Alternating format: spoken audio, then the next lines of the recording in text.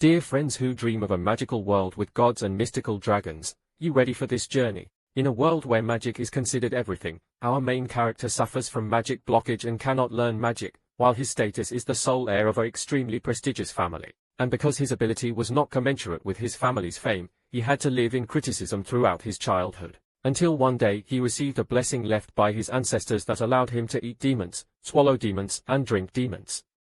From then on, the journey of continuing to accumulate demons within himself officially began, constantly devouring and becoming stronger than anyone, with the hope of restoring the glory of the family. I wonder what his path ahead will be like. Reach me Ovinj, the magic doctor's voice rang out with a magical projection shining into this boy's not-so-calm eyes. He is suffering from a disease called magical blockage.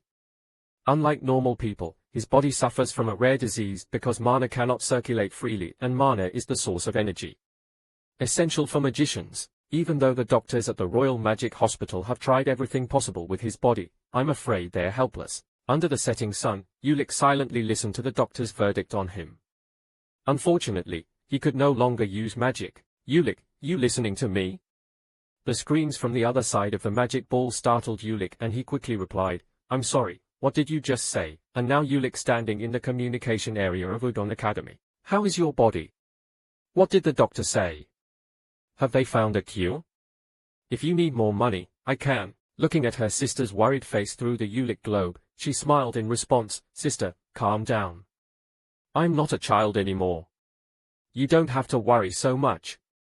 I'll get better soon. How can you not worry about your only remaining relative? Beep beep. Before she could finish, Ulik hurriedly told her that a friend was calling, so he quickly turned off the phone and then let out a tired breath. He couldn't tell her the truth that it was very possible that he would pray. Can't go back home anymore. Udon Magic Academy today is the day to announce test scores for the final exam, which is quite important for the students, so very early many people gathered at the announcement board to see the scores. Mine. I don't know who was talking to each other and they accidentally mentioned Ulika's scores because those scores were really different. I don't understand how Ulika's scores can be consistently high in several subjects. That's okay, right? The place in front of the scoreboard was now crowded with people, but everyone seemed to know how to stay orderly and not make too much noise. Ulik was also in this crowd and when he saw his score, his eyebrows furrowed and wrinkled. Oh my god, he failed again. This was Ulika's score and he only got a plus for each black magic history subject and for other practical magic subjects that required the use of mana he only got a weak grade. A red cartouche with the word fail was enough. Was stamped and he did not meet the class requirements. Slowly turning around and leaving, Ulik couldn't help but sink into thought.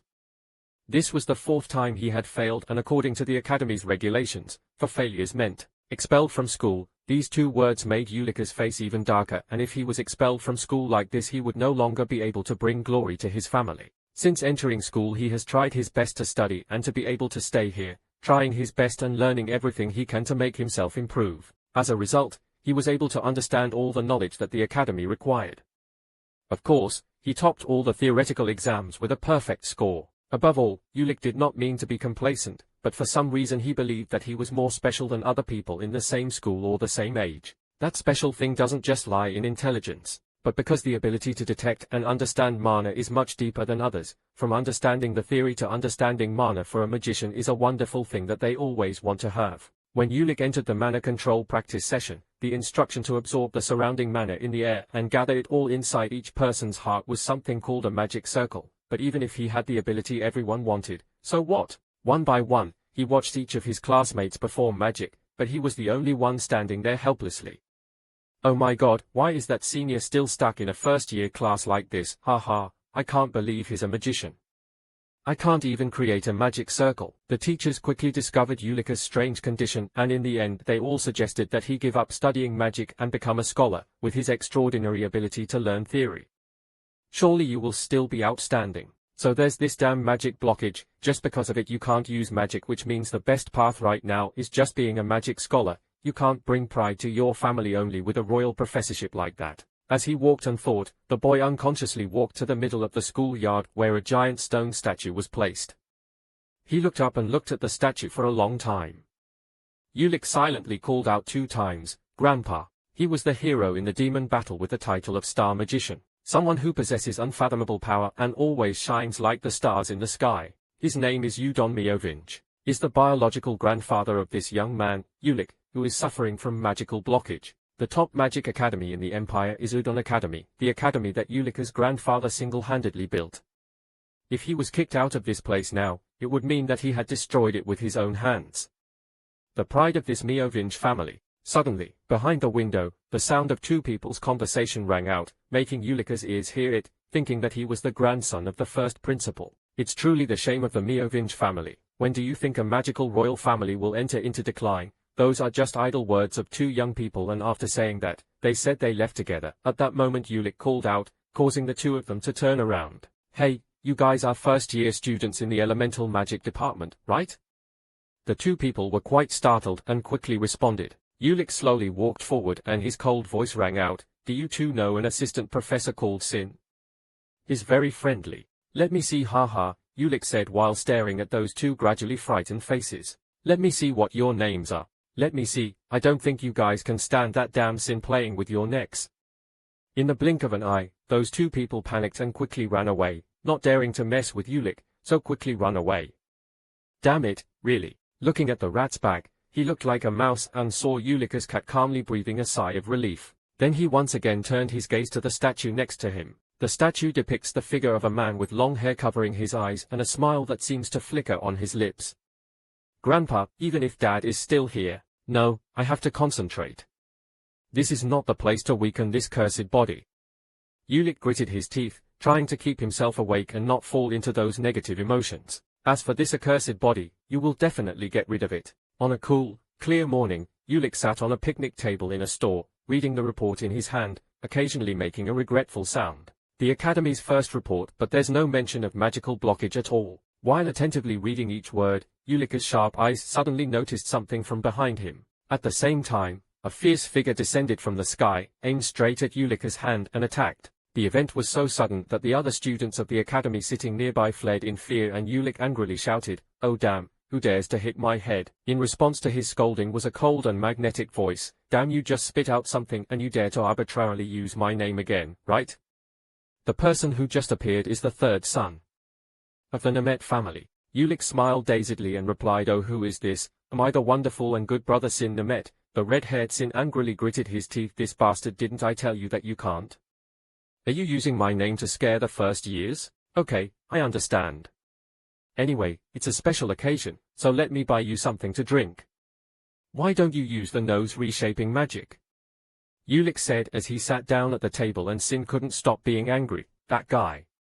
I'd rather die than do that. Come a little closer, that's why I told you never to do that." Ulick used his deep eyes to look at the man in front of him and said incomprehensible words. This hot-tempered man is named Sin Nemeth. After the fall of Ulick's family, the Magic Tower was led by 6 royal families. Sin is also a member of Instagram and a child of the Nemeth family. As soon as he graduated from the academy, he immediately became a professor and an elite member. Even though Sin chose the opposite path from Ulick's, he was still the only one on his side. Suddenly, Ulick was staring at me and gave me an incomprehensible smile, making Sin both angry and goosebumps. "What is that? Why are you staring at me?" After finishing speaking, Sin placed a file on the table and pushed it towards Ulick. This plan is a plan to explore the Diamond Dragon's lair. Although this is still an ancient word, it is still being explored until now, and recently the Sin people suddenly discovered their nest. Sin wanted Ulick to join this expedition. Hearing that, Ulick was startled and immediately grabbed the file on the table and stared at the words in it. What an ancient dragon, a species that should be extinct, yet they found a dragon cave where magic is said to be from. Sin proudly understood that Ulick should look at the map and open his mouth to explain. "If you find an artifact, do you think the Academy will forgive expulsion? And that's thanks to honesty. The city is all yours, Ulick. Yes, it's amazing that it's not just the expulsion. Who knows, maybe the Dragon's Cave, which has an abundant and strange source of magic, can solve your magic blockage too." But Ulick's already agitated heart suddenly calmed down because he realized that even if there was something interesting there, the director would take it away first. But wait, that's not really it. Ulick was thinking while staring at the map, then his pupils shrank when he discovered something. Ulick immediately slammed the table and stood up, making Sin startled. Ulick looked thoughtfully at his friend and wondered why he hadn't thought of it. Going was clearly an opportunity that God had given him. Thinking of this, he hugged his face and smiled. comfortably, and his laughter grew louder and louder. Sin saw Ulika's appearance and was extremely panicked because what the hell was wrong with this crazy guy? As if seeing a thread of doubt in Sin Ulika's heart, he stopped smiling and pointed at a red dot marked on the map. Sin, look at this place, there is no nest here. Ulik pointed to the map and said that the dragon's den would not be here. Hearing this assertion, Sin was very surprised, but instinctively he immediately glanced at the people next to him. There was also someone sitting behind Ulik. It's the same with Sin's side, but it seems like they're chatting loudly with each other but haven't heard what Ulik just said. After looking around for a while, Sin was able to breathe a sigh of relief and silently say that he was lucky no one heard him. So he whispered to Ulik in a serious tone, "Be careful with your mouth. Do you know how many professors are involved in this? You are challenging some big guys at the same time." "So what?" Ulik shrugged his shoulders, looking unconcerned. Looking at his appearance, Sin frowned uncomfortably. "I'm going to break your head right now." "Calm down, my friend, you're the son of the Namet family," smiled. Ulik smiled and thought to himself, "I couldn't do anything about my damn friend." Sin let out a breath, then placed his hand near the table and used some kind of magic, causing one corner of the map to begin to glow. In the blink of an eye, the light covered the two of them and in an instant both of them appeared in an illusory space. At this time, Ulik observed the ground where the dragon's cave was said to be and made a comment. This crack was formed by two strata colliding. Therefore, a large amount of mana poured out from the crack. This much must have been stored for 100,000 years, which is little and no wonder Sin rests in the dragon's cave here. But what are the three principles of mana flow? Ulik suddenly asked, making Sin frown. "Are you kidding me? Haha, of course you have to know basic things like this, right, assistant professor?" Although quite frustrated, Sin still answered his friend, "The three principles of mana flow are from high to low, flows from wide places to narrow places." As he spoke, the surrounding scene began to change and Sin slowly entered an icy cave, finally from hot to cold. After hearing the answer, Ulik nodded and smiled and continued, "With those principles, everyone will be sure that the dragon's cave is located in this location. But because the very hot lava flowing through the crack, mana does not gather here, so dragons cannot live here." Looking in the direction of her friend's hand, Miss Sin saw a scene that shocked him beyond belief. Each stream of molten lava carrying deadly temperatures that could burn even the air began to erupt. In the blink of an eye, the earth was covered with lava, making the land look like purgatory, and this land was where the Akan volcano was located. That's right, the Akan volcano's lava flows under the continental shelf. Ulika's judgment is worth trusting, but Sin still feels that everything is too good because his group has recorded the mana wavelength of a dragon in this area, so what to do? But the dragon's cave cannot be there. Ulik put his hand on his chin and asked again that he didn't say there wasn't a cave there. Under Sin Ulika's surprised eyes, a mischievous smile appeared and he nodded that there was definitely a cave. Here in Kaeragun Cave, a dragon cave that has not been explored and is still hidden deep underground. A cave filled with dragon treasures that have existed over the years, and it is definitely still there. A moment later, at the end of the hallway in the school building, Sin stood hesitantly and scratched his head tiredly. What should I tell my superiors about this matter? He raised his hand to knock on the door but stopped and thought, maybe I'm just pretending to be stupid, or if I make the dean angry, I'll be kicked out. But what if what Ulik said is true? Then that guy, thinking about this, Sin can't help but remember his friend. On a certain moonless night, Sin went to the practice room and saw a scene that made Sin very emotional. It was late at night, but Ulik was still alone in the practice room. He constantly tried to clench his teeth and poison the spell in the hope of being able to use magic because he couldn't be banished. He had to take care of his grandmother and sister, and he had to become a glory to the family no matter what. What price? But this damn magic congested egg almost became a ghost that covered Ulika's entire body. Remembering this, Sin smiled. That son of a bitch can cure magic blockages and always researches without giving up. If so, as his friend, I have to help him. In the director's iron-filled room, he read the newspaper and asked after hearing what Sin had just reported. "Oh, so you're saying my research report is wrong?" His voice contained a bit of anger, and he was the director of Udon Barak Academy. Standing in front of him, Sin was sweating and quickly shook his head. "It's not like that, but I want to ask the teacher's opinion because I can." Before he could finish his sentence, the dean interrupted. "Mr. Sin, I don't know why you came to such a conclusion, and if you can't convince me, even if you are the son of the Namet family, I will not ignore this matter." As he spoke, the dean's aura changed, making Sin's entire body feel like he had just fallen into a pool of fresh, sticky, and strange blood. Sin's whole face was solemn because the mana power that he or the principal showed was too strong. Could this be the power of the seventh magician? The pressure from that terrible flow of mana made Sin temporarily have trouble breathing, but suddenly all the pressure around him seemed to be broken and gone. At the same time, a noise rang out. Ulick, with a smile on his lips, opened the door and walked in. Sin was surprised for a moment, then immediately shouted, Ulick, are you crazy? What are you doing here? Ignoring my friend Ulick, he took a few steps forward and bowed. Hello, Principal. Please forgive me for barging in like that. The director narrowed his eyes at him and didn't seem very friendly to him. Ulick Miovich, did the assistant professor infer from your opinion? Putting everything together, the dean came to such a conclusion. Without hesitation, Ulick smiled and nodded yes, it was me. Haha, there were compliments for your insight and clear perception. It's hard to believe a student would think something like that, but there's no proof, it's all just speculation maybe. Hearing those words, Ulick looked up at him with a smile and asked back, why is this so basic that even a 3-year-old child knows that you need proof? Headmaster Barak's face was dark and cold as he looked at the boy in front of him. Ulick was not afraid at all, but looked eye to eye with the old man. The two of them were here glaring, and Sin was standing next to him, crying without tears and screaming inside, this guy is crazy, why are you mocking him? You devil, you came here to help me, why are you here? To kill people for you is more accurate. After a moment of heavy silence, the rector rubbed his bald head and laughed. Hey, the basic thing? I'm so speechless that I can only laugh. A guy who can't even condense mana says those words. Looking at his fat appearance, Ulick was extremely disgusted, but he still slowly continued to ask, so you mean my guess is wrong? The director regained his smile and nodded, haha yes, some people are lucky. For example, trash like you keep talking without knowing your place. Faced with a direct, malicious insult, Ulick stood there silently without objecting. But as a professor, I cannot ignore my students' opinions. As he spoke, his eyes looked towards Ulick's collar where he was wearing something. The fire of greed burned in his heart, causing him to make a decision. Yes, why don't you bet with me?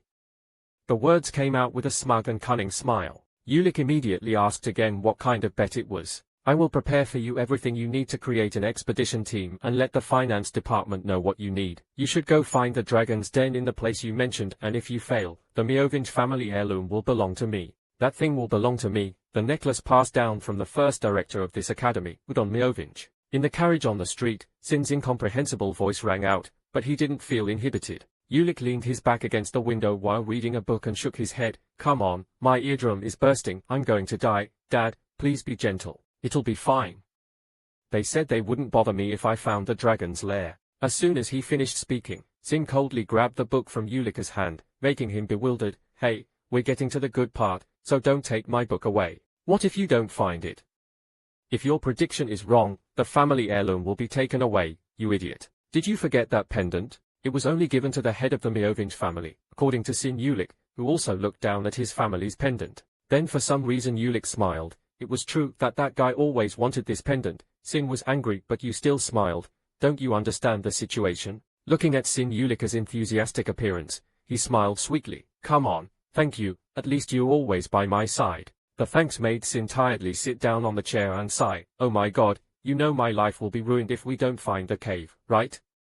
So what's the plan? Ulick sat up straight, clasped his hands and spoke up. My friend, do you really think that Ulick Miovich would accept a bet just because he was threatened? If he had the audacity to covet the Miovich family heirloom, he would at least have to bet his life on the fact that it would be enough.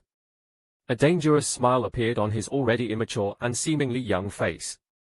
Ulick's harmlessness. Looking at this smile of his friend, Sin woke up and almost forgot. This Ulick guy in front of him has two nicknames. One is the disgrace of the Miovich family, and the other is the most feared man of the Miovich family. Seeing Ulick's dangerous smile, Sin suddenly realized that he also agreed and laughed. He and they were like that again. Everything happened 7 years ago when Sin was still a student and he didn't want to remember it at all. Ulick was only 15 years old at that time and he sat gloomily in a corner when he couldn't practice magic with his friends. Of course, in this situation, teasing is indispensable, and at that time there were also some brainless people who came to Ulick to show off. Are you sure you are a member of the Miovich family? Even the famous Miovich can't do this trick, it's just a simple fireball. Surely the family head picked you up from somewhere, haha. The teasing laughter echoed throughout the auditorium and no one agreed with Ulick's situation. The poor child also hid his expression in the dark. Looking at the backs of the guys who had just left, Ulick slowly stood up and wondered, don't I feel unlucky? No, I know I'm very unlucky. Something on the ground. But it's bad luck for these idiots. As soon as the voice ended, a loud pop rang out in the auditorium, making everyone bewildered. Ulick held a magic ball and hit the guy's head hard while saying teasing words. That poke caused fresh blood to splatter. The beautiful magic ball was covered in blood and the guy was unconscious and lying on the ground screaming in panic. And of course punched his classmate. Ulik was taken to the Udon Academy's disciplinary conference, but he was still very calm when facing the old men there, a boy from the Viscount family. Defame me, the head of the Duke family. So what's wrong with me punishing him according to the Empire's laws? This 15-year-old boy's dangerous aura and sharp words made everyone present at the conference shocked and timid. So Ulik was suspended because according to the Academy's rules all students are equal, but after that day no one dared to touch him anymore. Remembering Ulika's glorious achievements in the past, Sin couldn't help but shiver and put his hands on his face. Then suddenly his eye saw the title of the book that he had just snatched from Ulika's hand just now. That book made Sin startled and shouted, "You crazy!" Ulik shrugged and said, "Don't bother. If you scream again, you might have high blood pressure." "High blood pressure? What, are you crazy? This is a forbidden book and you've run out of things to read. Why are you reading a forbidden book?" Sin's hand holding the forbidden book trembled slightly in fear. Ulik smiled and said yes, but unfortunately it was discovered that I was being grilled on a skewer. Too helpless, Sin had to return the book to his damn friend. "You're really crazy. What are you planning on learning the Beast King's body strengthening technique for?" Hearing Ulika's question, his eyes moved slightly as if thinking about something before answering. "Well, I'm just wondering if this will help me cure my magic blockage or not. When the Beast King invaded the Empire with his army of beastmen, we encountered many difficulties, because this technique helps him enhance his physical abilities and gives him an unimaginably strong body. When the war ended, this technique disappeared because the Empire drove out all the beastmen and built walls to block them. How scholars have failed to reproduce this technique." Ulik nodded, turned the pages of the book and said, "Yes, but I've already recreated it. I don't know how it will transform its body." Your calm words once again made Sin petrified. "What the heck, you managed to recreate it?" I'm so shocked that my heart is about to break. Mr. Ulik, now do whatever you like." Just as the two of them were chatting, the carriage, which was moving smoothly on the road, suddenly stopped and shook, leaving the two of them stunned. Sin stepped out of the carriage, frowned and asked, "What's going on? Why did the carriage stop?" At this moment, in front of the carriage, a series of people in academy uniforms walked forward, saying hello to Ulik. "Long time no see." Ulik glanced at the people walking slowly and said, "I didn't think I would see you here. And why are you here?" "Why is that?" "Because I love my classmate very much." The guy who spoke with the double bangs and thick glasses is Riven, a senior researcher at the Varen Research Institute. "You son of a bitch, if you speak again." Sin boldly stepped forward and scolded loudly, causing the others to jump back in surprise. The leader Riven quickly pointed behind him and explained, "Why did the dean ask us to come and assist?" Following the direction of his finger, Ulik used sharp eyes to look at the people behind him. "That's very kind, but I remember saying I don't need help." Sin walked to the side and whispered to his friend. He felt that there weren't many people hiding mana like that. Ulik nodded like this. "He really was the headmaster of Viret, right? But don't worry, I've already prepared for this," whispered Ulik while deftly opening his shirt so Sin could see inside. Seeing the object hanging in front of Ulika's chest, the boy's slanted eyes slightly twitched in surprise. "Oh my god, how did he get this thing?" Ulik smiled happily but did not explain. At the same time, in his room, the rector was so angry that he trembled and screamed when he heard his subordinates report, "What did he take away the breath of Gehenna and the Heavenly King armor?" The subordinates nodded in panic. "Because you told us to support him as much as possible." The bastard abbot roared because Gehenna's breath was a sealed ball of phosphorus fire that could burn a target to ash. The Blue King's armor was armor that was very resistant to blows, physical attacks and also elemental magic. "Oh my god, do you think it's okay to lend a level 4 magic weapon to a student that can turn a town into dust, and you're that crazy guy too? Oh my god, I'm going crazy. I don't want to see your face, you too." The angry subordinate was scolded and immediately walked out and closed the door. "Yes sir, I'm leaving now." The dean's hands tightened, telling himself that if the other candidates knew about this, there would be big trouble. As he spoke, he suddenly thought of something and hurriedly searched before closing the file on the table. Wait, if that kid really found the dragon's den. Not bad, I guess that bloodline isn't just a rumor. After reviewing and closing the file, he nodded and made some comments. Then he slammed his hand on the table and mumbled angrily, "I should replace this stupid research team that dares to call themselves scholars but doesn't know even this basic thing." His voice was angry but his whole body suddenly trembled as if he was extremely excited. No thanks to those idiots, I will have the opportunity to take possession of the pendant. As long as I have it I will definitely become the next prime minister, ha ha." His big, fat hand squeezed the pieces of paper, causing them to crumple. That kid, even if you win, it only has meaning if you can come back alive. So the group of people moved to the land where Ulick judged there was a dragon's cave. At this time, Ulick was standing to the side, constantly flipping through the book in his hand to explore. Riven's group of people stood nearby and observed, while the air continuously echoed with the sound of chanting spells with strange syllables. Sin's eyes were closed and each chant came out of his mouth. The chant ended and the ball of light in Sin's hand glowed and the magic was activated with the effect of searching for mana. I only saw the bright yellow light source from the ball constantly spreading to the surrounding campus, covering the entire land, making everything seem to glow beautifully. I don't know if someone screamed in horror when they saw a giant column of energy appear right behind that mountain range. Sin turned his head to look towards that energy source and whispered that Ulick had guessed correctly. The group of people under Riven's guidance were also surprised because it was really here. Ulick wasn't too surprised because he had already predicted it, so he grabbed the book in his hand and loudly announced it. Our entire team must move quickly before this pillar of light goes out. As soon as he finished speaking, Sin came next to him, wrapped his arms around Ulick's waist and whispered, "Hey, if you borrow it again, please bear with it." In the blink of an eye, Sin took Ulick with him and jumped into the sky towards that pillar of light and flew away. In a split second, the two of them flew high into the sky, leaving the group of Riven people standing there in shock. "Hey, what about us?" This group of people couldn't fly freely like Sin, so they had to walk quickly to chase after them and were exhausted. "Please wait with the two of us, we're so tired, so tired." Until they reached the scene and looked at the scene before them, they asked again incomprehensibly, "Hey, why is there nothing here? Didn't you say the cave gate would be here?" "There's nothing here, not even a cave. The light column in front of us has gradually disappeared but in front of everyone's eyes is an endless series of plains without a single tree or blade of grass. I know right away that this Meovinge always brings unlucky endings. Now it's okay," Riven silently said. "I can go ahead and open it to see what's in your skull. Wouldn't it be best if someone had to pay for this mistake?" While he was proud, Ulick suddenly spoke up, startling him. "Sin looked over there. Can you make a big hole here?"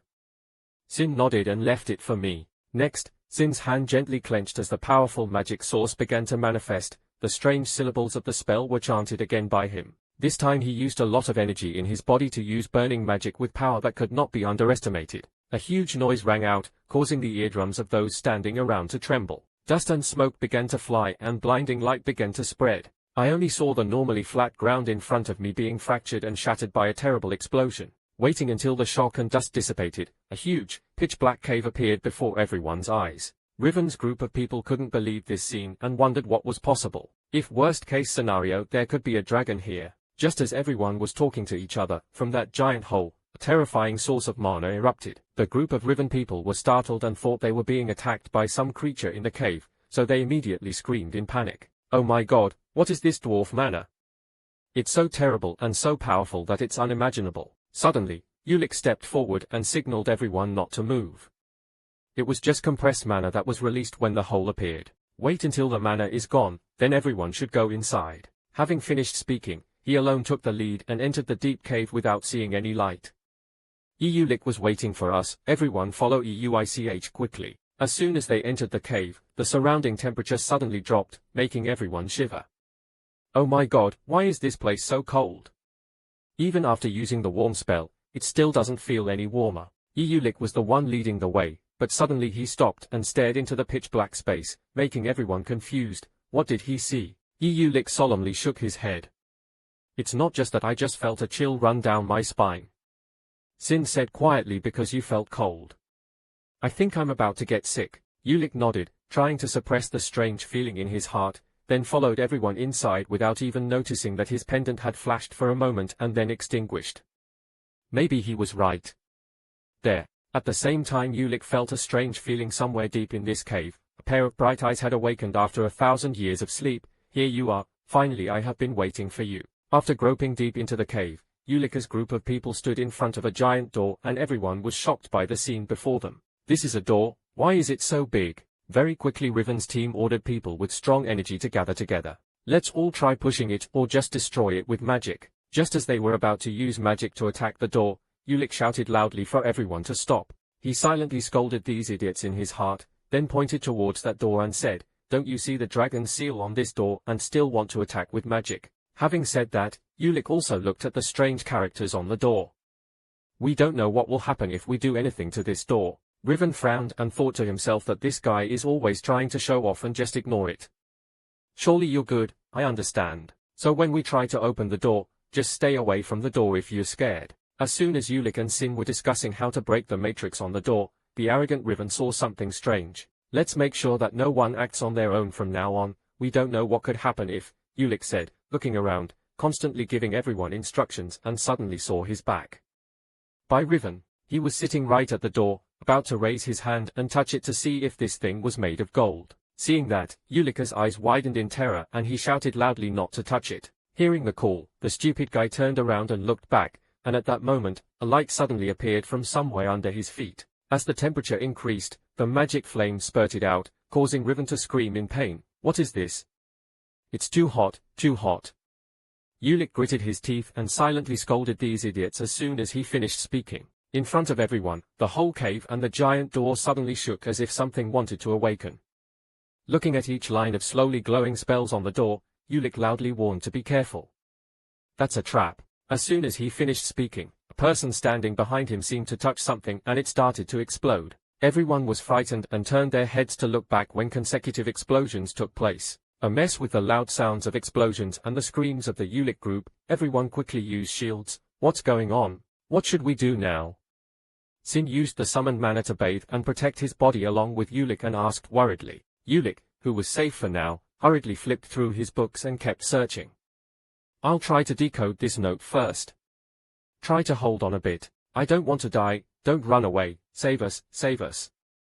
There were screams and cries all around, and Ulicker's mind suddenly became quiet and motionless. Calm down, this is a situation handling test. That's right, just imagine this is just a test to handle the situation and you will definitely find its solution. I believe in myself like the way I always do, even my eyes sparkle with the light of wisdom. He almost entered a special state with his thoughts flashing with intelligence and his hands constantly writing calculations on paper. On this side, people tried to resist with magic shields, but very quickly some people couldn't stand it anymore and were burned, making the situation worse. The screams around were getting louder and louder, the tremors were getting stronger and stronger, and Ulicker's handwriting on the paper was getting faster and faster. Suddenly his hand touched the round ball on the surface of the door and there was only a little more left as long as no mistakes were made. In the blink of an eye, Ulick recited the mantra with each incomprehensible and inexplicable syllable. Please, let's succeed. After a while of heaven and earth falling under Ulicker's spell, everything seemed to calm down. The entire surrounding cave became desolate after the explosion just now and Ulicker's group sat panting on the ground.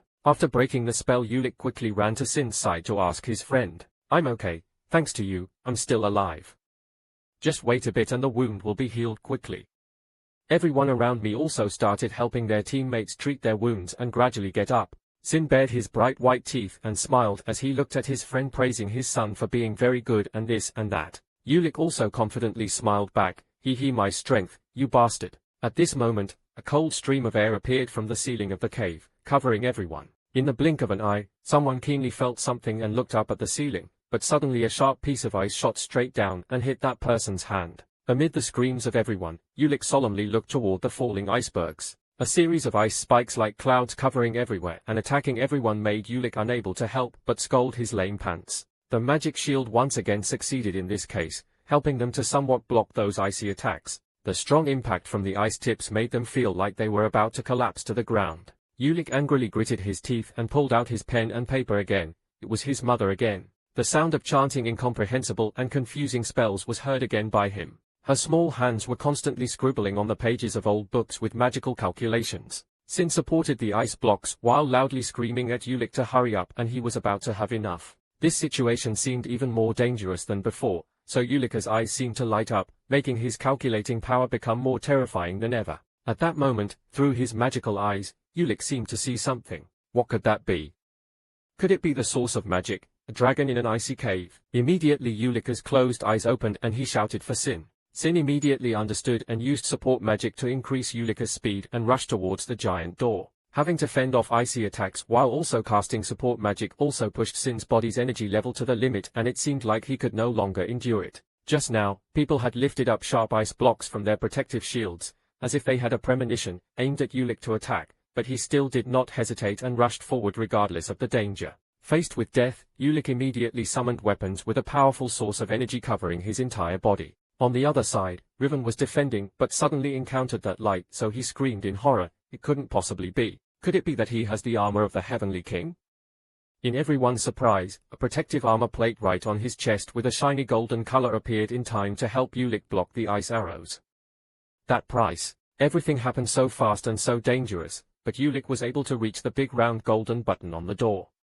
His eyes immediately closed and he thought for sure this time. Behind the attack, the intensity of the arrows increased and everyone could no longer resist. Right at this moment, an icy arrow appeared from behind and was about to crash into Sin's weak body. Too dangerous, Ulik immediately opened his eyes with an explosion of power and the spell was uttered. A dazzling flash of light crackled and the ice floes floating in midair shattered. The trap finally disappeared. The whole air was filled with tiny pieces of ice like snowflakes falling in the cold winter, making everyone breathe a sigh of relief. Ulik was also tired and sat down on the ground because he thought he was about to die. Even his precious clothes were completely torn. Everyone was exhausted after twice being exhausted from struggling with life and death. Perhaps Ulik had successfully broken 2 deadly traps, so the giant door began to open to reveal a bright light behind it. Ulik immediately ordered the entire expedition team to help the injured and go inside.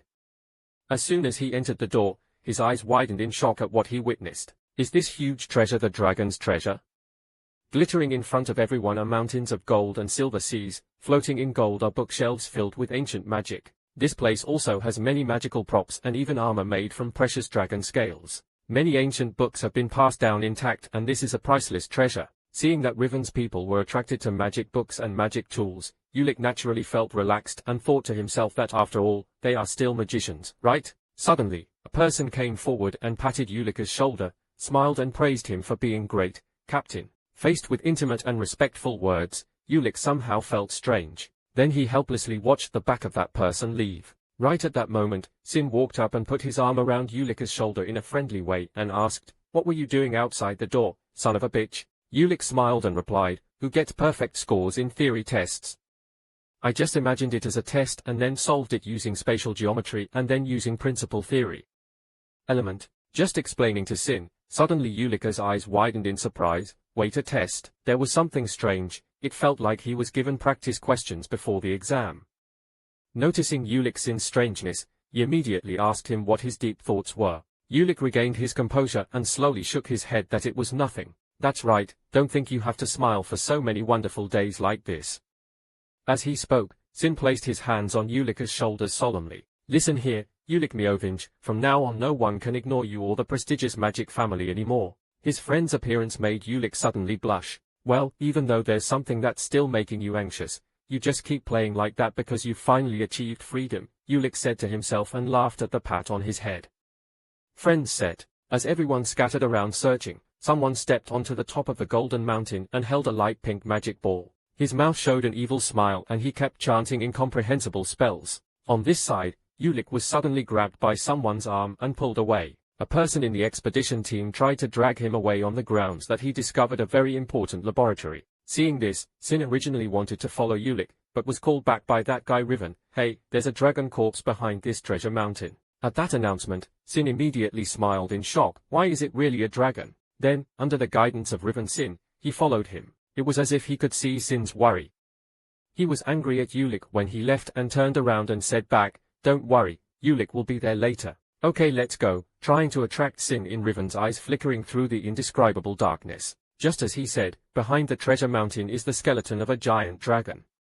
Oh my god, at this size, this dragon must be a dragon king. Yes, it seems it has been here for more than 4,000 years. While Sin was attracted by the dragon, Ulik, alone, was pushed to the ground by the other group and took away his heavenly king's armor. Ulik gasped and scolded these dogs. At the same time, he was also angry at himself because he was so excited that he let his guard down. The guy with long hair covering his eyes stepped forward and smiled. "We don't have any bad intentions, we like you. Work is the top priority." Over here, looking at the giant natural dragon skeleton, Sin discovered something so he immediately called out to Riven. "Wait, Riven, didn't this thing just move?" As soon as Ulik was beaten up by them, he heard faint sounds of other people outside. Where were the other people going? They must be taking their time to explore. Oh, what is that I have never seen before? They seem to have discovered something. Next, a cry for help rang out, but on this side, Ulik was in danger of his life, so he didn't bother paying attention to the rest. The guy just grabbed his collar, making Ulik bewildered.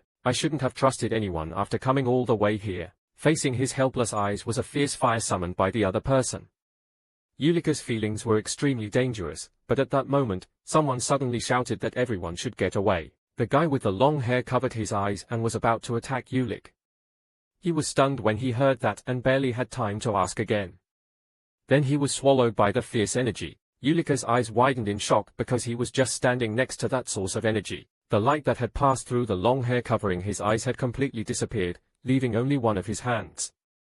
Yulik stared at that hand and trembled and asked what the hell was that. Then a commotion rang out in the distance, causing his eyes to glare, and he turned his head to look in that direction. I only saw that Sin and Riven were running away from the treasure with all their speed, and behind them, a dragon skeleton had come to life with destructive power. Save me, there is a dragon, there is a dragon. The terrifying scene made Yulik petrified and not knowing what to do. The dragon moved, causing the whole ground to constantly shake and the rocks and soil on the cave ceiling to scatter around. Damn ghost beans, why did this skeleton come back to life?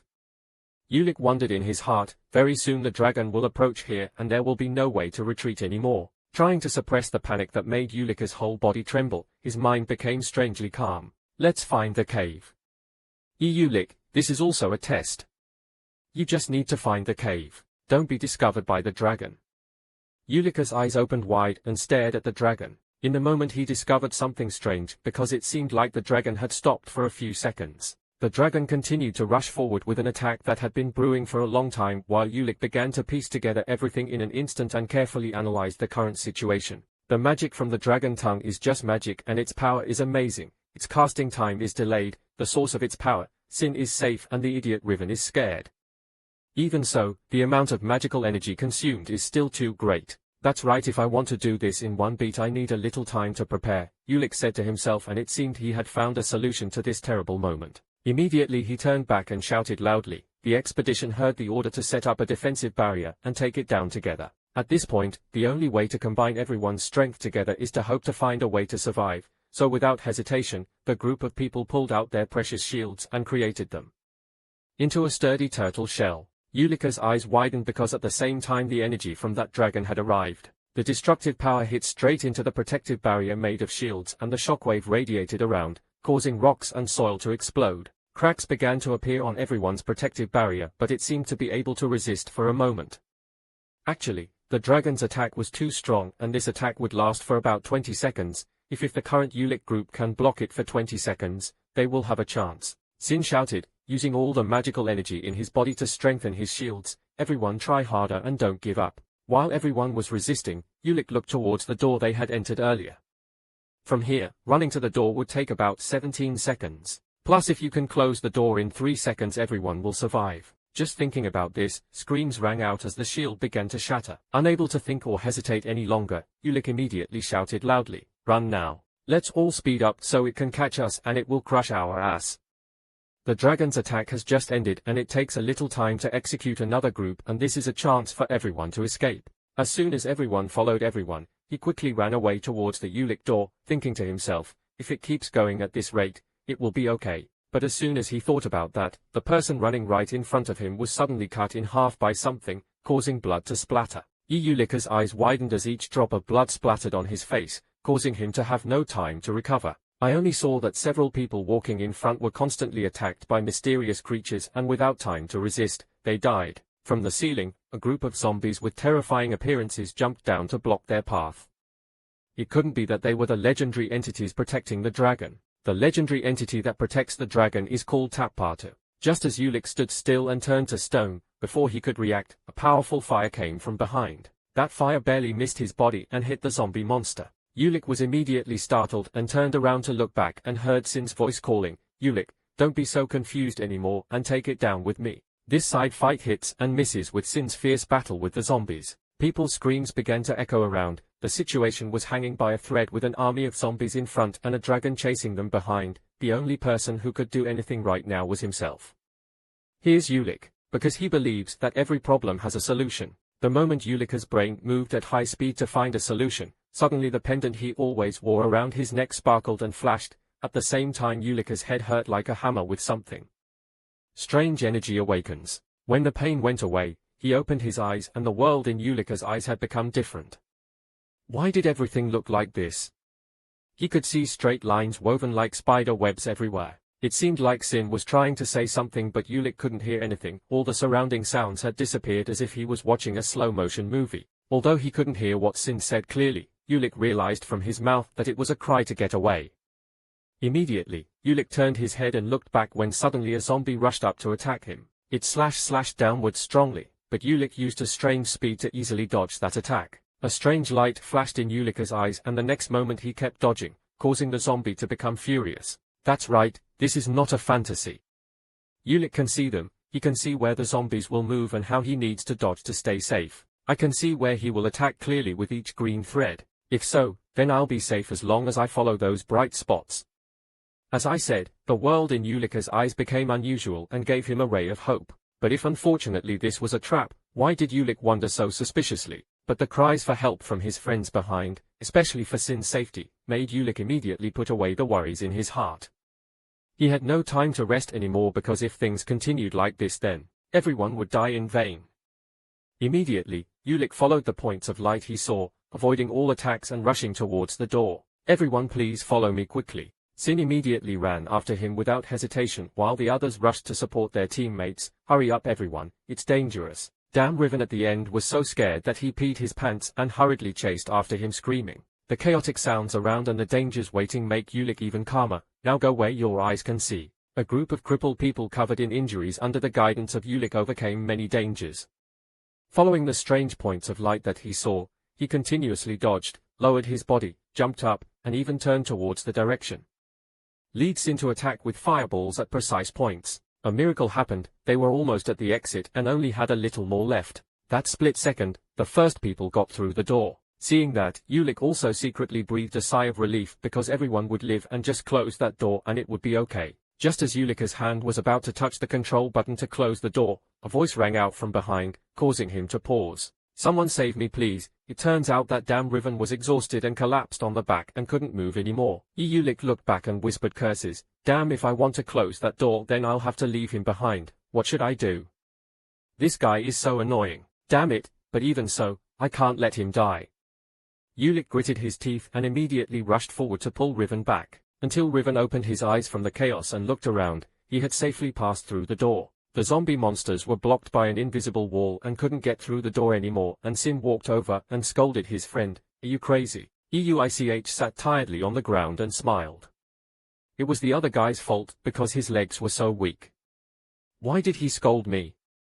Sin was angry, but in the end he couldn't do anything to his friend. After calming down, Ulick looked at the zombies and more doubts began to arise in his heart. But why can't they go out? Until now, Ulick has not thought about this. There were signs of destruction above the cave, so were the intruders right next to them? It was like an invisible hand was manipulating and controlling everything. Moving his eyes towards the roaring dragon, Ulick quickly discovered something strange. On the dragon skeleton's forehead was a spear as bright red as blood. At that moment, the ceiling of the cave suddenly exploded, sending smoke and dust flying. Riven looked up in horror and couldn't help but scream. What, the zombies are coming here? Run quickly. But where are we going? We're surrounded. We can't. Just a zombie just appeared. Just run quickly. Everyone panicked and started running away, but Ulick alone stood still.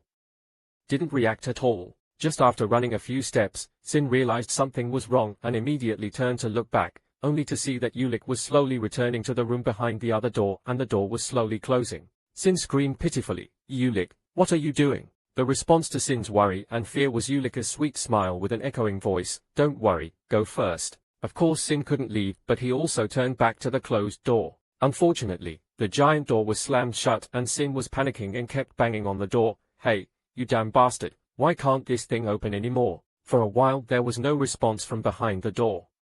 Sin helplessly closed his eyes in panic. At that moment every memory from the past appeared in his mind. 7 years ago, after Ulick was suspended for attacking his friends, Sin came forward, raised his hand and smiled. Nice to meet my uncle Namet and make friends. Faced with the strange greeting of friendship, Ulick coldly glanced at the person in front of him. Then he just uttered a curse word that made Sin petrified. Then, on another occasion at the library, Sin still boldly walked up to him with the question, let's be friends, but only got 2 words from Ulick in return. A strange picture takes place in the schoolyard with a cold Ulick and his red hair constantly chasing behind him with the desire to be friends, Who knows how many times he was rejected by Ulick with scolding. Curse it, but Sin never gave up and never stopped wanting to be friends with this stubborn kid. Until one day in a certain jungle, the students of the academy gathered under the leader's announcement. You must be truly tenacious to become a true magician. You will get points depending on the order of completion, so work hard. However, if you use magic you will be eliminated. The chants began to ring out and all the magic practitioners began to scatter towards the river. With excellent abilities, Sin climbed alone on a horse at unbelievable speed in the dark forest. He kept going far ahead of everyone until at some point he stopped and stood panting. Maybe it's about halfway, but should I bring Ulick along? Suddenly, a foot appeared from nowhere and kicked Sin straight, causing him to lose his balance and fall and roll several dozen times on the ground. By the time Sin regained consciousness, he was about to fall down the cliff, but luckily he was able to hold onto that small ledge. Sin's whole face was stained with fresh blood because the attack just now was too strong. He gritted his teeth and looked at the people standing on the edge of the cliff. Someone didn't save him. Clearly, on the edge of the cliff, several human figures had been standing for a long time. Among them was that damn Riven with a mocking voice. Why would he climb up and whine with that magic? No, you can't use magic. If you use magic you will be disqualified. So the boy just gritted his teeth and endured it and didn't know how much time had passed until he was about to not be able to hold on anymore. A tear of pain was forced out by Sin. I could die like this even if I get eliminated. Should I use magic? But if I get eliminated, how can I see my dad again? Here again. In the damn curse, Sin's whole body separated from the rock and fell down, but at that moment a small white hand promptly grabbed Sin's rough hand. Ulick appeared from nowhere and used his strength to keep Sin from falling. His entire face was contorted and deformed because he was using too much force. Hold on tight, don't give up. Then, after a final effort, Ulick was able to save Sin on shore. Sin's feet were bruised from injury, so he slowly opened his mouth and said to Ulick, "You go first because of me, you're already late." Ulick moved his eyes to look at the wound on his leg and stepped forward to support Sin on his shoulder.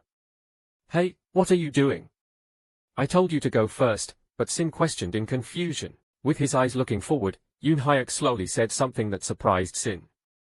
"You said you wanted to be friends with me, right?" The guy with red hair is now adorned with red cheeks and a faltering voice. "Mister, forget about giving me some artifacts from your house." Ulick's next words made Sin's touching feeling instantly disappear. "That's okay, right? We're friends, haha. Damn you, you're trying to scam even your friend. I saved your life, so at least you should repay the favor. But your hair looks so messy, but it's so delicious. Why don't you let your bangs down?" Sin loudly protested that shut up was a matter of honor. "You bastard. This bastard, even though he is weaker than me, still likes to go out." Standing in front of the giant motionless door, Sin whispered, and behind him the zombies rushed in. "Ulick, please wait a moment and I will call the elders, or at least my father. Please wait for me, Ulick, and please don't die," Sin said, then turned and rushed towards the zombies looking for a way out of here. Behind the huge door, Ulick leaned his back against the door with a smile on his face.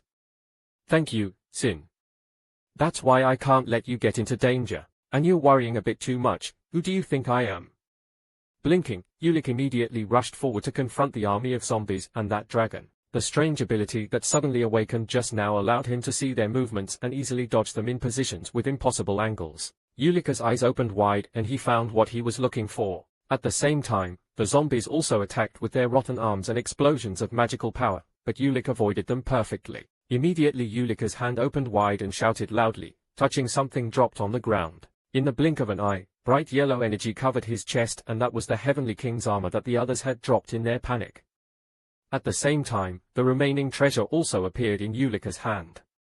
"That you brought with you. Now take this chemotherapy fire," Ulick whispered and began to activate the treasure. "You guys also want to taste our products, right?" As soon as he finished speaking, the red box in his hand emitted a terrible fire. Covered by the blazing fire, Ulick's body was somewhat protected by the blue armor, but his eyes still bled out because he was supposed to have mana to be able to use the artifact. This work, but Ulick will use his own life to replace mana energy. He successfully unlocks the lock and causes the fire to burn. In just a split second, the zombie army was swallowed by the sea of fire, and their screams echoed throughout the cave like screams from hell. After dealing with the zombies, the dragon's attack group had also arrived. Of course, Ulick was also proficient in dodging, and if he guessed correctly, all of this was just a test for the dragon. The answer is this spear. After a while of rolling around, Ulick safely used his strength to land on the head of the angry dragon standing next to the spear stuck straight on its forehead. This is the key, and also the key. Answers of the test. If Ulika's answer is wrong, and this is just someone's prank, then he probably won't have a chance to return to the ground again. But even so, Ulik will never give up because he is a Meovinge, with a crazy smile and the zombies gradually surrounding Ulik, slowly raising his hand to hold. Take the handle of the other spear. At that moment, the undead also rushed forward and engulfed Ulik in their pitch-black bodies. A sudden event occurred with a bright light bursting out, the surrounding space and time seemed to have been hit with a pause button and Ulika's consciousness was also swallowed by that light. Waiting until he opened his eyes, the surrounding scene had completely changed, making Ulika's soul constantly shaken. What happened? Where is this? Suddenly, in front of Ulik was a giant ice dragon whose body constantly radiated magical and powerful power. At the same time, standing near the dragon was a mysterious back with a flowing cloak. Fly. Staring at that dragon, Ulik didn't know for a moment whether this was a living thing or a dead thing, but the man, or rather the creature, made him even more wary. It was a creature with long hair and 2 pairs of giant horns on its head that didn't look like it was pure human. As soon as Ulik noticed that back figure and wondered who was on his mind, that guy also turned his head back to look at him with a ghostly smile and eyes shining like a devil's. Ulika's eyes widened in panic because the creature's aura was terrifying and completely overwhelmed his soul. In his eyes, the demon face seriously raised his hand with a hidden source of magic. His whole body emitted strands of murderous aura carrying insane, deadly power and his cackling smile echoed throughout the air. I only saw at the same time that the normally quiet dragon opened its mouth wide and roared, and in its mouth there was also a strange light that shone brightly throughout this space. The demon-faced man held a red spear in his hand and rushed towards the dragon with dark power. Could it be that these 2 creatures would fight? But what Ulik was interested in was the strength of these 2 creatures. Could it be that these 2 creatures would fight? But what Ulik wanted to know was the strength of these 2 creatures. The main idea is that the power of the 2 of them is revealed. This terrible amount of mana, is he a level 8 magician? Ulik wondered aloud and quickly denied it himself, because in Ulika's eyes, the demon-faced man's aura had now reached its peak and seemed to be able to suppress the dragon. No, it's not an 8th level magician, it's much higher than that. In the blink of an eye, time and space were disrupted with explosive destructive power. The demon-faced man stabbed that red spear straight down into the dragon's forehead, causing it to roar pitifully. His ghostly voice also rang out, "This time things are different." When a substance container appeared in front of me, and this was not a test of the dragon but a trap of the Demon King, before Ulik had time to recover, he was attacked by the Demon King. Painfully enters the body. Ulika's entire body was covered by dark energy and his soul seemed to be torn out of his body.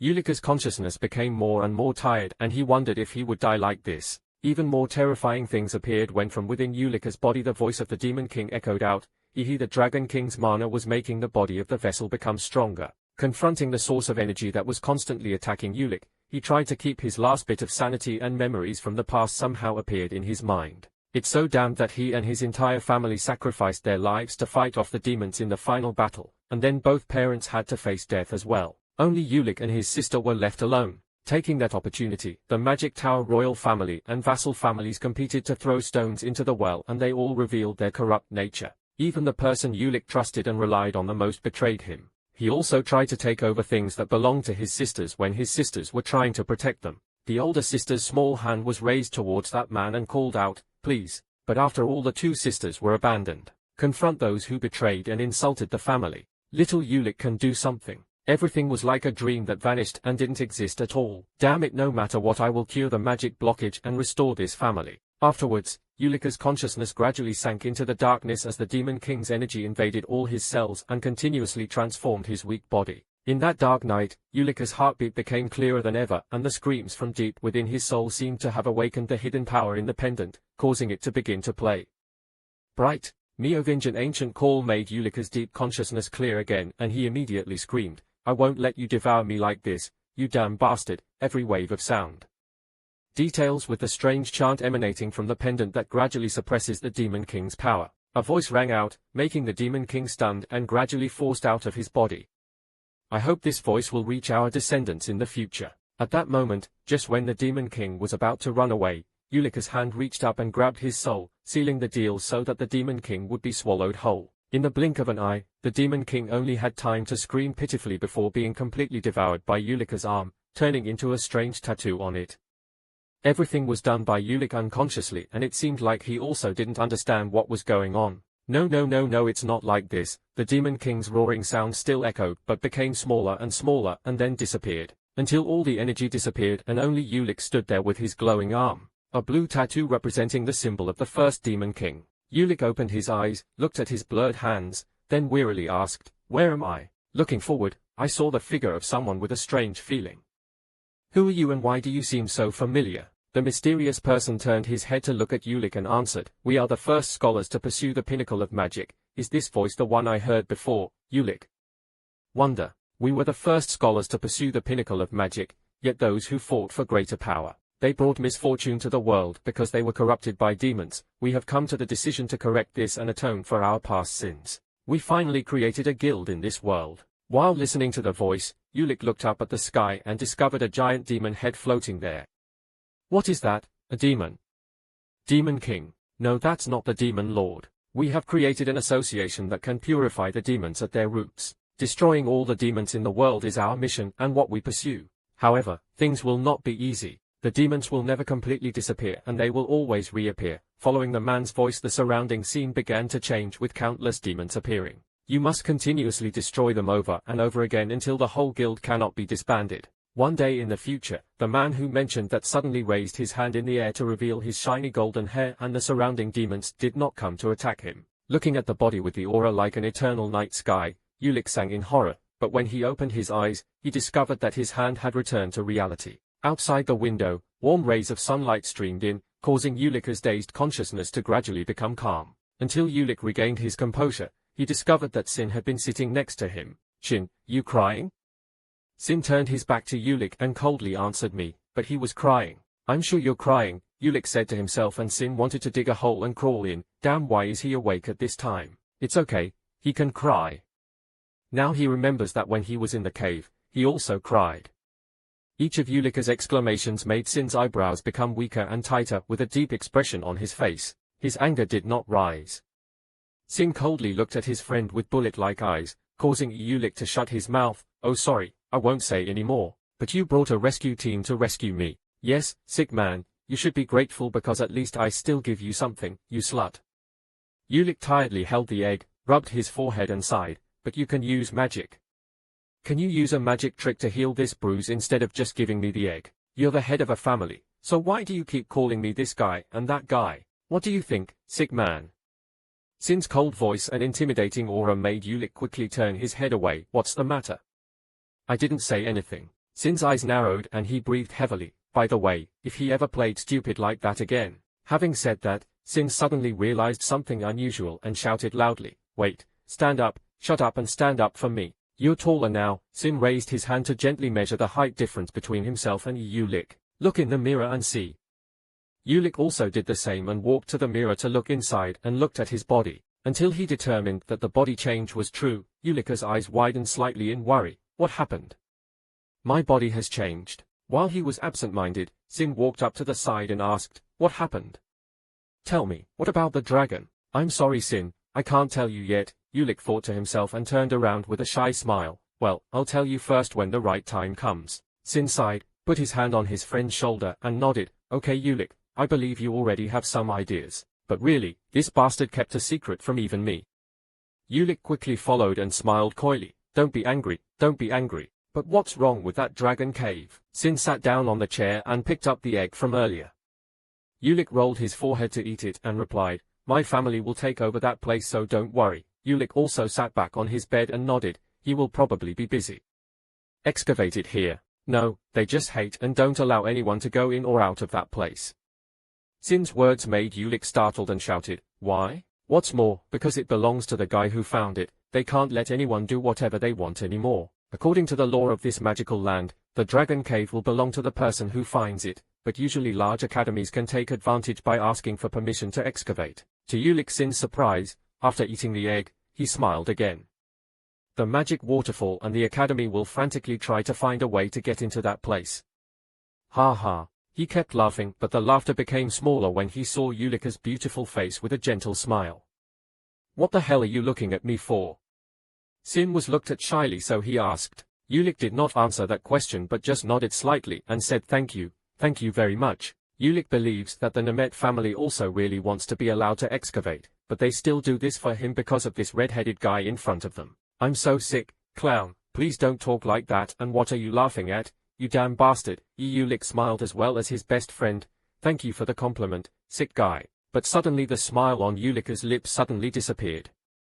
Wait, I can't be happy like this. Now is not the time for this. That old tiger must be trying everything to get the right to excavate the dragon's cave. Did he dare to plot to end me? Thinking of this, a dangerous smile appeared on Ulik's face. Seeing this smile, Sin excitedly shouted and asked, what crazy trick is that guy planning to pull? Every time he smiles like that, something is about to happen. Sin, Ulik said and smiled. Why are you calling my name? What are you going to do? It's nothing, I just want to ask this one thing. Sin immediately closed his eyes and screamed, I didn't hear anything, I didn't hear anything, I didn't hear anything. Please inform me that I have been seriously injured. Sin helplessly hugged his head. Damn, I didn't hear it. Outside the gate of the hospital where Ulik was resting, footsteps sounded. Silhouettes of people wearing royal uniforms appeared. The palace's soldiers lined up to guard the hospital gate, not allowing anyone to step inside. The fat principal grimaced when he heard someone just announce. Can you repeat it? So the butler with the thick glasses nodded again and repeated the announcement. Student Ulik Miovich is currently in a coma due to quite serious injuries after the trip to the dragon's den, so I hope you will get out. The surrounding elders immediately protested. I'd come all the way here and you're telling me to turn back. As for the right to excavate, why do you intend to leave the cave there? Why did the Nemeth family block the hospital gate and not let anyone in? Please answer. They were angry and shouted, but the butler turned around and walked in without saying another word. Ulik stood from the window, looked at them and silently cursed these idiots. The butler just walked into the room with food on the table and he is the spokesman for the Nemeth family named Kadonite. Mr. Ulik, please rest. Waiting until the butler left the room, Ulik stood in the quiet atmosphere and suddenly spoke up. By the way, why don't you stop staring and say something? How long are you going to keep looking at me? Mephisto, Ulik asked, slowly glancing at the figure that only he had. Can see that. The Demon King Mephisto revealed his soul in front of Ulik, grimacing and replying, Xiaomi, don't you show any respect to the respected king standing in front of you. The great Demon King who once made the whole world tremble in danger and chaos was called Mephisto. However, now maybe I should call him Fifio, he asked Ulik while slowly scratching his nose, causing the Demon King to roar madly. Don't you dare, you bastard. He is now just an evil spirit and can no longer harm or hurt Ulik. In a quiet hospital and strictly guarded by the Nemeth family. When the Demon King's spirit became quiet, Ulik still stood silently in the middle of the room. Suddenly, he slowly put his hand on his chest and felt his heart. In any case, it was as Ulik thought and he could not have imagined when he felt the great power in his heart. The dragon heart is the source of energy containing the absolute power of the ancient dragon. The dragon clearly died after being stabbed by the Demon King's spear, and is it possible that its heart is the dragon heart in Ulik's body at the time? But it wasn't right, he still felt something different. Ulik didn't say exactly what the difference was, but when he felt each beat in his body, a strange feeling still surged. Ulik only has a vague memory of when the Demon King tried to take over this weak body, but nothing else. That's why Ulik told me to ask the Demon King Mephisto about what happened at that time. Stop staring at me and say nothing. How long are you planning on looking at me like that? The Demon King was full of anger and crossed his arms. Don't call me by my name like that. It doesn't have any respect at all. The powerful Demon King who has plunged this world into fear and suffering. Everything has to do with ancient times when gods ruled this world, in which the demon god representing darkness had 4 powerful servants. Fine, it serves to destroy everything with the power to destroy everything. The Insanai servant is crazy with a mind-bending light that drives the creature into madness. The promiscuous plant symbolizes all sexual immorality in the world. And finally, the source of evil originates from the Demon King Mephisto, the supreme and most powerful Demon King in legends. And now this guy Mephisto is reluctantly tied to Ulik. He angrily pointed at Ulik's head and scolded him while he yawned tiredly. I said, my name was given to me by the great demon god, so don't call me that casually. Oh my god, I'm so angry, I'm so angry. People swore that they would tear him into pieces to relieve his anger. The Demon King screamed and punched Ulik's back hard, but it didn't hurt him at all. Ulik sat on the bed tiredly and cried out, oh my god. Noisy die. The Demon King often behaves so stupidly. I've told you many times, but you still don't understand, or are you deaf due to old age? Looking at the damn human lying scratching his butt on the Demon King's bed, he was so angry that he was shaking. He had been waiting for 1,000 years, yet his mana was taken away by someone like this. He is the Demon King Mephisto who once made the whole world submit to his feet. Chaos, destruction, and the ultimate pain of humanity are the reasons for the Demon King's existence. However, until one day the Demon King encountered the Dragon King Cheyenne. The Dragon King stood in Mephis' way and caused Mephis' progress to stop. The battle between the two people at that time was very fierce, but everything ended when the Dragon King's giant throat opened wide and the chains began to erupt from there. Before the Demon King could react, he was bound tightly by those magical chains, then be swallowed by the Dragon King and sealed into the dragon's cave. Demon King Mephisto, you will be buried here with me. Although he tried to struggle, all efforts were in vain, and just like that 1,000 years passed. He kept waiting and waiting for a small hope and finally waited for that day. The day you and Ulika's men entered this cave. You are the vessel that will help the Demon King escape this damned seal. The perfect vessel successfully completed all the tests right in front of the Demon King. Even though he couldn't use magic, Ulika's intelligence and understanding as well as his terrible talent made the Demon King extremely satisfied. Finally, after a while of arranging, he almost succeeded in gaining control of Ulika's body and soul. Yet when the source of energy exploded, all of the Demon King's plans over the past 1,000 years vanished into thin air, leaving nothing behind. He stood by the window and sighed weakly because now he only had a piece of demon energy left and even his avatar had disappeared. After all, what kind of power can absorb the Demon King? Ulik lay on the bed looking at his pendant and smiled. Stop acting like you noble and powerful, Demon King. The Demon King angrily shouted after a bastard like you. How dare you? If it were me 1,000 years ago, I would, you bastard. This thing could only have been caused by some Meovinge guys. They think they what the hell. I was alone against the whole world before. The Demon King's angry words made Ulik remember something. Then in his days he heard a person's voice and that person said that hopefully our message will come. Okay, I hope the message will reach my descendants in the future someday. At that time, Ulik felt extremely familiar with that voice and now he wondered in his heart if that voice belonged to him. Here, following the contract, the first demon will be devoured, which is also what that person said when controlling Ulika's body to devour the Demon King's energy. Remembering these words made Ulik startled and sat up from the bed. Could it be that God had swallowed him, meaning that he had absorbed the power of the Demon King? So this magical pendant is a tool to devour the Star Demon King. If that's not true, then it's still too narrow. To be more precise, it's a tool to devour demons. Ulik seemed to have discovered a hidden secret from this pendant, so he immediately glanced at the Demon King next to him. Can it devour other demons similar to Mephisto? Suddenly, the boy looked at him so much that he had goosebumps. What was he looking at? But if there is a first demon, it means there will be a second and a third. Thinking about that, Ulik excitedly showed a devilish smile that made the Demon King suddenly feel cold and shiver. Prepare yourself, you ghost kings will die soon, haha. A few days later, Ulik found a cliff in the deep forest, making the Demon King wonder why he suddenly wandered out here. So answer. Adults should know how to answer properly, right? Lick was annoyed and scolded you for being too loud. Please shut up, this tongue-burning ghost. Then, ignoring the noisy Demon King, he meditated on the cliff.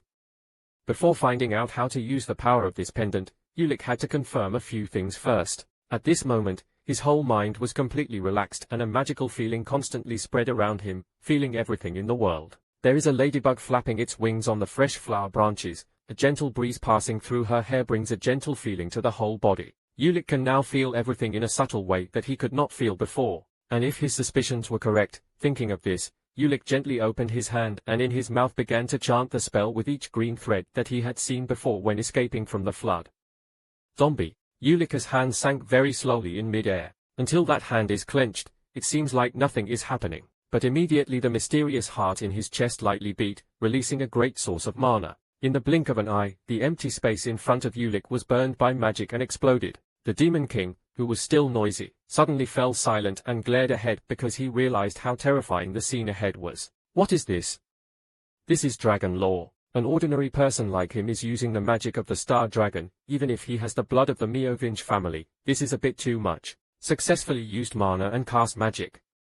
Ulik stood still for a moment, then looked up at the sky and started laughing. Haha, now I can use magic. Finally the miserable magic blockage that tormented me has been released. The humiliation of the Meovinge family, every disdainful word from the past appeared in Ulika's mind, but now those words had absolutely no effect on his mind.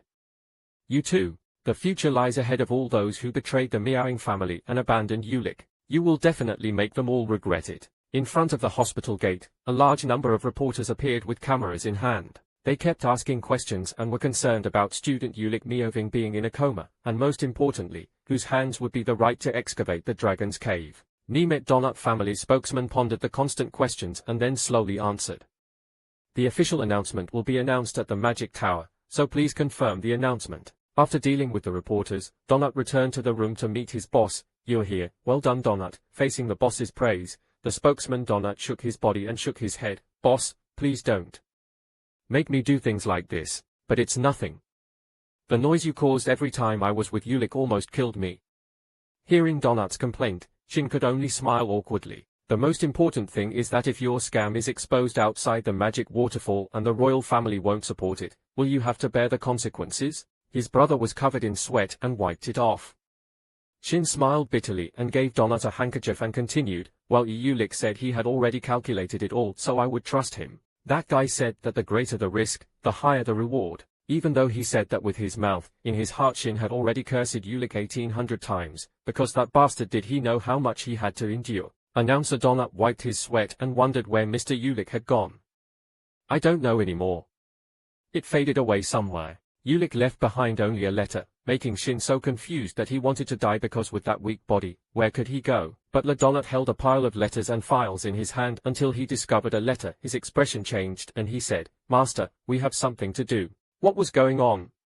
Shin wondered again and before the butler could explain, the door in the room was kicked and broken by someone with bright red hair, along with the sharp voice of a girl. My sister's younger brother, what are you planning to do without telling me? Hearing the sound of cursing and looking at the person who just walked in, Shin panicked and shouted at me, why are you here? The girl slowly walked into the room smiling, why are you so surprised? I'm just your sister. Is it strange for a sister to come to see her brother? This girl with the bright red hair typical of the Nemet family and a beautiful face but majestic appearance is the famous Firebird Witch. This world has magical towers with royal families and pious alliances, each of which produced the great geniuses of the century in the same generation. Those geniuses are the 3 stars that will lead the empire and be called the new 3 stars. Shin's older sister, the youngest person in history to achieve the title of Great Magician, is one of those 3 people, one of the 3 new 3 stars, with the nickname Firebird Witch. She also has a hot-tempered and fierce personality like a flame. That fierce fire. Facing Ms. Shin, she was a bit timid but still asked with a serious face why she came here. The girl, who must be a witch, immediately smiled. I heard that your friend is sick, so as someone who also has a magic certificate, I can't leave it alone. Is Ulik not in the room? The boy is somewhere else. Star. Hearing her question, Shin was startled because he had left her. If she entered the hospital room without seeing Ulik there, his feet would be cold. But my sister is catching on so quickly. I have to quickly chase her away before she knows the truth, Shin thought to himself, so he quickly shook his head and replied that Ulik is very tired right now and inconvenient to meet other people. The Firebird Witch looked at her younger brother with deep eyes and nodded, not knowing whether to believe it or not. Was she seriously injured? That's right, so stop bothering the doctor or him and go home. Before Shin could finish his sentence, his arm was grabbed by his sister, forcing him to stop. Little brother, you giving her an order? As the cold voice of the older sister spoke, the whole air around Shin seemed to be pressed by a terrible mana to the point of not being able to move. Please continue our conversation. What happened to the right to excavate the dragon's cave? Shin gritted his teeth and suddenly remembered his sister's strange personality. Dragon cave, that's right, I forgot this witch is a dragon fanatic. Looking at her younger brother's stubborn face, her sister's voice became a little softer. I guess no one has taken that dragon's den yet, right? Shin clenched his teeth and sweated, but in the end he still answered firmly, the dragon's cave was Ulika's decision and has nothing to do with us. This answer made the Fire Condor Witch frown and stare calmly at her younger brother. Then there's no other way, she finished speaking. The terrible flow of mana exploded again, but this time Shin also tried to use the energy in his body to resist his sister's power. I thought the 2 sisters were going to have a great fight, but suddenly the Firebird Witch slowly let go of her hand and left. Okay, when will your friend contact me? But if you don't contact me first or hide something, then prepare to be beaten, my dear brother. Looking at the back of his sister leaving here, Shin shuddered, remembering his sister's fear in the past days, making him scream inside, please do something quickly, Ulik, save me. On the busy streets of the empire, the voices of hot newspapers were published and there was a person in a tight cloak standing at the newsstand reading. The heir of a famous magical family was unconscious. We'll have the right to excavate the dragon cave here. Reading every line of content that the Nemeth family announced, the mysterious person smiled slightly and exclaimed, "Shin is handling everything well for me, isn't he? Hey, look who's here." Ulick in the robe will look away when he sees a familiar name and he suddenly smiles. Our director is also quite photogenic. Please keep smiling as long as you can go to the hospital because I'm not sure what your future will be like. At the same time, in his office, the headmaster of the Magic Academy was also holding a newspaper with his picture in his hand. At this moment, Ivy wearing glasses walked in and immediately bowed his head in flattery. "Congratulations, Principal. Now you can do what you want." The principal put the newspaper on the table and slowly shook his head. "Don't be in such a hurry. The election hasn't started yet." Holding everything in his hand, he spoke but in a tone that couldn't hide his excitement and joy. Shoulder smiled with white teeth. "I was too hasty and could not understand the feeling of wanting to protect the future of the academy and its students, Principal. Actually, I told him that I haven't become a principal yet and keep calling him like that." After saying that, his satisfied and amused laugh echoed throughout the room. "By the way, how is student Ulika's condition?" Ivy, still with his head bowed, quickly replied that he had to barely survive every day. The director smiled and tried to look heartbroken with a warm cup of tea in his hand. "Oh my God, how unlucky, haha." Right at that moment Ivy raised his head and said in a serious and somewhat worried tone, "But if he wakes up he will be gone, so we should hire some assassins to take care of him." Before Ivy could finish his sentence, the source of the horror in the dean's body immediately exploded with a cold expression, causing Ivy to remain silent and tremble in fear. "Will you shut up now?"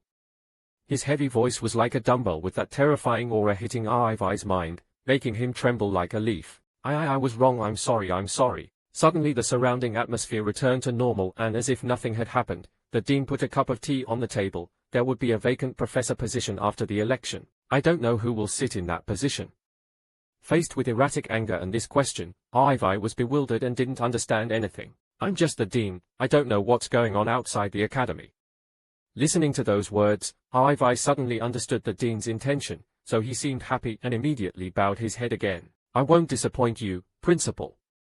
I will definitely do well." Looking at his sincere and fierce appearance, the dean's deep eyes will move under the setting sun of the late afternoon. The night that covered the whole city. Ulick in a mysterious cloak walked to the foot of a tall building and said softly, "Let's begin, shall we?" In that blink his eyes sparkled with a strange green energy, and with this vision he could see the other side of the world. The world in Ulika's eyes was intertwined with mysterious threads, and if he could find the hidden space, then infuse the mana in the dragon's heart into that hidden space, thinking to Ulick at the same time.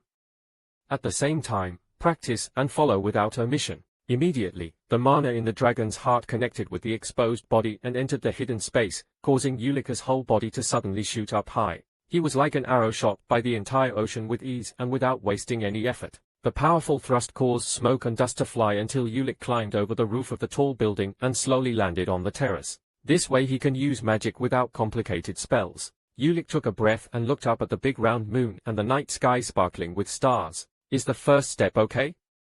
I'm finally at the starting line."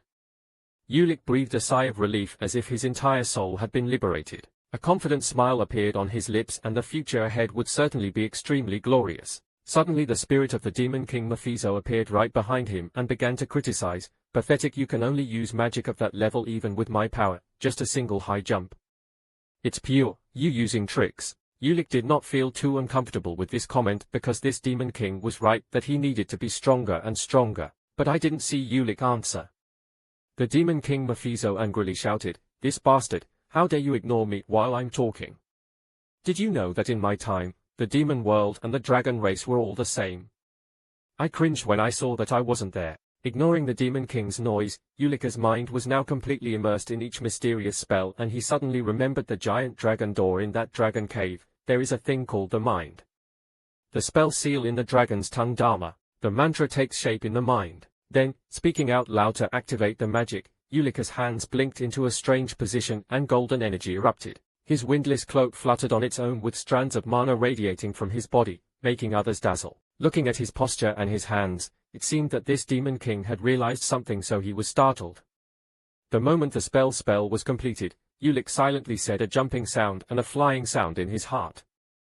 His whole body jumped high and floated in the air. Very quickly Ulick flew up in the sky to look down at the city that gradually became smaller under his feet, and unprecedented feelings appeared in his mind. For the first few seconds, He was still panicked because this was a height he had never been to before, but Ulik quickly tried to calm down and gradually adapted to the feeling of flying. It's amazing that the magic seal is simple but extremely effective.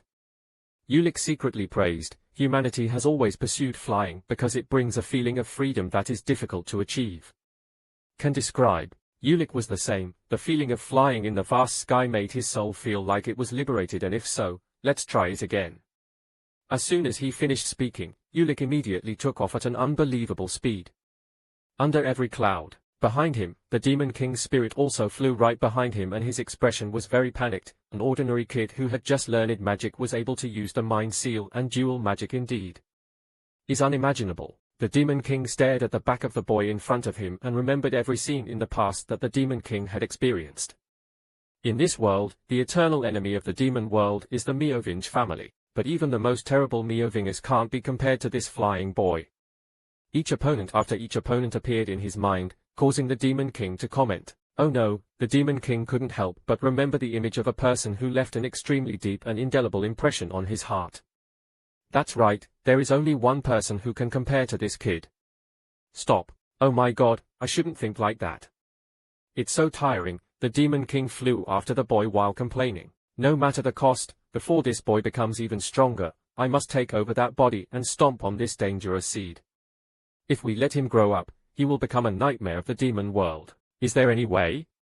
The Demon King kept wondering while Ulik was still flying in the air, completely ignoring him. He was immersed in the magic of magic and the true consciousness of the curse. It's great, but it's still difficult for you to take advantage of it yourself. To become stronger, Ulik must understand the core of dragon magic, and he needs a teacher who can keep this a secret.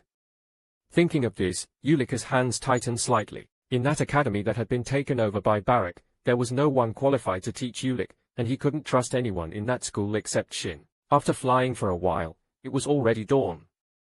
Ulik landed in an open field in a certain forest, so that he could teach him to be at least a person of the same level as Hesegam, but there was no way they would accept it. Accepted him as a disciple. The misery and situation at this time made Ulik unable to help but remember his appearance. If he was still alive, it would be great, not including his father or uncle. Suddenly Ulik's train of thought was interrupted when he looked at the figure in front of him. That is the soul of the Demon King, who is still thinking about how to trample on the seed that is Ulik, not paying attention to the fact that he is being stared at by you. As if he had thought of something, Ulik stood up and called out to the Demon King Mephisus. Can you teach me magic? Ulik did not hesitate to ask directly because now he thought about this method. Mephiso is probably the most suitable to be his teacher. Faced with the unexpected question, Mephiso was stunned. What the hell did you just say? Then he coldly turned around and said nothing more. Ulik immediately called his name again and a dangerous smile appeared on his lips. Mephiso seemed careless and asked in return, what good would it do me? Of course I will. I will create a new vessel for you using alchemy. Mephiso frowned. You think a common human can create a vessel for me? Ulik immediately smiled and shrugged. Then make me strong enough to do that, Demon King. Still not enough. Seeing that, Ulik asked him what he could do if I couldn't get stronger. If it's not enough, please specify the exact conditions, Ulik said, smiling sweetly. The Demon King's next answer made the smile on Ulik's lips stiffen. I would like to refuse. Why should I enlighten you? I can consider it if you become a fellow. Is that my kind? Having finished speaking, Mephiso secretly glanced at Ulik's appearance and felt excited in his heart. Looking at that confused face, he was really satisfied. He dared to play tricks on me at this time. Even though I'm still too weak to devour him, if I secretly use evil magic on him while teaching him, will become increasingly stronger, and at the same time his soul will be invaded by evil magic and my breath. At that time I will devour him, and now kneel down and beg me to accept you as my disciple. Come on, kid, know your place and obediently become my vessel, you stupid Meovinge. Mephiso was delusional with his thoughts when suddenly Ulik shouted, making him completely startled. Oh, that stupidity, please stop it, you bastard. Listen, Mephiso's demands have limits. Ulik's cold words made the chaotic Demon King in the wind panic. Ulik gently scratched his ear and let out a breath. He still didn't understand what kind of situation he was in. Looking at the dangerous smile approaching in front of him, the Demon King was bewildered and didn't realize anything for a while. What did you say? Just seeing Ulik's appearance in the Demon King's eyes suddenly become bigger and the dangerous smile on his lips made him feel shivers and couldn't help but tremble. You damn bastard, you could only scream in helplessness, but the soul of the Demon King had been forced by Ulik to the point of being about to shatter. In a split second, Ulika's mouth suddenly uttered two silent words carrying magical power. The Demon King's soul was immediately forbidden from speaking, unable to utter another word. Ulik smiled happily looking at his results. Oh wow, success beyond expectations. The Demon King angrily pointed his finger at him and scolded him, but he could only utter a sound but couldn't say anything. Ulik covered his ears and grimaced. Oh my god, you're so noisy. The Demon King was angry and roared in his heart that there was no way I could be conquered with just the mind seal, but before he could recover, Ulik immediately uttered another word, cute action. Immediately, the Demon King's soul also performed a cute act of winking and pouting, making people's eyes sting so much. Seeing this terrifying image, Ulik immediately turned to stone and froze. Oh my god, my eyes couldn't help but I vomited, making the Demon King so angry that he couldn't stop crying but couldn't even make a sound. Oh my god, why did I ask him to do that disgusting thing? Oh god, I feel like I'll have to vomit if I look any further, Ulik wondered with a tired headache. And then he brought a notebook in front of the Demon King. Calm down old man, I don't want to see what happened again. If you change your mind then write down all the explanations about mind magic. Click here, then I will resolve it for you after I finish reading the content. The Demon King remained silent and wondered if you thought I would compromise with this much, given that I had endured being sealed for 1,000 years. He put the notebook on the ground and immediately turned around and stretched. So now I have should I use this time to practice. Another day passed, night fell again on the world. Ulik diligently practiced his magic and the Demon King was still in the pose to perform that lovely action. He was tired but still tried to scream. I will generously forgive you in my heart if you admit your mistake. But the next day, Ulik was still practicing magic and the Demon King was in chaos. He should have begged me now. That's the only way he can use magic, right? The next day, according to the Demon King, he was about to go crazy. And the next day, the strong defensive wall in the Demon King's heart has almost collapsed. I will teach him anyway. Should I pretend to compromise? No, I can't give in like that. That's what he thought, but his body was trembling very honestly. He picked up the pen and wrote in the notebook the other day. Ulik sat by the fire and looked at him and laughed softly. Did you have to do that much? Wouldn't it be good to write from the beginning? The Demon King held a pebble and wrote magic on a piece of paper while trying to control himself like a volcano about to explode. No, I can't be the Demon King Mephisto. There's no way I'll hand it over to a human. Waiting until he finished writing and handed the notebook to Demon King Ulik, he wondered why he was acting like his dog. Ulik ignored him and completely focused his mind inside. The contents recorded in the notebook. The basic principle of the mind seal was an ancient knowledge that he could not find in any book. The Demon King had very thorough insights and research and comments on the mind. Uncle Seal. Ulik opened his mouth to praise. Good job, shouldn't you be happy to be able to help me? Then he immediately stopped acting cute and asked what the information behind this was. Can you write this part in a little more detail? Maybe I'll let you talk. Isn't it a bit frustrating not being able to talk? The Demon King was released from his lovely act but still couldn't speak, causing him to angrily roar at you. You bastard. What the hell is this? Don't you know you should write more than the other day? So you can write many times a day, each time add a little bit. I will cancel the tribute for 3 days. What do you think? Your handwriting is so bad. Look at how well you write. I've thought about it many times, but it's not enough. Or could you just write it all out at once? Have you ever thought about teaching me some special technique? No, every word of Ulik made the Demon King angry like a bomb about to explode, but there was nothing he could do. He had no choice but to roar angrily in his heart. Just wait, the black magic bastard hidden in these records will completely tear apart the body and soul of people who don't know the sky and the earth. You come out. Reluctantly, Mephisto picked up the pen to continue writing, but this time he hid even more dangerous evil magic in each note than before. As time passed, Ulik only learned the first part, but with just that much he was able to possess a wonderful power. This giant ice mountain in front of him was Ulik's magical masterpiece. Staring at the back of the Demon King, I felt confused in my heart. This is impossible. Why is there no sign of evil magic happening?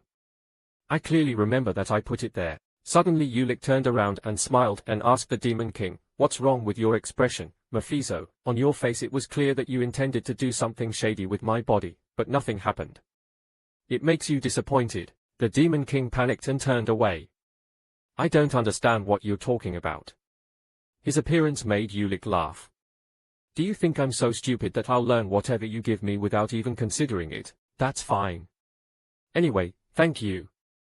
Thanks to you, I've reached a new level, right? Looking at the ironic smile of the Demon King, clenching his teeth in anger, he knew that, damn money, all this shit. Thanks to that precious knowledge, the Demon King became stronger and stronger, so he didn't want to stop at all, so he took out the notebook and wondered what else was left in the angry Demon King's atmosphere. What a dream, that human. Seeing that he was stubborn, Ulick threatened him so he could stop talking, but the Demon King's answer left him a bit stunned. I said, there's nothing left. Besides my true magic, there's nothing else I can teach you, he said in a calm voice, and it didn't look like he was lying, but that made Ulick fall into another predicament. By that kind of real consciousness, does he mean the highest level consciousness magic besides the divine voice and the magic spells? Ulick wondered in his heart, confused. Looking at the Demon King's panicked face, he shook his head sarcastically. You can't fully understand it at your current level. You could be haunted by fire. Ulick smiled bitterly and scratched his head because the Demon King did not lie. Now what can he do to progress further? The other side continued to say that magic can only be perfected on the battlefield. His words startled Ulick again. That has been the fate of your Meovinge family until now. Magic can only be perfected on the battlefield. The father's haggard appearance appeared in Ulick's mind. His father had once said the motto of the Meovinge family who would join this is the custom of protecting the continent from evil. Father taught her and Ulick the honor of the Meovinge family in the territory destroyed in the war with the demons. Even though he didn't say a word, his father was seriously injured from the effects of the war. Surely he still remembered the days when he was allowed to fight as a magician alongside his grandfather. Looking at Father Ulick's face that was pensive with memories, he smiled and patted his chest. Father, when I go to war in the future, I will be able to use cool magic like you, right? Here comes the great magician Ulick. The innocent words of his little son made the father hesitate a bit and want to say something, but a strong hand slapped his shoulder and the mother's gentle voice rang out, calling Ulick's name. Mom has already told me what to do if I want to become a strong judge. Ulick immediately blushed but also replied, yes, that's right, son. You can't just have a cover of ridiculously powerful magic like your father. Didn't I tell you that your grandfather became the greatest magician before he became the strongest on the continent? Mother's words made father hesitate to explain that I am still the head of the family, saying that was a bit much, but father was immediately silenced by the roof of his house. Dear husband, stop bringing the children out and giving them illusions. Seriously, none of the Meovinge men know how to listen at all. Our daughter Haid is always good at listening to what her mother sings. Being pushed by his wife in a wheelchair, the father still tried to turn around and whisper to his son, making Ulick's eyes sparkle, but magic should only be perfected on the battlefield, son. After saying that, his father was pushed away by his mother, making Ulick bewildered. Ulick, make sure you finish reading the compendium of research on the relationship between the ancient formation system and the new era language system. By the end of the day, okay Hardy, look at you. Lick. So my mother took care of my father and my sister grabbed Ulick's ear and pulled him away. Mom, no, I want to play with my father today, sister. My ear is about to break off. Let me go. The father was also very reluctant to face his wife's rigidity, so he immediately advised her, studying is good, but after all, they are just children. The mother shook her head in disapproval. It was because he pampered the boy too much, causing him to have bad habits. Like father, like son. Under the beautiful and warm sunset, their family passed each day like that together. But things didn't last long until one day. It was pouring rain and crying sounds could be heard in the small family house. Father's illness became more and more serious and his mother, who took care of him day and night, also suddenly passed away. Father spent his last breaths beside her and they passed away peacefully together. The father with a haggard face lying on the bed said the last words to his beloved wife, I'm sorry you always shine brighter than anyone in this world, it's all because of me. Don't say that, but since meeting you and having obedient children, there hasn't been a day that I haven't been happy. The two of them clasped each other's hands tightly, intertwining every last strand of energy. Thank you, you are the one who raised our children, so this person is truly a wonderful mother. Using a little strength, the mother called out to her daughter, Hardy, you there? Please take care of your little brother, I'm sorry and thank you. Hearing her mother's last words, Haida shed tears of pain but tried to clench her teeth to not make a sound. Here, I also apologize to my son Ulick, I'm so sorry. Ulick, your magic blockage is all because of me. Ulick sobbed weakly and helplessly, calling for his father. Dad, I'm so scared, why did you leave like that? If my father is no longer there, what should I and my sister do? The father's thin and weak hand will place on the son's cheek and caress his face. Looking back on my whole life compared to the time I spent as a wandering magician fighting on the battlefield, I was much happier during my days as a father to my children. You don't have to become a magician, Ulick. In the end, I only hope that you will live happily with the people around you.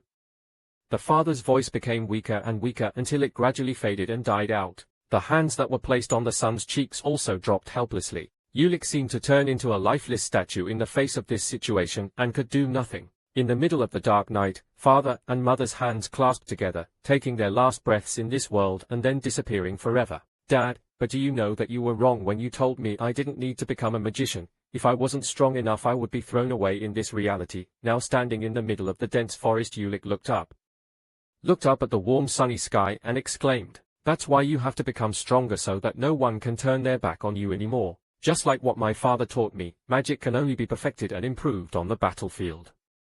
What I need most now is real combat experience and walks between the lines of life and death. So where should we go to the bloody ghost forest full of ghost-like monsters?"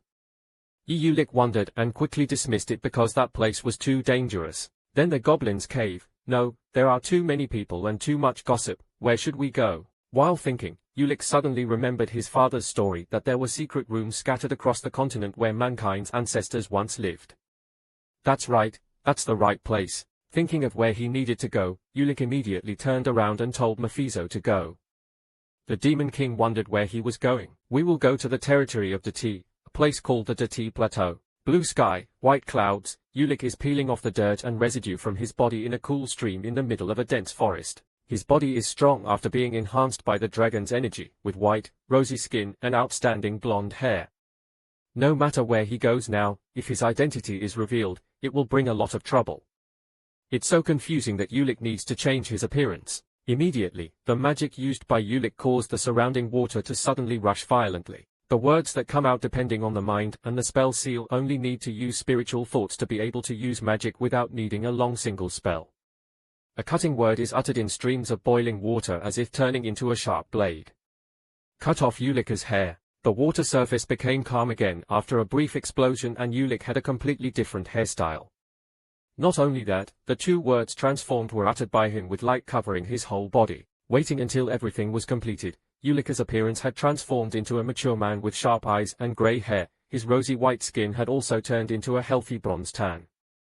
Well, that seems fine, right? The scene changes to a town located in the middle of cold icy plateaus with white snow all year round. This building is the guide branch and the guide is saying something to the disguised Ulick. "There's a team preparing to depart. You're in luck. Nowadays no one goes to the Dati Plateau anymore and it's surprising that suddenly there are many people wanting to go there. My team just said over there," he said while pointing in one direction. The door there also opened with the sound of footsteps.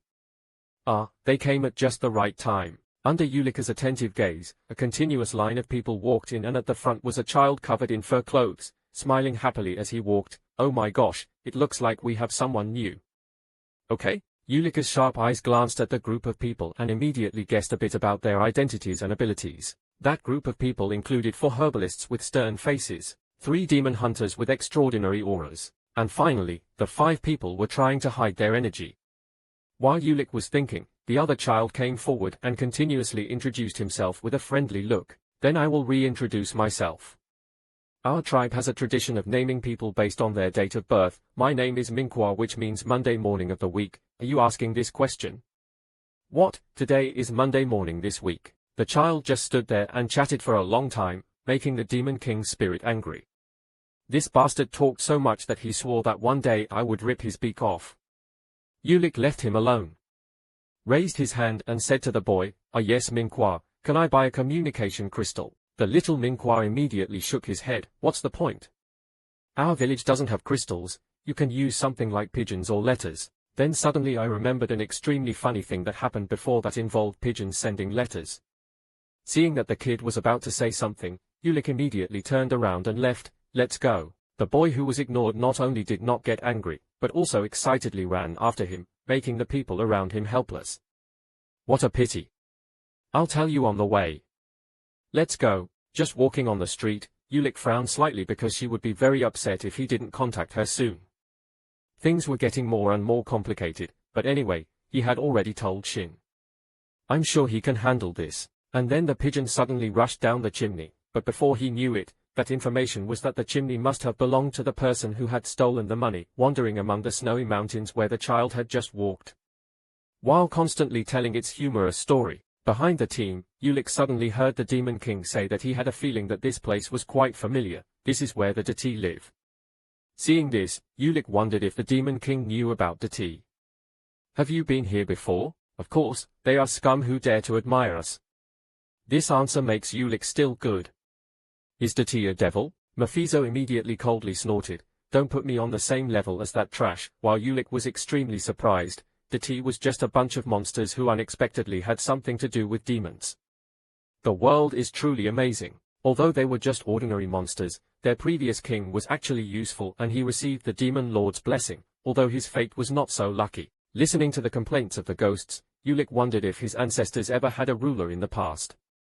This is a mystery that is difficult for anyone to know. At this moment, the Demon King Mephisto looked around thoughtfully and then suddenly blurted out, his grave is probably still around here. Ulick was immediately frightened and asked again later if he knew where it was. Who would have thought that even if it was still here, it must have been visited by a grave robber a long time ago. The information accidentally told by the Demon King Mephisto made Ulick's heart flutter because if Dati was a demon, surely their grave would have some connection to the secret room. Your family. Father had said that the secret chamber was an ancestral hideaway that was built to protect the family's heritage. His father also told Ulick that when he grew up and became the head of the family, he should go to the Dati Plateau first, confirm the entire family heritage in that place and pay respect to the ancestors. Ulick was quite wondering what the family's legacy could be. He wondered if he could learn about this magical pendant if he went there, staring at the pendant given to him by his ancestors. Passed down Ulick's thoughts. The child walking in front kept telling the story that he knew gave everyone a headache. If you follow the legend that was passed down from generation to generation in the first Dati tribe that ever appeared, it was destroyed. Abandoned by her husband and left behind in this plateau. That woman died, and after taking revenge she met Dukiona who suddenly appeared, and that's how the story began. Its narrative lyrics fell into the hands of the Demon King, causing his brain was pounding like a bell had been knocked on his head. I can't use magic to make that guy's throat shut. Look at my ears, he's bleeding. Yunhyuk tiredly walked beside him, shaking his head trying to endure. What kind of ghost would bleed like that? Sir, talking about the Dati that the other guy kept mentioning, why haven't they appeared yet? I wondered to Ulick while keeping watch around to prevent possible incidents from happening. They walked a little further and the child excitedly stopped and signaled, okay everyone, the distance from here is quite difficult. Before continuing, what should we eat and drink? In the midst of the cold, desolate snow and ice, warm fires were lit by them and gathered together. Each team split up to form a fire. For example, Ulick sat alone. At this moment, a mysterious person in the group who had hidden his power walked up to the three demon hunters and spoke, let's sit by this fire. From afar, Ulick slightly opened his strange eyes to look at the group of 5 of them and felt that he was as strong as the aristocrat's sister. Receiving the consent of the 3 demon hunters, the group of 5 people hiding that power gathered together and sat down next to the fire. Seeing their appearance, Ulick gave the answer that they didn't seem to be targeting him. So were they carrying out some kind of secret mission in this plateau? While thinking about Ulick, he turned his eyes to a cloaked person who seemed to stand out in that group of 5 people. This strange guy was the leader. He didn't look like he was the leader. Suddenly Ulick's thoughts were interrupted when the person in the blue cloak slowly took off his cloak to reveal his beautiful long hair. A look of surprise flashed in Ulick's eyes, and so did the men around him, because the leader was an extremely beautiful and gentle woman. Thank you, we will cherish it. A bearded guy in the group of medicine pickers whistled softly and opened his mouth to tease. Why do you hide such a pretty face like this, young lady? Oh my god, I didn't think I'd be so lucky to have a wonderful experience like this. As the 2 of them finished laughing, a sharp sword was brandished by a man in a black cloak. In that blink of an eye, the smile on that humble man's face seemed to have been pressed to a halt with each bright ray of light that the blade reflected. At an unbelievable speed, the black-cloaked person in the girls' group rushed to her side. This bearded man's entire face was extremely pale with fear, because in just a moment the sharp blade had pierced his throat. Scary eyes hidden deep under the cloak stared at the man and warned, "You have offended the lady by daring to speak like that. Atone for your crime with your life." Far away next to the fire, the girl witnessed this scene and immediately called out loudly, asking her to put down her weapon immediately. Ulick was on the side watching the play with the Demon King, but he couldn't help but wonder why a guy like that dared to flirt with a noble. Does that guy have any brains? Suddenly, both Ulick and the Demon King glanced back at the same time because they felt something, and their faces suddenly changed color. A terrifying aura from the approaching phase made Ulick's eyes widen in panic. On this side, the knight still hasn't put down his sword and is full of anger. But ladies, these bastards. The beautiful girl firmly ordered her to put down her sword quickly. Finally, The rearguard knight had to put the sword back in the martial arts, but at this moment Ulik stood up and sang loudly to everyone, everyone should run quickly. His screams made the surrounding group panic and did not understand anything. The situation was like this in the middle of a warm fire. Ulik sensed the danger and immediately stood up and shouted loudly, signaling everyone to run away. The knight named Chen, who had just drawn his sword, also looked bewilderedly in Ulik's direction. The medicine pickers around could only show stupid faces because they didn't understand anything. Suddenly, the knight instinctively blocked forward with his sword. Immediately, a series of beams of light like bullets with extremely huge destructive power rushed towards the group of people, pushing the knight back. The child leading the medicine pickers opened his round eyes in horror to see this situation. Very quickly, in the group of medicine pickers, several people fell down when hit by those mysterious rays of light and fresh blood began to flow out on the white snow. The knight blocked the attack and shouted loudly to the remaining 4 people in the team to protect the lady. They all solemnly drew their swords to face the unknown danger. Ulik's eyebrows furrowed tightly because this reminded him of the nest. Looking up at the sky, Ulik's face was solemn like never before, and this was also the danger he was looking for. I only saw that the sky, which was originally clear and blue, was now covered by a dark rain of arrows. Ulik stood in place, preparing to enter a fighting stance, and those arrows also pointed straight down. Danger was imminent and Ulik immediately released a word with his hand glowing with golden mana. In an instant, a giant protective shield formed, temporarily blocking a wave of arrows. Protecting himself, Ulik glanced back to see if the others had entered. The knights were a bit panicked at first but were also very skilled and easily blocked each wave of arrows and protected their masters, but some demon hunters and medicine pickers were not so lucky. Fell down in a pool of blood. They kept shouting to help me, but now no one was paying attention to them anymore and fresh blood began to fill the air with a foul scent. The Demon King is a spirit, so he is unharmed by these physical attacks. He happily looked at the forest in the distance and smiled and said that it was those idiots from the Blood Eye tribe. Immediately, Ulik's magical eyes began to use all their strength in the hope of seeing as far as possible.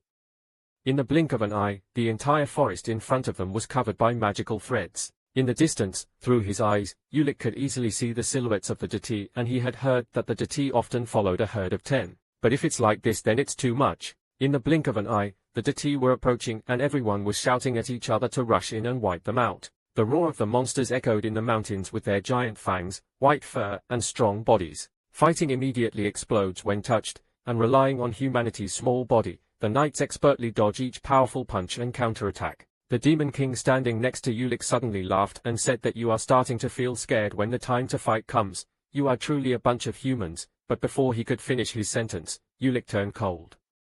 Called his name and uttered 2 silent words. In the blink of an eye, the Demon King Mephisus was once again forbidden to speak, and this is not the time to talk nonsense. I guess the Demon King is a bit unconscious, right? Ulik said while observing the battle situation ahead with the majestic knights in iron armor. The speed of those people was also extremely terrible, and with sharp blades they quickly defeated several large Dati. This is how a knight optimizes his aura. Ulik wanted to see more, but this was not the right time because the Dati performed a surprise attack, but this was not all. What Ulik sensed was that there was another group of Dati waiting for an opportunity to ambush from afar. Everyone could be in danger if they made the wrong decision at this time. However, the story would change if Ulik attacked them first. Immediately, the surrounding rocks and soil seemed to explode with Ulik's leap. As soon as he launched himself into the sky, he immediately removed the transformation magic and returned his golden hair intact. Next, the 2 words armed were uttered and the whole body was covered with strange energy. It seems that using memorization to record some enhancement spells has proven useful in such emergencies. Just memorizing and using the mental seal very quickly can cast magic easily. Quickly gliding across the sky, Ulik quickly discovered the remaining Dati herd hiding in the dense forest. One of the sharp-witted Dati discovered something strange in the sky, but before he could shout, Ulik's powerful foot smashed its head, although he was not sure whether the attack is your work effective or not, but at least he could temporarily stop them, jumping alone into the middle of the ferocious Dati group.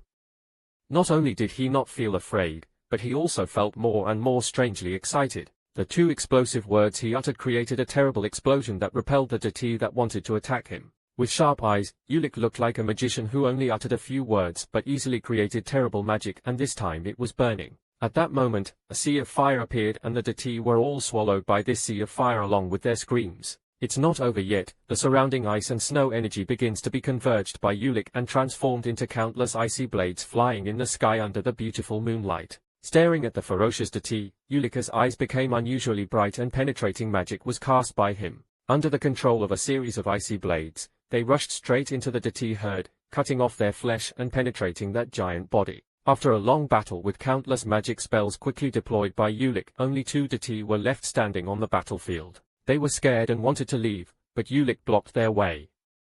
Why were they so aggressive just now? Where were they going? A dangerous smile appeared on his lips and binding magic was cast. Oh my, I'm also really great, right? By the way, let's talk a bit. The 2 surviving Dati were tied up by Ulik and lying on the ice, continuously making some sounds, but Ulik couldn't understand. He immediately released the sealing magic for the Demon King and intended to ask him to translate, but as soon as he opened his mouth, he cursed, "You son of a bitch. There's no time left, so quickly translate for me." The Demon King wonders what you're saying but has to follow along. Ulik stood coldly to the side and told him that if he told me where their tribe was, I would forgive him. The Demon King nodded and then turned to talk to Dati for a while before replying that he was told him to untie him. Ulik coldly shook his head, thinking, what do I believe? Seeing this, the Demon King came forward to advise that in this situation, we should negotiate through dialogue instead of threatening violence. Ulik had no choice but to gently snap his fingers and untie Dati. Then I let him go, quickly told him to speak, and immediately the Demon King came forward and whispered something to him. But suddenly he felt something was wrong because the eyes of these 2 guys were not kind at all.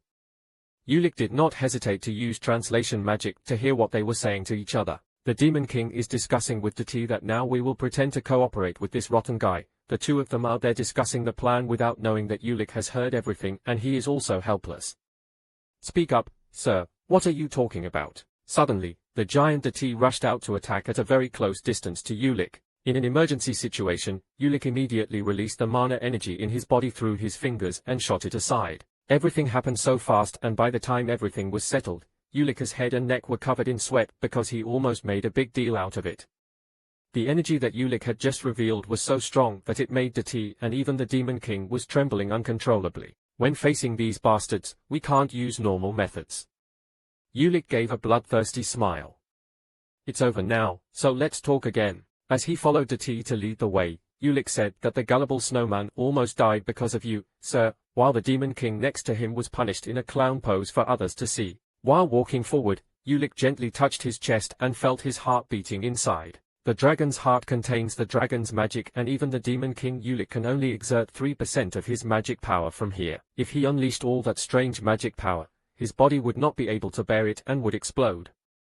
Just like the sudden attack just now, his body would also have to accept a strong pressure, but fortunately he was able to stop it in time. At Ulika's level now, it would be dangerous to keep fighting like before. After thinking for a while, I finally arrived at the Dati camp deep in the dangerous snowy mountains and there was no one there. Human footprints. At this point, Ulik clenched his fists and said to himself that he could no longer retreat. If you give up even controlling your power, how can you build a family? Even if the energy source in your body is like a time bomb, you still have to make use of it. Suddenly, Ulika's characteristic green eyes looked up into the space behind him, thinking, besides, that young lady is safe and sound. On the original battlefield, the young lady's group of people were now fighting fiercely with the Dati, as evidenced by the fact that everywhere that was originally white with snow was covered in fresh blood. The knights with swords full of red blood were also panting after a fierce battle. Fortunately, there were 5 of them and they coordinated well with each other, so they were able to eliminate all the attacking Dati. At this moment, the young lady panicked and ran closer to ask Mr. Tran if he had seen someone here just now. The knight in question whispered that he must have died running away alone or was hiding somewhere. So he turned around, smiled at his lady, and replied that perhaps he had escaped safely. The young lady couldn't hide the worry in her eyes, but now she had no other choice, so she nodded, probably so. Almost at the same time, on this side, the young lady silently said, please be safe. On the other side, Ulik also quietly said the same thing. Next, he solemnly looked forward when the Dati in the barracks gathered to surround him. Facing each giant body like a small mountain, Ulik smiled softly and said, don't look at the blood differently, let me see the patriarch. I don't know if they heard or not, but they just stood there growling and staring at Ulika's small body. A moment later, a powerful roar rang out from deep inside the barracks, causing the Dati to quickly step aside to make way. Strong footsteps made the ground gradually shake and under Ulika's terrified gaze, a Dati with a body full of scars and many times larger than a normal Dati appeared. Walked in front of him. Ulik tried to suppress the shock in his heart and said seriously, I have something to ask the king of Dati. The other Dati used its bright eyes to fixate on Ulika's body and then growled and said something. On the back of Ulika's cloak, Ulika's hand was preparing magic and could be used at any time. It would have been better if he hadn't gone to this extent, but if talking fails, that's the fastest way to defeat this clan leader. At the same time, Ulik also used translation magic so that he could understand and converse with Dati. Its noisy voice asked what the name of your green eyes is. The guy was a bit bewildered by this situation because something was a bit wrong, but he didn't hesitate to answer. I'm Ulik Miovich. Receiving the answer, the Dati patriarch was silent for a long time and then signaled to follow me. Ulika's heart panicked and many questions arose, but he still slowly followed it towards the nearby mountain range. As he walked, the leader Dati told him that his tribe had a legend. A long time ago, there was a great king who ruled this mountain. The patriarch Dati began to tell about the mysteries of his tribe, causing Ulika's eyes to flash with surprise. He immediately turned to look at the demon king behind him. Indeed, just like what the demon king said in the morning, these Dati really did have a ruler. That king said that there is only one person whom the day recognizes as you. That person has blue eyes and Miovich is that person's name. Ulik was very surprised that his family's ancestors could be friends with the Snowman King. Dati, the patriarch, did not understand Ulika's panic but continued to tell the story. Our elders continue to manage their house according to the king's wishes. When he caught important information that might be related to Ulika's secret knowledge, he immediately solemnly asked where that house was. Dati suddenly stopped, stared forward, then answered there. Ulik approached him and looked down into the deep, pitch-black abyss before him. Facing this huge abyss, Dati's seemingly huge body also became small. I can't believe there is a house under this cliff. Immediately Ulika's eyes opened wide and his magical feelings began to spread into that deep abyss. At that moment, Ulik really saw a building hidden in the dark mist of the abyss. Suddenly, a strong stream of air blew up from the bottom of the abyss, causing everyone to step back. The Dati patriarch was not surprised by this phenomenon, so he immediately explained to Ulik that once a year when the wind weakens, the Dati will go down there, but no one has ever been able to come back. Seeing Ulik pensive, the demon king conjured a blow and flew to the side whispering provocatively, he has so much magic but can't even get any salt out of it. Now how are you going to get down there? Ulik stood next to the abyss, pensive like a statue, and the warning of the Dati patriarch still echoed in the air. Many Dati had gone down but no one had been able to step up. That's right, it's really reckless with Ulika's skills right now.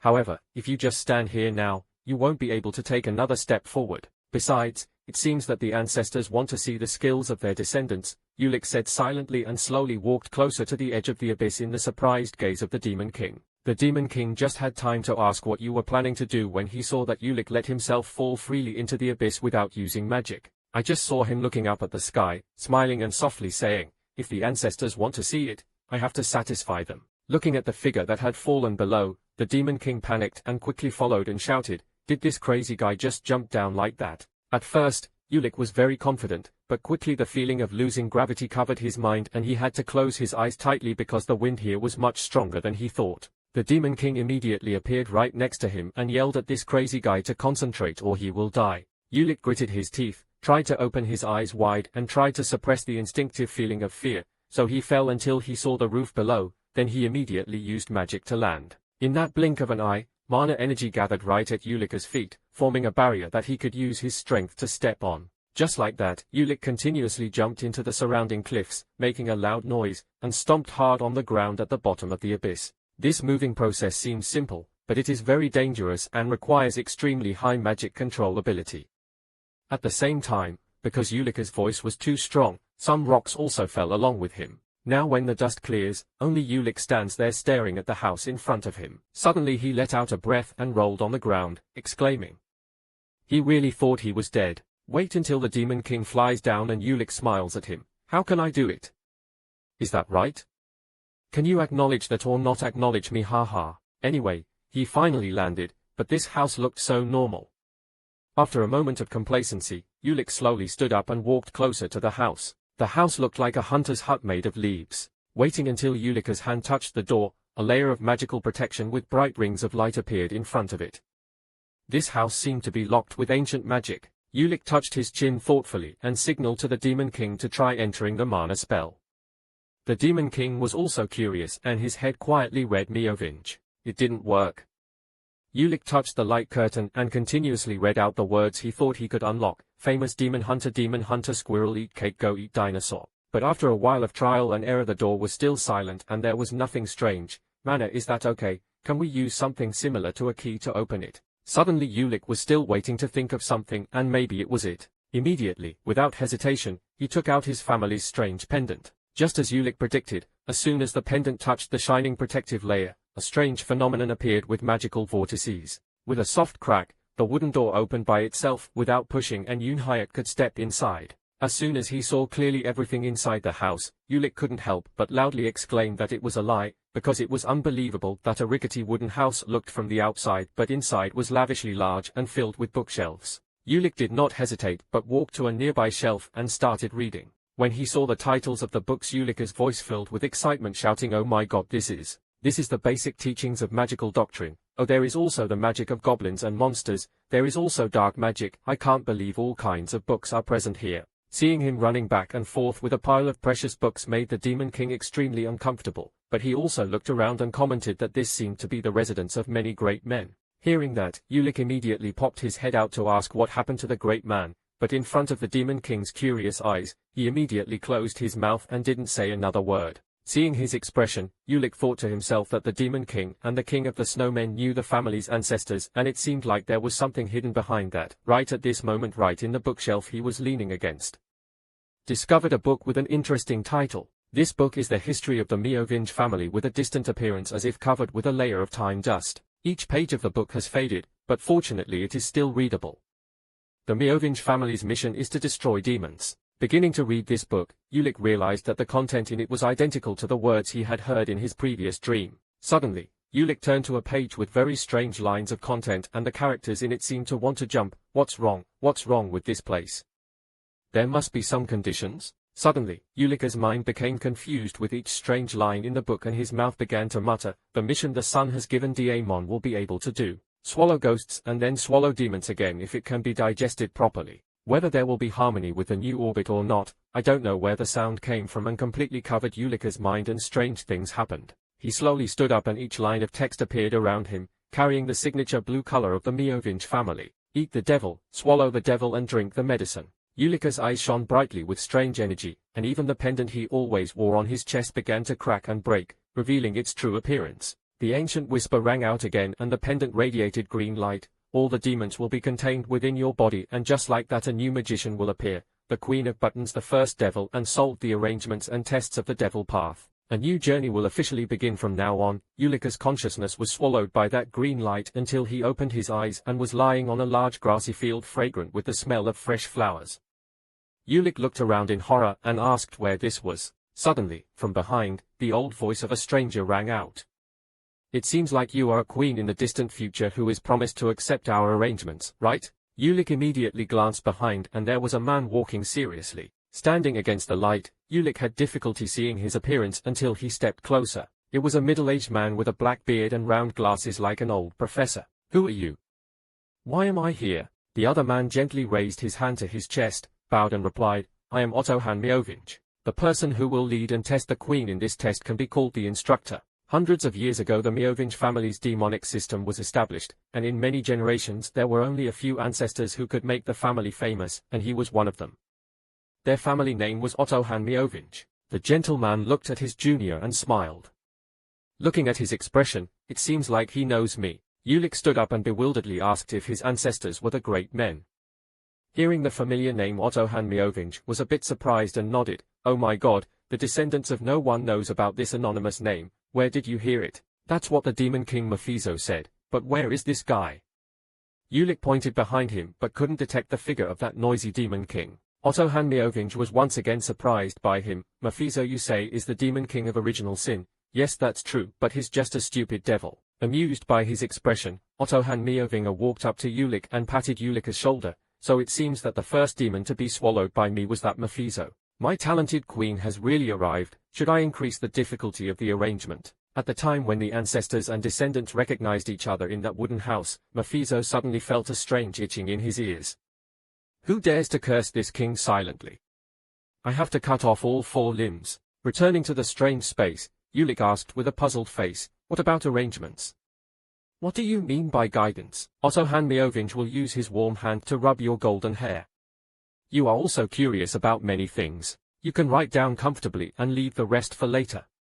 You're still young, so why are you in such a hurry to want to write complicated things? Ulik was a little embarrassed by this intimate action, but he nodded. Suddenly Otto Hanmiovin's hand will stretch out as streams of thunder begin to converge. In the blink of an eye an illusion of a spinning wheel appeared in his hand. We have prepared something similar to this magic wheel, and if you start spinning once, you won't be able to stop. In the blink of an eye, a powerful ray of light shoots out and then gradually fades out. That's why I can't just leave it to anyone arbitrarily. No matter how long it takes, I have to check the descendants carefully, and since you have passed my test, starting from here on is your choice. Now you have to choose whether to stop the magic wheel or let it spin. The reason is because Ulik has passed the test, so from now on he will have the right to choose. Stop the magic wheel or let it continue to spin. Ulik's whole soul seemed to be attracted by the spinning wheel in his hand and his heart was extremely chaotic. He didn't know what the family's arrangements were and if he took the wrong path, his life could disappear forever. Therefore, this was the last chance to escape, meaning Ulik grabbed the spinning wheel tightly in his hand and made it disappear. Otto Hanmioving nodded and spoke up. I respect your choice, but before he finished speaking, Ulik interrupted, I will rebuild the family. Mioving's car's one eye suddenly turned blue and he seemed a bit surprised. I will continue the wishes of my ancestors and great heroes to leave my name on this land as a great magician. Forever engrave your name in the river of history like what your grandfather did. That was the dream that Ulik had cherished for a long time.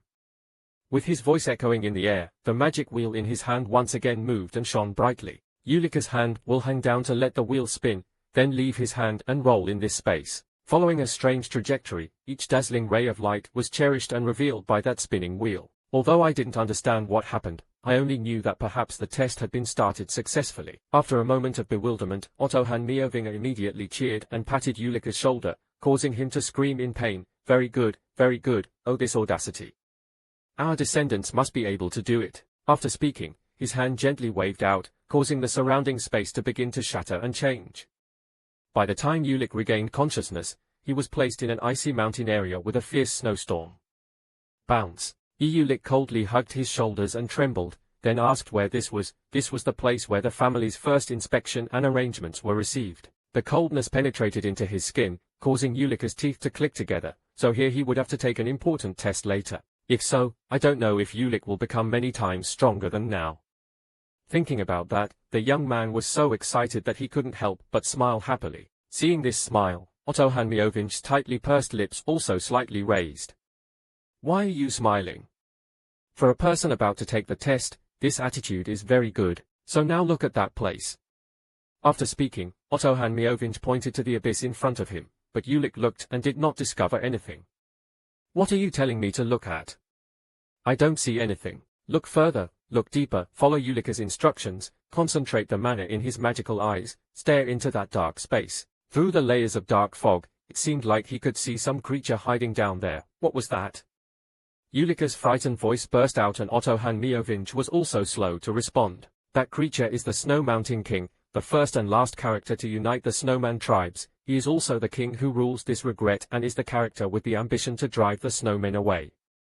The demon race once again returned to the embrace of the demon race, but in the end he was swallowed whole by his own ambition and was left as a fallen ghoul. This Snow Mountain King is the second demon that you have to swallow, Ulik.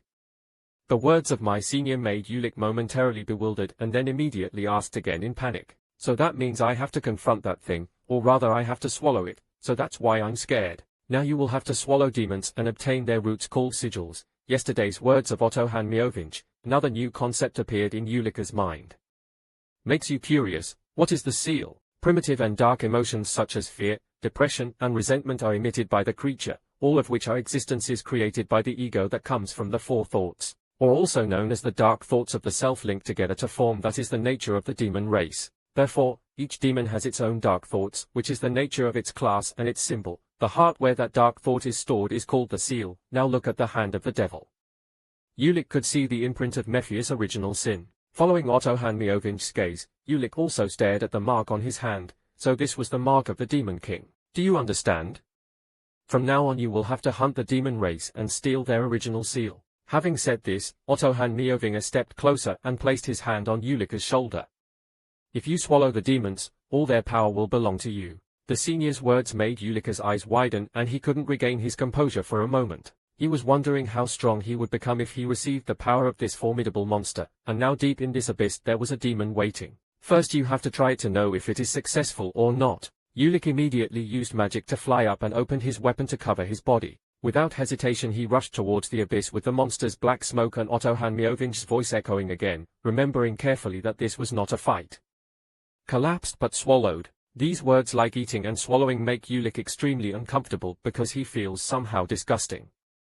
Instead of saying that, I can use the word devour to clean it up a bit. Thinking aimlessly, he got closer and closer to the monster's territory, and in that cloud of black smoke, the imprisoned creature also recognized his presence. Its fiery eyes stared at the light and silently said, "This magic power is the source of this magic power is Myovinch's." Immediately the energy in the body of your king that had been quiet for many years, the snow exploded and he whispered something. Outside, at the same time, Otto Hanmyovinch also suddenly said the word, "Stop," with bright eyes as if restraining the snowman's about to violent energy. As if he had clearly understood his fate, the king of the snowmen suddenly looked towards the approaching Ulik and said, "Prove it, our marshal." Ulik was originally flying at high speed towards the abyss when he stopped because his path was blocked. Noisy screams rang out with ghostly shadows blocking the road ahead. I don't know if someone roared, "Kill them," and at the same time, many monsters with terrifying appearances holding weapons blocked the way and surrounded Ulik. Ulik stood there observing and quickly realized that they were warriors protecting the king. At first glance, he saw dozens of them.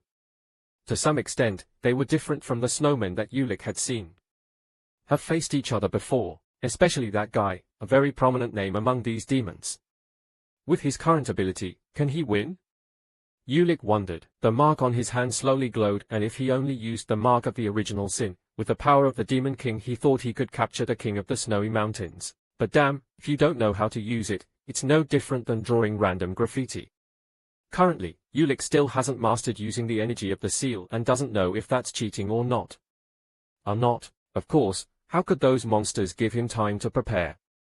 They immediately screamed and rushed to attack. Danger was imminent, countless thoughts jumped into Ulika's head, but this was the first test, so with the Demon King's ability, it wouldn't be called cheating, right? Without any further hesitation, his hand with the seal clenched tightly and his mouth uttered 3 explosive words. A terrible explosion immediately appeared, covering all the oncoming demons. But Ulika's special pupil suddenly shrank in extreme fear when he saw a sword point appearing right in front of him. Flashback a few seconds before the demon-faced monsters rushed into attack. With the seal of the fund in Ulika's hand, he controls the dragon's mana in his body, combined with the consciousness of the seal to use explosive magic. In that split second, a giant explosion surrounded the demon army, causing smoke and dust to fly everywhere. But for a moment Ulika's eyes were completely opened wide in surprise at what he had to witness. I only saw that from the explosion, the demons holding swords and spears were unharmed and stepped on the sea of fire to rush out to Ulika's side. Immediately, Ulika's nerves tightened, his eyebrows furrowed, his hands swayed, he performed magic that linked up and crashed, summoning a sharp, icy white wall.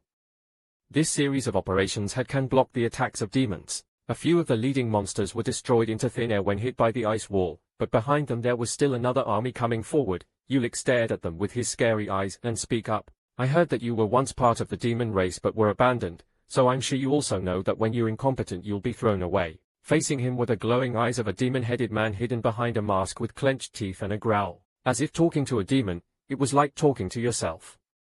Ulika's voice echoed in the air and the cold wind around him began to blow strongly. "If I could be stronger, I would crush this kind of challenge 100 times if necessary." Ulika's eyes widened with the familiar emerald green color that symbolized the Myovinch family. A giant ball of energy that Ulik began condensing. The energy it emitted caused the surrounding air to burn, and several monsters standing nearby were also blown away. But obviously among the soldiers blocking the way here, if there are weak people, there will certainly be strong ones, so Ulik was immediately counterattacked by those strong guys with a straight slash from above. Originally, Ulik had intended to fight fiercely, but he didn't expect to be blown away in just a moment, so it seemed like he couldn't believe it. Fresh blood began to spurt out from Ulika's mouth. This powerful attack caused Ulik to lose his balance and fly backwards. Looking at that afterglow, he glanced at the monster that attacked him and mentally cursed. His whole body was in pain as if it was about to break, and he fell onto the cold ice and snow for a while before he could move again.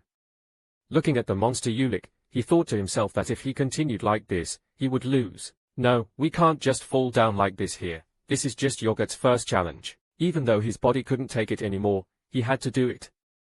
Ulik slowly stood up with difficulty, and from his body began to radiate strands of dark blue air that symbolized the energy in his body. Waiting until Ulik stood up, his whole body looked like it was on fire from that blue flame. Ulik's speed increased dramatically as in just a blink of an eye he approached the giant body of the demon monster. Even though my body can't stand it anymore, I will draw more energy from the dragon's heart, Ulik said to himself, gritting his teeth and rushing forward. The monster with the part on his head also looked at him without hesitation. A sharp slash was thrown by him but only hit Ulik's afterimage, and he promptly crouched down to avoid it. From deep within his eyes, the great energy source from the dragon's heart, guided by Ulik, began to explode. The energy in his body was pushed to an unprecedented level and he felt like his whole body was about to break, but at the same time, thanks to that, Ulik was able to promptly attack the monster when using spells to continuously expand and spread causes the monster to explode. As soon as he stopped, he tiredly sat down on the ice with his body shaking slightly. I don't know how much time passed before Ulik regained his strength, opened his eyes, looked around and whispered softly, "Is this real?"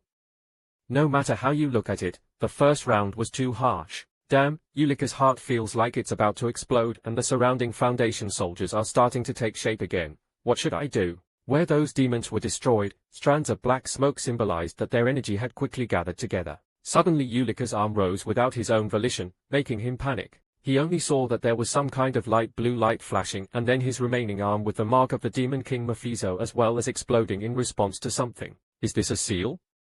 Although it is fainter than the seal of the original sin of the Demon King Mephisto, a new seal has definitely been created. Ulik is not sure what's going on, but the energy of the dragon heart that was about to explode just now has stabilized. Otto Hanmyovin's warning echoed in Ulik's mind. That was the reason the demons called their seals by their real names, and that was why if Ulik wanted to use them, their power forces them to know their true names. Ulik heard that and wondered how he could find out. There was no way they would tell him if their names had such terrible effects. Otto Hanmyovin laughed, then shook his head. Don't worry, when the time is right you will naturally feel it. That time was probably right at this moment when Ulik's eyes were closed completely regardless of what was going on around him. His hands were placed in front of his chest with strands of energy gathered right in the center, and the thoughts in Ulik's head were constantly jumping up and down. The snowman's real name is Evil, although Ulik cannot explain it and now he only knows how to use the seal. The boy's steadfast body was like a pillar supporting the sky in the middle of a cold snowstorm and in an unknown land. After a while, when he clearly felt and grasped each flash of light, Ulik's eyes slowly opened. It takes a long time to describe, but everything happened in the blink of an eye. In that instant, the monsters formed again after being destroyed and rushed to attack. A smile will appear on Ulik's lips and the question will resound, what is their real name? I wish you to be cold and cruel in this world, like the praise through the time frame when Ulik's hands wrapped around them, forming a magical vortex that swept the rocks and ice around. The bodies of the monsters that had just formed were beaten again until they were about to disappear, until finally a terrible explosion occurred that covered everything and waited until everything was dissolved. Ulik stood alone in the middle of the battle. Ice Star Field. His whole body was shaking as if he was about to collapse because the energy was a bit much, but is this the power of the seal? Ulik wondered and stared down at the ice surface where he was standing with his glowing snowflake symbol. Ulik originally wanted to stand up and prepare to destroy the few remaining animals, but for some reason, his eyes widened in disbelief and blood flowed from the corner of his mouth. Could it be that someone had attacked Ulik? Suddenly pulled his consciousness into the darkness of deep sleep. I don't know how much time passed. Ulik's weak consciousness woke up with a blinding light and he frantically hugged his neck and kept panting. The reason was because just now Ulik really felt it. His head was severed from his neck. The terrifying feeling of death was so overwhelming that Ulik still couldn't regain his senses when he had to curl up on the ground in a wooden house with bookshelves scattered next to him. Everything happened so realistically with strange feelings that for a moment Ulik couldn't distinguish whether this was real or a dream. He could only blurt out in confusion, what had just happened? Demon King Mephisto appeared right next to him, smiling softly and saying, "It seems you have overcome quite a challenge. Huh? I was hoping that the quest would be activated since you fell asleep while your pendant was glowing and it doesn't seem that easy, huh?" Hearing the Demon King say those words, Ulik slowly pieced together everything and breathed a sigh of relief. Oh, with such a mission, I didn't really die. Because I was too quick to believe in the seal, I must have passed out after absorbing all the mana. I judged the mask while reaching out to touch the tattoo on my hand. But actually, the power of the seal is much stronger than Ulik thought, and the power that Ulik just displayed was just an incomplete seal of evil. If the incomplete seal of evil is so strong, how much more powerful is the seal of original sin? But how should Ulik use them? The Demon King, with his extensive knowledge of countless thousands of years, quickly realized Ulika's strangeness and asked curiously, could it be a seal of evil? It seems that the wise comrade has come up with a rather strange plot. Hearing those words, Ulik immediately turned around to look at him and asked, Mephisto, how do I use the evil seal? The Demon King did not answer that question but asked Ulik in return. I guess he told you my real name. Did you think I would tell you the truth? No matter how you insult me, you will never get anything from me. Ulik broke his head with his hand and sighed, making the Demon King turn his head away in discomfort. I'm just asking you, there's no need to be so cruel. Looking at the appearance of the Demon King, Ulik knew for sure that he would say that, because seals are the most important thing to demons. If Mephisto accepts to let him use the seal of the original sin, it means that his most important thing has been stolen. This is an unfortunate thing, but for now Ulik will not touch the seal of original sin. Above all, the original sin's seal is the Demon King's seal. Now that he can't control the snowman's power, there's no way he can control the Demon King's power. Thinking clearly about everything, Ulik smiled slightly and asked again, Mephisto, you said you know the Snow Mountain King, right? Mephisto is confused why you suddenly asked me that. I know this is his grave and it seems I have to capture the Snow Mountain King. Ulika's words made Mephisto bewildered for a few seconds, then he shouted in surprise, Ha, Otto Hanmiovich, I know you're crazy, but he dares to do something wrong. Like you went to capture an entity recognized by me. Ulik nodded and smiled, causing the Demon King to give up. That's right, so do you know how to do that? Mephisto quickly flew away and shook his head, I don't know, come on, is he still part of the demon race? At least you can tell me that much. The Demon King was angry and shouted loudly. What are you talking about? Revealing the secret of the seal includes the secrets and weaknesses of their clan, just like you said, but he didn't let him finish the sentence that Ulik had raised. 3 fingers and a promise of 3 days of no nonsense. The Demon King's eyebrows are furrowed with his eyes closed. Do you think you can subdue my pride that way? Ulik again held up 5 fingers for 5 days. Mephisto gritted his teeth and scolded you, but you continue to despise me. Ulik seemed okay and shrugged his shoulders. If that's the case then that's it. Immediately, Mephisto's attitude changed completely. He smiled shyly, disdainfully, but because my tolerance grows from the sea, this time I will let it go and tell you so. Listen carefully, with the seal you have in your hand right now, forget about completing the mission, you can't even get close to the Snow Mountain King anymore. What do you mean, Demon King? Not knowing what to think, the Demon King smiled boastfully. It's true that you can't complete the mission if you confront him directly, but that doesn't mean it's hopeless. So after receiving instructions from the Demon King, Ulik once again stepped into that space to meet the Snow Mountain King. This was the second time he stepped here, but the cold feeling was deep in his soul. This made Ulik extremely disgusted. I don't want to step in here at all, but it seems I have to use the hint that Mephisto gave me. Looking at the demon soldiers starting to gather, Ulik sighed and immediately rushed in. Go up. Mephisto had told him what he needed to do was to improve his performance. The seals could be divided into regular, advanced, precious, unique and legendary based on their rarity. There is also something called level achievements that can lead to different power levels even within the same limit. The seal of evil is precious and certainly not a bad one, but Ulik's achievement level is only 1 star. On the other hand, the Snow Mountain King's seal has cultivated 10 stars with a huge source of energy. So Ulik was forced to upgrade his achievement level to 10 stars or promote his level to unique. Therefore, Ulik rushed into the demons, fighting left and right, constantly destroying them in the hope of improving his achievements. In this fierce battle, the method of using the dragon's mana along with controlling a bit of the evil seal's power became more proficient and smoother than the first battle. I don't know how much time passed and I don't know how many battles I had to go through with the soldiers. Ulik finally stepped in front of the Snow Mountain King, looking at the dark shadow in front of him. Ulik didn't know. I couldn't help but speak up and say hello. We finally met, Snow Mountain King. No matter how many warriors Ulik defeated, his achievement level was still stuck at 2 stars. In other words, in this test he had to face the Snow Mountain King in order to increase his achievement level. Perhaps, even though he had prepared himself mentally in advance, when he saw the muscular body of the Snow Mountain King up close and his giant black shadow, Ulik couldn't help but feel upset. Damn, that's not the same thing. The shadow is all the devil's energy. After all, what kind of entity was he when he was alive that he could be this strong? Remembering Otto Hanmiovich's unreliable face, Ulik wondered in bewilderment, are you really telling me to defeat that thing? Otto Hanmiovich is the founder. The respected fairy of our family, isn't he my mortal enemy? Time gradually passed without the Snow Mountain King saying a word or making any sound, only Ulik stood there in the middle of the ice. Finally, he made up his mind to suppress all the worries in his head and thought to himself.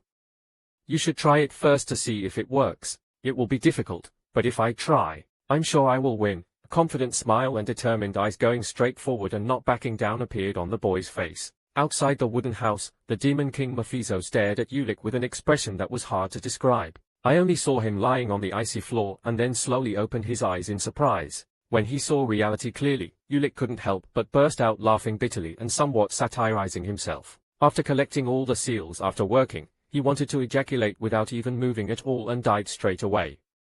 The guy was defeated in the blink of an eye before he had time to react, and how could he win here? The Demon King flew to his side and smiled. Now you understand, just give up that difficult task. Ulik lay down and ignored him, muttering, I have a hard time, but if I win the title that entity's seal, haha. After saying that, Ulik flashed his familiar dangerous smile that made the Demon King tremble. That bastard is like that again, oh my god. Oh right. Ulik suddenly sat up straight and asked a question. This is a bit sudden, but the Snow Mountain King is a woman, right? His question made the Demon King's soul suddenly stiffen and his face stiffen. His also became strange. Suddenly, the Demon King saw Ulika's curious and nosy expression, causing him to scream in panic. Why are you looking at me like this? What's wrong with your eyes? Don't think nonsense. Mephisto's violent reaction made Ulika's judgment in his heart even more certain. Haha, I understand that there is something difficult to say between the Snow Mountain King and Mephisto, and I will take it slow. Found it, haha. Right now the more important thing is to swallow the Snow Mountain King, staring at the pendant in Ulika's hand and sighing. Even though he still doesn't know what to do right now. Then Ulik will find out if Ulik beats him up. So Ulik kept rushing into that world, attacking one after another without stopping. He rushed forward with all the energy he could use, but halfway there, he was completely frozen by the incoming icy breath, becoming an ice statue that was no longer sentient or lifeless. Ulika's head felt like it was about to explode as he had to experience countless types of death one after another. Every time he entered the world hoping to reach the Snow Mountain King, he had to receive a different type of death, like being chopped down.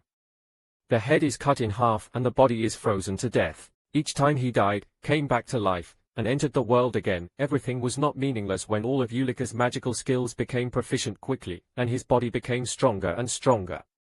Can endure even more energy from the dragon's heart. Gradually he got closer little by little and could finally see her face. The Snow Mountain King was like a crazy monster that had completely lost his mind with his fiery eyes. Now Ulik saw the Snow Mountain King's cruel use of seals. Although someone like him who had just acquired the seal would have difficulty surpassing someone who had used it skillfully for many years, but he was sure he would overcome it. The strong belief in Ulika's heart made him fearless and rush forward to confront that monster head-on. Ulika's hand was raised into a palm, aiming straight forward with an unnamed kind of momentum. Two hands, one big, one small, of a human and a demon crashed into each other. The powerful energy radiated between the two people's confrontation caused the surrounding air to feel like it was being torn apart. Whether it's a habit of acting or a theory, even if I have to steal everything from her, I still have to win. In the blink of an eye, the two were blown back by each other's energy, and right in the center was a terrible explosion. On a nearby cliff, Otto Hanmiovin stood quietly, observing the match and sighing. It wouldn't be strange if Ulika's ego would collapse if he continued to slowly die and live again like that. But when his body was destroyed he was smiling. Not only did he have natural talent, he also had an unyielding will and an endless desire to improve himself. That's right, that strange child is the one who will never appear even in our family. He is a lunatic. The soul ego is about to disappear again. Ulik tries to stabilize back to spin, attacked back and successfully chopped off one of the Snow Mountain King's arms. Her arm fell from her body, continuously emitting the fun's energy, and then slowly disappeared into thin air. As soon as he successfully counterattacked, the energy level in Ulika's body was raised a notch, making him feel extremely comfortable and satisfied. He finally got 3 stars. Oh my god. He had just smiled when the Snow Mountain King's axe was approaching, but fortunately, Ulik successfully dodged. He threw a punch and then quickly backed away without even forgetting to grit his teeth and curse. She didn't even give her time to breathe anymore, damn. With the weapon in his hand, the Snow Mountain King's face was gloomy and could not be seen clearly and kept fighting like a lifeless robot. She is truly a machine of war and destruction that makes others tremble in fear. Facing this attack, Ulik immediately summoned a magic wall to protect himself. His protective layers were shattered and extremely weak before the Snow Mountain King's attack. endured the shock of power and flew back. Ulik gritted his teeth and wondered, damn, this is my limit. Why is just stealing not enough? To defeat the Snow Mountain King, you must understand her. That's not right. Ulik immediately shook his head to deny it, understanding her was no longer enough. It's better to become her, with a fearless heart and a will that can't give up. Ulik dragged his broken body towards the black smoke of the Snow Mountain King in front of him. At that moment, for some reason, the devil's mark on Ulik's hand suddenly glowed and he felt like his whole body fell into a zero-gravity environment. Ulik only had time to wonder aloud and die suddenly. Again, he lost his senses. Waiting until Ulik's consciousness regained consciousness, he was horrified when he saw the familiar face and smile of the Demon King Mephisus. He was flying in the red sky and said to witness, show me. Please prove that you are worthy to become a part of our race, Snow Mountain King. Below the ground facing the Demon King is Snow Mountain King, but clearly the consciousness in that body is not you. I am Ulik. He didn't understand why he became the Snow Mountain King and where this place was, but he guessed this was a part of her memories. On the Snow Mountain King's arm, there was also a tattoo symbolizing some kind of mark, and the tattoo suddenly emitted a blinding light. Now when Ulik opened his eyes again, he saw a few giants wearing devil masks. Everything was so blurry and chaotic that he was extremely confused and didn't understand what was going on.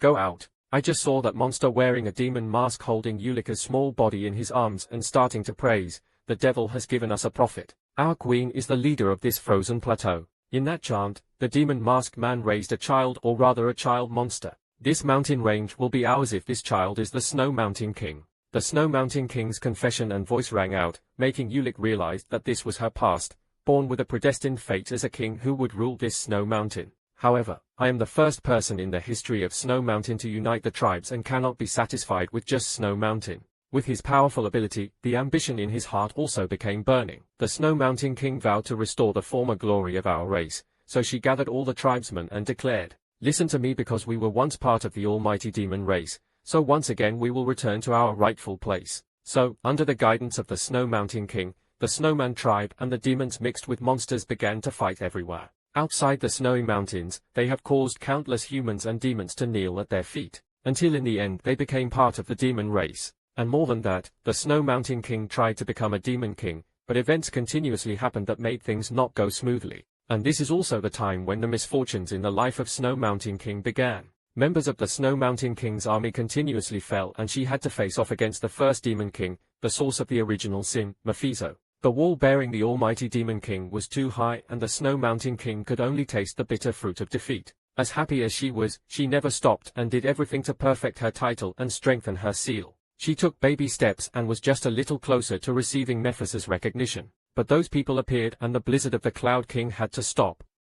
They were mysterious and strong people with unimaginable power, until finally the Snow Mountain King had to encounter a wall higher than the Demon King, causing her to almost despair. That wall, named after the Meoving family, was more terrible and bigger than anything she had ever faced or fought before. Confronting the human army led by the Meoving family, or more accurately, by Ottohan Meoving, the Snow Mountain King did not falter but ordered all his soldiers.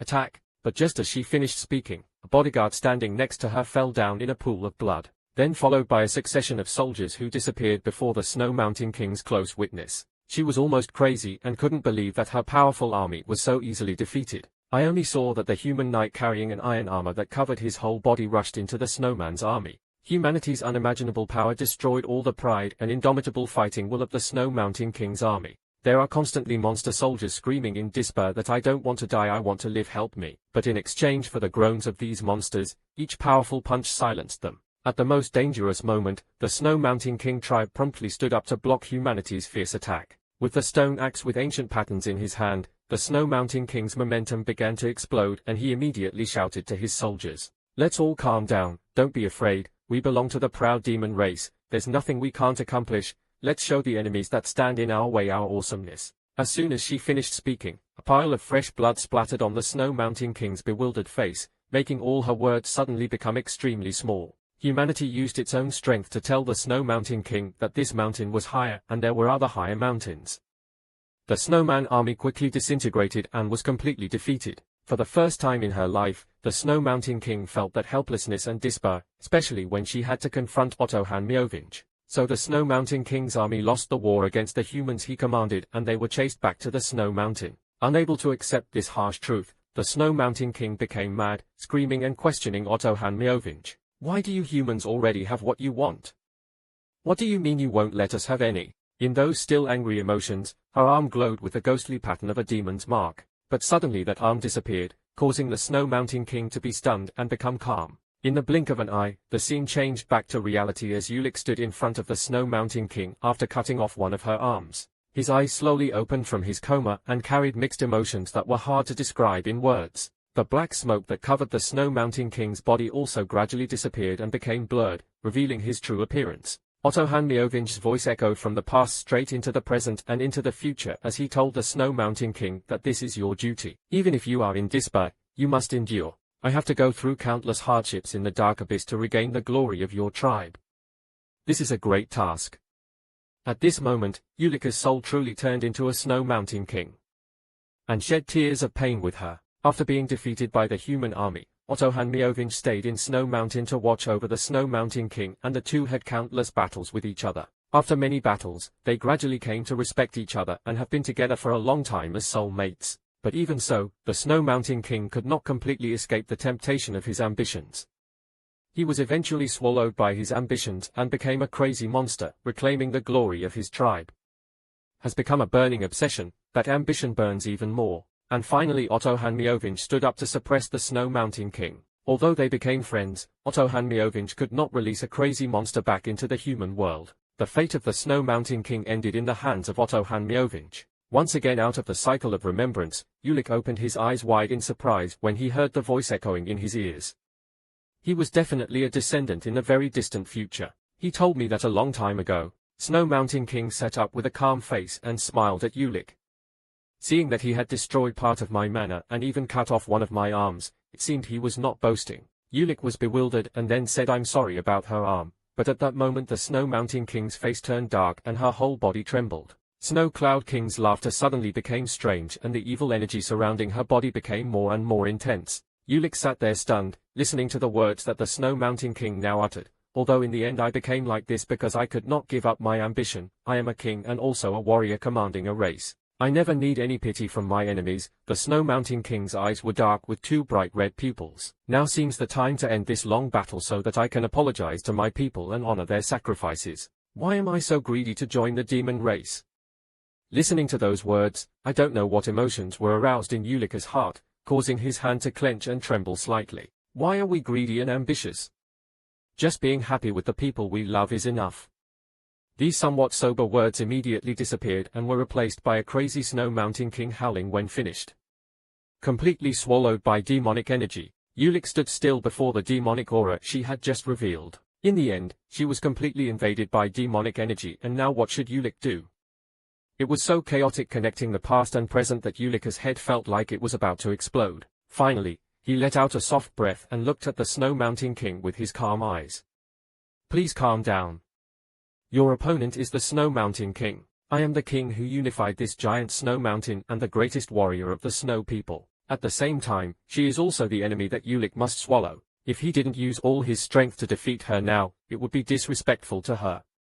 Thinking of this, Ulika's hands raised up and began to glow. His eyes glowed brightly and the devil's tattoo on his hand also became brighter. Using an unbelievable speed, almost like teleportation, Ulik approached the giant body of the Snow Mountain King and his voice also rang out, I will show you the great mission that you have set up. One person and one demon have entered their peak state, and this is a vital battle that deserves to be recorded in the river of history. Ulik woke up from his coma and heard the words the Snow King was saying. She seemed conscious and temporarily freed from the control of the demonic weapon. And because Ulik had cut off part of her arm and destroyed part of her mana, the energy in the Snow Mountain King's soul was chaotic, keeping her awake for a few seconds. Ulik was bewildered and then said I'm sorry about her arm, but at that moment the Snow Mountain King's face turned dark and her body trembled. Ulik sat there stunned, listening to the words that the Snow Mountain King now uttered. Although in the end I became like this because I could not give up my ambition, I am a king and also a warrior commanding a race. I never need any pity from my enemies. The Snow Mountain King's eyes were dark with two bright red pupils.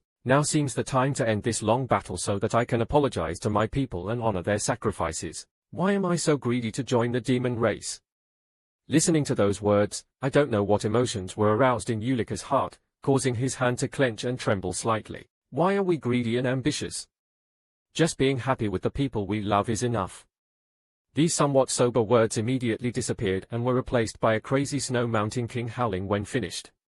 Completely swallowed by demonic energy, Ulika stood still before the demonic aura she had just revealed. In the end, she was completely invaded by demonic energy, and now what should Ulika do? It was so chaotic, connecting the past and present, that Ulika's head felt like it was about to explode. Finally, he let out a soft breath and looked at the Snow Mountain King with his calm eyes. Please calm down. Your opponent is the Snow Mountain King. She is the king who unified this giant snow mountain and is the greatest warrior of the snow people. At the same time, she is also the enemy that Ulika must swallow. If he didn't use all his strength to defeat her now, it would be disrespectful to her. Thinking of this, Ulika's hands raised up and began to glow. His eyes glowed brightly, and the devil's tattoo on his hand also became brighter. Using an unbelievable speed, almost like teleportation, Ulika approached the giant body of the Snow Mountain King, and his voice also rang out, I will show you the great mission that you have set up. The terrible battle immediately broke out with a power that could destroy everything. Ulika also tried to control as much mana energy as possible with the sole thought of becoming her again. His teeth clenched madly, and as if he had completely lost his mind, he only knew bury yourself in battle. One big, one small, one person, one ghost has completely forgotten everything around them. In their eyes now only the other person still exists. But the more he fought, the more strange Ulika felt, because a certain joy kept appearing. The excitement caused all physical pain to be eased, and Ulika's will to fight was burned and trained to become stronger than ever, as evidenced by the more energy he revealed. Becoming more and more powerful, each swing of Ulika's fist caused the surrounding ice and ground to crack from the force of the impact. But facing him is a monster who is about to become a demon king, leading an entire tribe like the Snow Mountain King, so for the time being the two of them only fight evenly. It can even be said that Ulika fell into a weak position when his combat experience was nothing compared to the long life of the Snow Mountain King. During this battle, Ulika was able to feel the happy days that the Snow Mountain King had with Ottohan Mioving. The battle was earth-shattering until at some point Ulika and Snow Mountain King's egos began to sway and both of them reached their limits. So this battle will be decided by the final strike, the move that has caused countless races to kneel at the feet of the Snow Mountain King. Her red eyes performed the exclusive secret technique of the Snow Mountain King, and facing that, Ulika ignored everything and constantly mobilized the energy from the dragon's heart to increase it to a high level. Best. Immediately their two hands carrying great energy once again touched each other directly. At that moment, everything almost stopped, and in just a split second, the shock exploded, causing the surrounding space to burst into higher dimensions. For a long time, every concussion sound was silent and the dust and smoke cleared to reveal the bodies of the two of them amidst the icy mountains. In a split second, Ulika's face flashed with surprise and complexity as the Snow Mountain King's ego suddenly became illusory and gradually disappeared before his eyes. In the end, Ulika probably won, and suddenly the gentle voice of the Snow Mountain King resounded in his mind, causing Ulika's body to tremble with emotion. Finally, thank you very much. Ulika opened her eyes wide to look at the beautiful appearance and gentle smile of the Snow Mountain King. Perhaps after all these years of torment, she was finally freed from her insatiable ambition, demon's power, and returned to his true self. Under the setting sun, with a bang, the giant figure of the Snow Mountain King collapsed and knelt down right in front of Ulika. The boy stood in front of the Snow Mountain King's unconscious body with his face bowed, not saying a word or moving. On Ulika's arm, the demon's mark appeared again as a sign that it was completely formed. On the ground nearby, a small flower tree suddenly bloomed and swayed in the wind. Ulika suddenly whispered, please rest in peace. So Ulika's first mission ended like that, and the flower tree, bathed in the warm sunlight, stretched out to welcome a new beginning like a great rebirth. When everything was over, Ottohan Mioving's applause rang out and he walked up to praise, you really devoured the Snow Mountain King, that was amazing. Seeing him, Ulika somehow felt uncomfortable and opened his mouth to complain. It seemed like this first test was too difficult from the beginning. Ottohan Mioving immediately answered in such a matter-of-fact way that the veins in Ulika's forehead twitched. Our family is invincible. If even something like this can't be overcome, then you can't call yourself a Mioving family. Oh my god, Ulika wondered what this was all about. The reason why Shin called Mioving's family a bunch of egotistical people. But it's true that I find it amazing that even if you have talent, I think it would take you at least 1 to 3 years, but a kid who has only learned magic for a few years can defeat Snow Mountain King in just 1 month. Ulika nodded and suddenly answered that it was exactly 1 month. Ottohan Mioving looked at him with some confusion and saw that it was exactly a month. Ulik bowed his head and counted his fingers and smiled. No, I mean I've only been learning magic for a month or so, about 1 to 2 months. Ottohan Mioving was bewildered and then burst out laughing haha, joking around like that, but Ulik remained silent and didn't say anything, which made him feel strange, so he asked again, are you serious? Ulik firmly nodded yes. Hey, isn't this a Mioving-like arrogant joke? Ulik remained silent and quickly shook his head. After a moment of bewilderment, Ottohan Mioving suddenly smiled loudly haha, I have a good eye for people. Ulik gave him a disdainful look. He finished speaking. Let me repeat exactly that, even if I have talent, that's it. This guy ha. Maybe because Ulik's talent is really so terrible, it made Ottohan Mioving so upset that he couldn't stop laughing loudly and hugged him, making him scream because of his beard. His penis hurt so much when rubbed against it. After the two of them had calmed down, Ottohan Mioving looked at the snowy mountains in the distance and asked Ulik how her last moments of life were. She smiled very comfortably and with relief. Although he didn't show it, when he heard those words, it seemed that Ottohan Mioving was able to let go of something in his heart, so he nodded in response.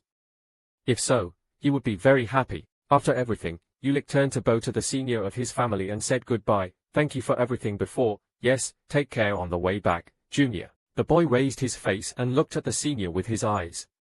I'm sorry, but I probably won't be able to visit often. Ottohan Mioving heard this and smiled as if he knew and understood. I understand. After all, the position of head of the family is an extremely busy position. Okay, that's it. After speaking, Ulik turned and walked forward to leave this place and return to his world. But after walking for a while, he suddenly turned around, shyly reached out and scratched Ulik's cheek and asked, how can I get out? Hearing that, Ottohan Mioving burst out laughing and suddenly raised his hand, startling Ulik. You've been out countless times, don't you remember? That blink of an eye just as he was startled, a fierce ball of energy hit him right in the face. Waiting for Ulik to regain consciousness, he returned to the wooden house under the cliff of the real world. Ulik angrily shouted, fuck you, my ancestors deserve respect, my face, oh my god, my face, my handsome face. How dare he hit me there? When the Demon King saw him screaming, he flew to his side and smiled excitedly. Ha, it seems that psychotic Ottohan Mioving has killed someone. Ulik was also angry. Who wouldn't be guilty? What sentence did you say that killed someone like that? Have you devoured the Snow Mountain King yet? The Ghost King wondered. Ulik calmly pulled up his sleeve to reveal the evidence of the Snow Mountain King. Yes, it was done, just finished it. The Demon King laughed and asked me to help everyone haha. Yes, our great Demon King is number one. This guy really likes to turn black and white upside down. Although the Demon King appeared calm on the outside, his heart was extremely chaotic. It was far from being of any help in this matter. It was clear that I only had to tell him a few things and this guy had already overcome it. Beyond losing his genius, he's truly a little monster. Oh, I'm also curious about this. Didn't you previously have a rather special relationship with Snow Mountain King? Why didn't you let her be a ghost like that? Ulik's question made the Demon King sweat and quite surprised. How did you know? Haha. At the end I relied on the Snow Spear King's memory a little. Why did you do that? Demon King Mephisto pondered for a moment before awkwardly answering. I am a Demon King. She is a low-class demon race, no more or less. To be more precise, I was just a little bored at that time. And I heard someone in Snow Mountain shouting that he would definitely become a demon. So I went there to see what kind of person he was. Yes, she's a bit lacking in the city party committee, but her ambition and skills are also very commendable. If the person she met wasn't me, the true, good and beautiful Demon King, but someone like Adao or Lilith, she would have been ground to dust. But anyway, I told her to come find me again when she's stronger and then left her there. After hearing Ulik's story, he suddenly approached and asked suspiciously, that's all? He never saw her again. The Demon King shouted in annoyance and somewhat hesitated. Why did we meet her again? The Demon King's words were completely uncertain and no one knew whether he would return there or not. Surely if he returned and witnessed the Snow Mountain King happily living with Otto, what would Han Mioving be like? On the snowy mountains that year, there was a lonely person among the snowflakes. Although the Demon King didn't say anything else, Ulik suddenly clapped his hands and smiled. Oh, I understand. I understand. The Demon King curiously tilted his head and asked, why do you understand anything? Do you know how those guys who are not clean noses bullied his girl one-sidedly? Haha, he said and laughed while showing an all-knowing face, making the Demon King angry. Why can't catching mosquitoes be done alone, you bastard? That's the reason why after thousands of years you're still alone. How dare this bastard mock me like that? Haha, Mephisto is a forced dog, a forced dog. Ulik hugged his stomach and laughed and teased. making the Demon King angry and constantly cursing but unable to do anything to him. The whole wooden house was made noisy by the two of them, and at the same time, in that strange space, Otto Hanmiovich, after making Ulik disappear, still maintained that position and felt, wow, he's such an interesting junior. Looking at each blade of grass moving in the warm wind,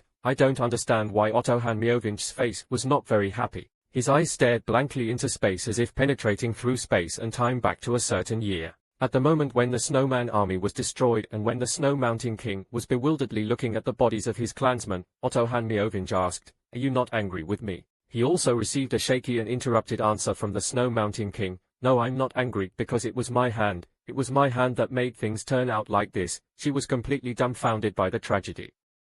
"My clan suffered and it was all caused by her ambition." At that time, Otto Hanmiovich came to the Snow Mountain King's side to accompany her and also to prevent her from completely losing control and falling into the demon world. But no matter what he did, that day would come, the day when the Snow Mountain King couldn't control himself and turned into a monster that only knew how to kill and thirst for blood. In that moment when he could still be conscious, the Snow Mountain King tried to say his last words to Otto Hanmiovich, "Please, please, kill me." Otto Hanmiovich stood dumbfounded as he watched his soulmate shed tears of blood filled with pain and torment. Finally, for the sake of humanity, he had to make a decision and quietly apologize. Therefore, Otto Hanmiovich himself killed this friend and assigned her soul a mission. Out of his thoughts, Otto Hanmiovich slowly opened his eyes and said softly, "Sorry and thank you. Please throw away your regrets and responsibilities that you have had to endure for the past 1,000 years for that child and rest in peace. Let's meet again in the next life. I hope it will be better than now. Good wishes."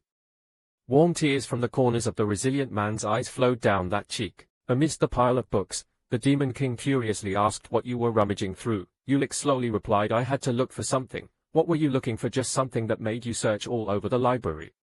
"Up like that." Ulik did not answer, but took out something glowing from his pocket, making the Demon King a little surprised and immediately recognized it. "Wait, isn't that ice crystal?" Before Ulik left Otto Hanmiovich's space, he gave him this ice crystal and told him to go find the god Carmelite. "What did he just say?" "Give it to him."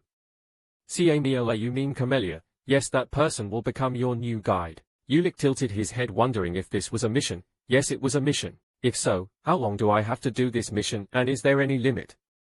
If this keeps up, I'll become a hunchbacked old man. Otto Hanmiovich looked at him with solemn eyes before answering, "Until you reach the level of our ancestors, everything will be okay." Hearing the mystery in Mr. Ulica's words, he also looked back at his ancestors. "I can't explain much to you and you probably have a lot of questions, but they will all be willing to answer within a certain period of time. The predecessors have completed their tasks and leaving behind a lot of things on this land. We have prepared many missions to guide you to him, so all you need to do is diligently follow the path that has been laid out for you." Ulica's face darkened, but he nodded and stuffed the ice crystal into his pocket.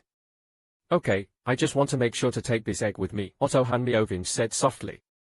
"I bow my head and apologize for putting this burden on your shoulders. Only Mr. Ulik Miovich, Lord of Miovinga, can go on these roads, and you should go. Let's go and perfect winter." Returning to the library in Ulica's cabin, he looked at the ice crystal and explained, "Well, it's just that I was told to bring this ice crystal to the god Carmelite." The Demon King suddenly covered his face and laughed, "Ha ha, the god Camila, I guess he is trying to create winter. Do you know what it means in winter?" "Of course, those disgusting four-season people. They have always haunted demon lords like me." Looking into the Demon King's deep eyes, Ulik suddenly felt curious and stood up. "Please tell me in more detail. Why do I have to tell? What about 4 days off? What do you think those 4 days off will do?" Too curious, Ulik gritted his teeth and lowered his hand. Okay, then I'll just leave it as a tribute. It can't be any more than that." Having achieved the desired price, the Demon King nodded and smiled. "Very well, listen carefully. There are 4 subordinates to support their predecessors to create the foundation of the Miovich family, and because their personalities and characteristics are suitable for each season, we demons often call them 4. Spring, summer, autumn, winter. One of them, Otto Hanmiovich, corresponds to the cold winter. In any case, it is true that someone remains to direct such tasks. It means he is trying to pass on the power he possesses to others. Otto Hanmiovich's words made Ulik momentarily silent. "So if this mission is completed, you can also receive missions from other people of the 4 seasons." Ulik wondered. If he had the power of the 4 seasons, it would mean that Ulik could have the same power as the human ancestors they would support. Above all, if Ulik can continue to devour seals as strong as the seal of cruelty or even stronger than that, then, with everything gathered in his body, it was very likely that he could rebuild the glory of his family. The more he thought about it, the clearer the path and future ahead became, and Ulik was also full of enthusiasm. To manage this journey, then he looked down at the ice crystal in his hand and asked, then how important is this ice crystal to the god Kamiola that he needs it so much? The ice crystal is the essence of winter that is only formed from the depths of snow mountains covered in eternal white snow, or in other words it is an egg, a condensation of the divine. Since the advent of the camellia, a winter-blooming flower, there has been no better flower pot than the ice crystal. The story was quite obscure, making Ulik understand everything, but the most important thing was where he had to go to meet the god Kamiola. The Demon King thought and answered that it was probably in the Temple of Flowers, somewhere south. When I heard about the Ulik Flower Temple, I was startled and exclaimed, "The Flower Temple, I've only heard about it in legends, but it really exists." The Demon King nodded yes, that noisy bastard must be in charge of this temple. Suddenly the Demon King asked what he said, making Ulik a bit suspicious and silently thinking, from this moment he could guarantee that after looking through the records in the royal library. But isn't this Demon King becoming too friendly? What plan is he planning this time? And his soul form became stronger. With that blink of an eye, Ulik suddenly realized that the Demon King's aura was no longer as weak as before. The Demon King also smiled and whispered to himself, this boy seemed to have noticed that his strength had returned a bit, but even if he noticed my strength, you can't do anything either. You will have no choice but to perform quests to become stronger. Ulik looked down with his own thoughts. Yes, now he must carry out the mission to become stronger, and at the same time the powers he received can also make Mephisto become stronger. Should be stronger. Ulik can receive a great Demon King that has the ability to plunge the entire world into misery. Looking at the Demon King's lowered face, he happily shouted in his heart, "Ha ha ha, what a face full of pain, of course you must be afraid." Although the Demon King felt uncomfortable with having to leave a Meovinge just to become stronger, he couldn't help it. The Demon King's recovery process needed to be a priority. He thought about it, but suddenly he withdrew. My smile stopped when I saw Ulik's strange expression. What is this bastard laughing again? What's wrong with this guy? Has he gone from being scared to losing his mind? The Demon King's soul in front of Ulik felt like he was looking at a delicious dish because he realized that he would most likely be able to absorb all of Mephisto's power. After all, let him restore your strength and escape from Ulik. Ulik needs to become stronger. Even though he felt that this thought was very wild and like he was losing his mind, Ulik could not help but feel the pleasure rising in his heart. Okay, now we have completed everything that needs to be done at the bottom of this abyss. Do we need to go back? Without hesitating too long, he easily flew to the edge of the abyss. If a month ago, it would have been very difficult to return to the ground, but now it was as easy as pie. The Demon King walked towards him. After being annoyed and cold, "You are really too arrogant." Looking at the white snowy mountains around him, Ulik immediately launched himself into the sky and rushed to somewhere. Now that he had a guide, should he go straight to the tribe of the people? Red-eyed Snow? No. Ulik wasn't sure if it was because he had been in a war with the snowmen for a long time, or maybe it was because he had swallowed the Demon King's seal, but here he wanted to see those snowmen. Carrying the joy of gliding quickly between the rolling mountains, until standing in front of the Yeti tribe, Ulik's face was completely dark, cold, and somewhat shocked. Sleeping in bewilderment, looking at the scene of the tribe's devastation and the pools of bright red blood soaked on the extremely prominent white snow background. What in the world has happened here? The Demon King looked at the tragic state of the snowman deaths around him and commented, it seemed like they were slowly tortured without being killed instantly, so they must have been killed. Used for entertainment purposes. We don't know who the killer is, but they have a much more cruel nature than most demons. Demons will kill their prey but don't have time to torture them like that. Listening to every word of the Demon King, Ulik stood still and contemplated, then suddenly exclaimed, I feel a bit uncomfortable. Step by step on the snow, his thoughts spread out. They were snowmen and bloodthirsty monsters, so they could die at any time. Even before that, Ulik didn't know him. How many snowmen have you killed? But he would never consider them as toys to be tortured like that. This unpleasant feeling is probably because Ulik swallowed the seal and took on the mission of the Snow Mountain King. His whole body trembled slightly and then he let out a tired breath to calm himself. Calm down. I'm not the Snow Mountain King. I have no right to pity these snow people. But when Ulik walked to another nearby area, his eyes widened and he cringed again because he witnessed something. In front of Ulik are now frozen human bodies with their heads stuck straight into the snow like pillars holding up the sky. He quickly ran closer to a pile of snow nearby. Ulik tried to dig up the pile of snow with his hands as if looking for something. His teeth were clenched tightly to restrain himself until Ulik dug up a familiar person. That was the boy who guided Ulick a month ago. The Demon King also stood quietly behind Ulick, looking at his pensive back. Then Ulick glanced at the surrounding corpses and asked in a cold voice with no clear emotions, "This is what those bastards did, right?" The Demon King felt for a moment and then slowly nodded. Head is right. So aren't they making us feel more uncomfortable? The scene moves to a certain area in the vast snowy mountains. The group of people of the blue-haired girl that Ulick met last time are running away with their bodies full of injuries. Her breathing was very rapid and it seemed like she was about to reach her physical limit, but she still stubbornly rushed forward, not daring to stop. It wasn't until he collapsed on the snow that the remaining 2 guards behind him rushed forward in panic. "Mistress, are you okay?" Being supported by 2 bodyguards, the blue-haired girl stubbornly nodded. "I'm fine, don't worry about me.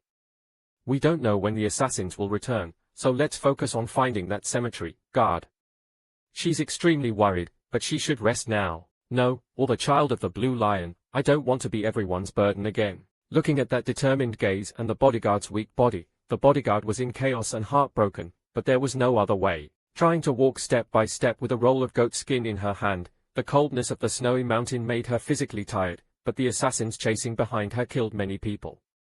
With their sacrifices, she couldn't fall here. It's been a month since her group of people searched the cemetery for a month, but without finding any trace. Where in this terrible world is that cemetery? The girl wondered helplessly. Looking up at the white sky, she softly called out her father's name.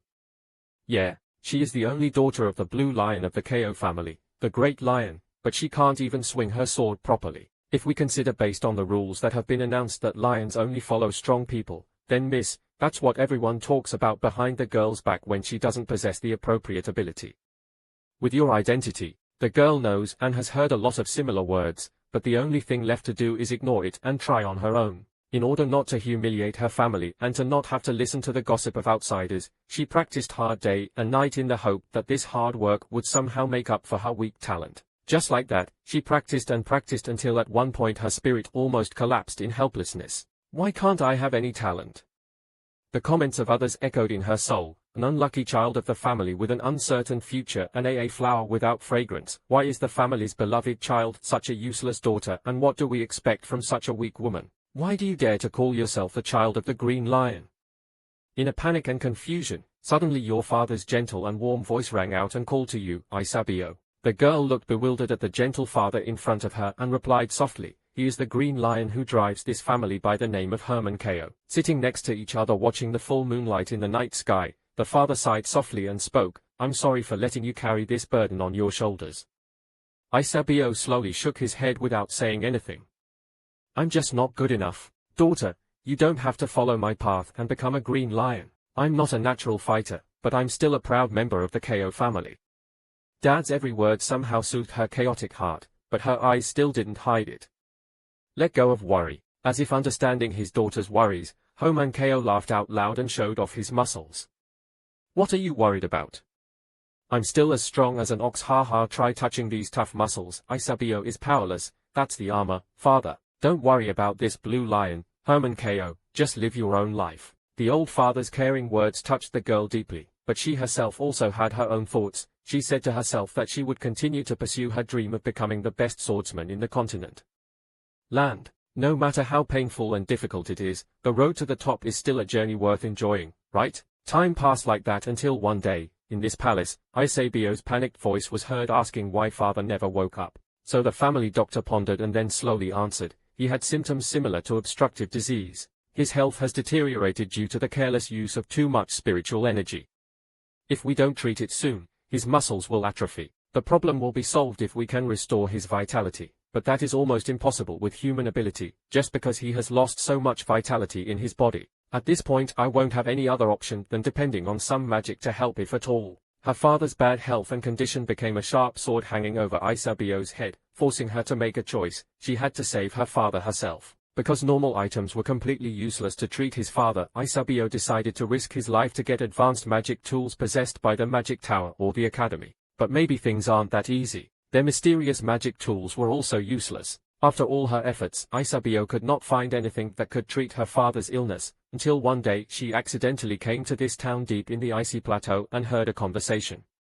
Stories of people in pubs. They were talking about a cemetery ruled by the Snow Mountain King in the snowy mountains. If it's the king's cemetery, That place will definitely be filled with treasures and many magical tools that humans can't have. Their conversation and the glimpses of news made someone as desperate as Isabel see a new door. So Isabio immediately clung to that hope with all she could. God does not disappoint. After trying her best to find countless information about that cemetery, she also learned that that cemetery really existed in the world and she believed she could find it.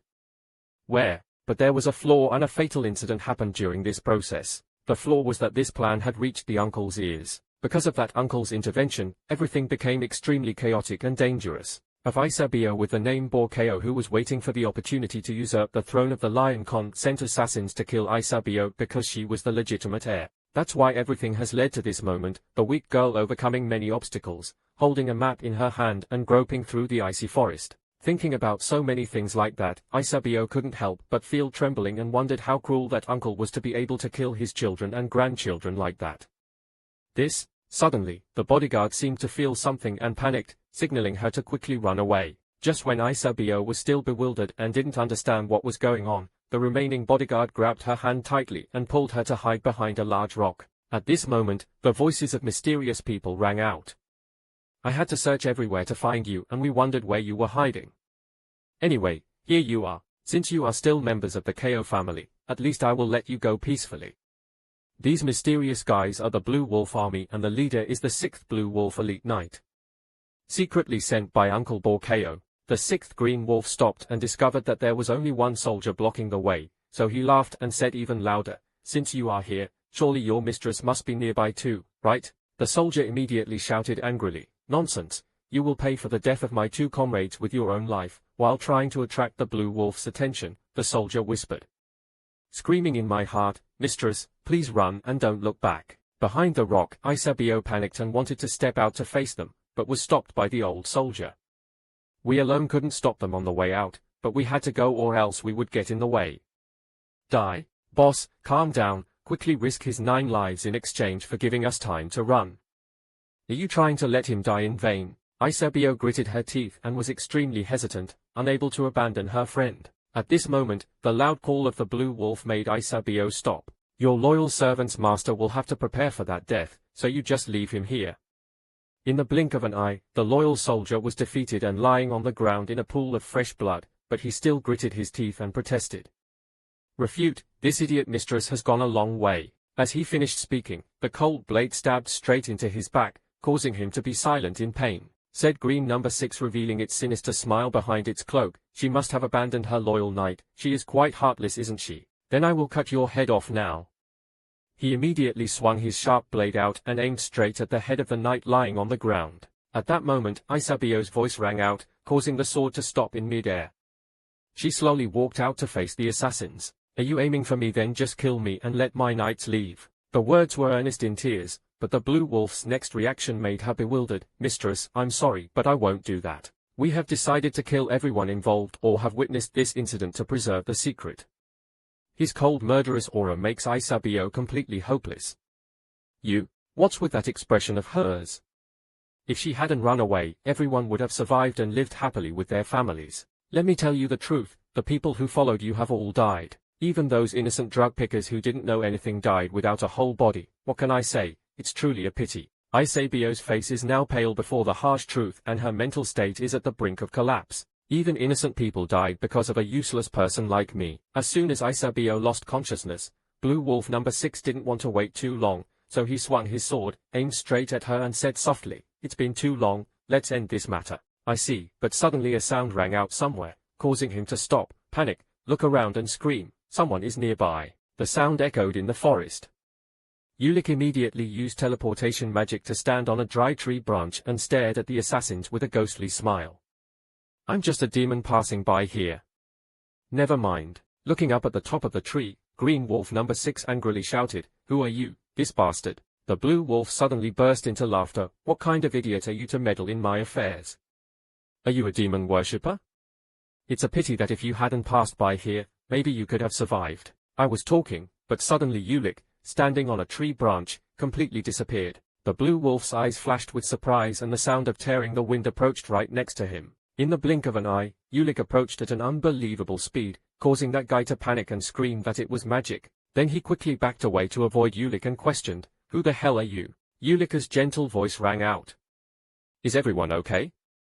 Isabeo and the soldier looked at him with surprised eyes and nodded a bit strangely. It was okay, but, I'm okay, but are you okay too? Sitting on the ground, Ulik sadly nodded of course. On the other side, the group of green werewolves were curiously discussing among themselves, does the magician usually land like that? It's not like he just fell down, it's so humiliating, why doesn't he get up? Under their gaze, Ike slowly stood up and he was embarrassed because if it weren't for the slippery snow, he would have made a cool impression on them. And at the same time, Isabel also saw Ulika's face, so her eyes opened wide in surprise. Isn't that person the person who disappeared a month ago? I couldn't let him fight on his own like that. Without hesitation, she shouted loudly at Ulik, run away, he can't win against them. Ulik hadn't said anything yet, but the green wolf had already stolen the words. Mistress, didn't I tell you that my friend would not leave any witnesses? So everyone please listen to my command to destroy that demon for me. As soon as the command sounded, the assassins of the green wolf army rushed forward to surround Ulik and did not give him any way to retreat. Isabel witnessed this scene and screamed helplessly, but Ulik still stood still and he also spoke up, that's right, the mercy given to bastards like you is truly wasteful. His eyes opened wide, flashing a magical green light, and magic was summoned at the same time. The cursed consciousness and mana energy from the dragon's heart combined again to make Ulik able to use storm magic to create powerful and dynamic winds. His hands glowed brightly along with those beautiful eyes. In that moment all the oncoming assassins were swallowed by the storm and the screams echoed in the forest until everything ended with a fatal punch. Ulika's terrifying consecutive attacks caused the leading men to be smashed into severed pieces that fell scattered on the ground, extremely horrifyingly. The old soldier hastily helped his comrades stand up, and the owner, witnessing this horrifying scene, could not close his mouth in surprise. The green gravel leader of the assassins also stood still for a few seconds before asking, what the hell just happened? Then he immediately screamed at the remaining survivors, what are you doing? Kill him quickly, don't give him a chance to attack. The attack was launched again with the surviving assassins and now except for the blue wolf leader, all of them rushed forward without showing any mercy. Facing the swords from all directions to the east, Ulik easily dodged with his eyes shining and his hand outstretched to use penetrating magic. Without blinking, a familiar scene appeared again with sharp blades gathered from the surrounding icy energy forming a rain of swords shooting towards the group of people. Painful screams rang out and blood splattered as they were stabbed by those blades. They used all their strength to try to defend themselves, but the sounds they could make were only helpless cries for help. The battlefield is now just fresh blood dyeing the white snow red and stimulating the eyes of others more than ever. When everything calmed down again, Ulik stood silently in the middle of the battlefield and all the assassins were destroyed like a rain of flesh falling from the sky. The leader of the Green Wolf number 6 opened his mouth and gasped, then hesitantly asked, who the hell are you? You already know who we are, right? Facing him, Ulik smiled harmlessly, what's wrong? I don't care who you are, so why don't you kneel before me? Somewhat frightened by Ulika's strange power, but the blue wolf still gritted his teeth and cursed, I will definitely kill you. On this side, Isabio, along with 2 of her soldiers, dodged to the far side to observe the battle and she became more and more surprised. Who was that man? He really defeated the group of green wolves. Easy, no, now is not the time to talk about that issue. Surely he is a powerful magician, but it seems very dangerous if she gets too close. With her status, contact with strangers is something Isabio needs to do. Consider, this side fought again with the first attack from the blue wolf. His eyes glowed like a demon's eyes and his voice filled with magic, at least I can kill you, you bastard.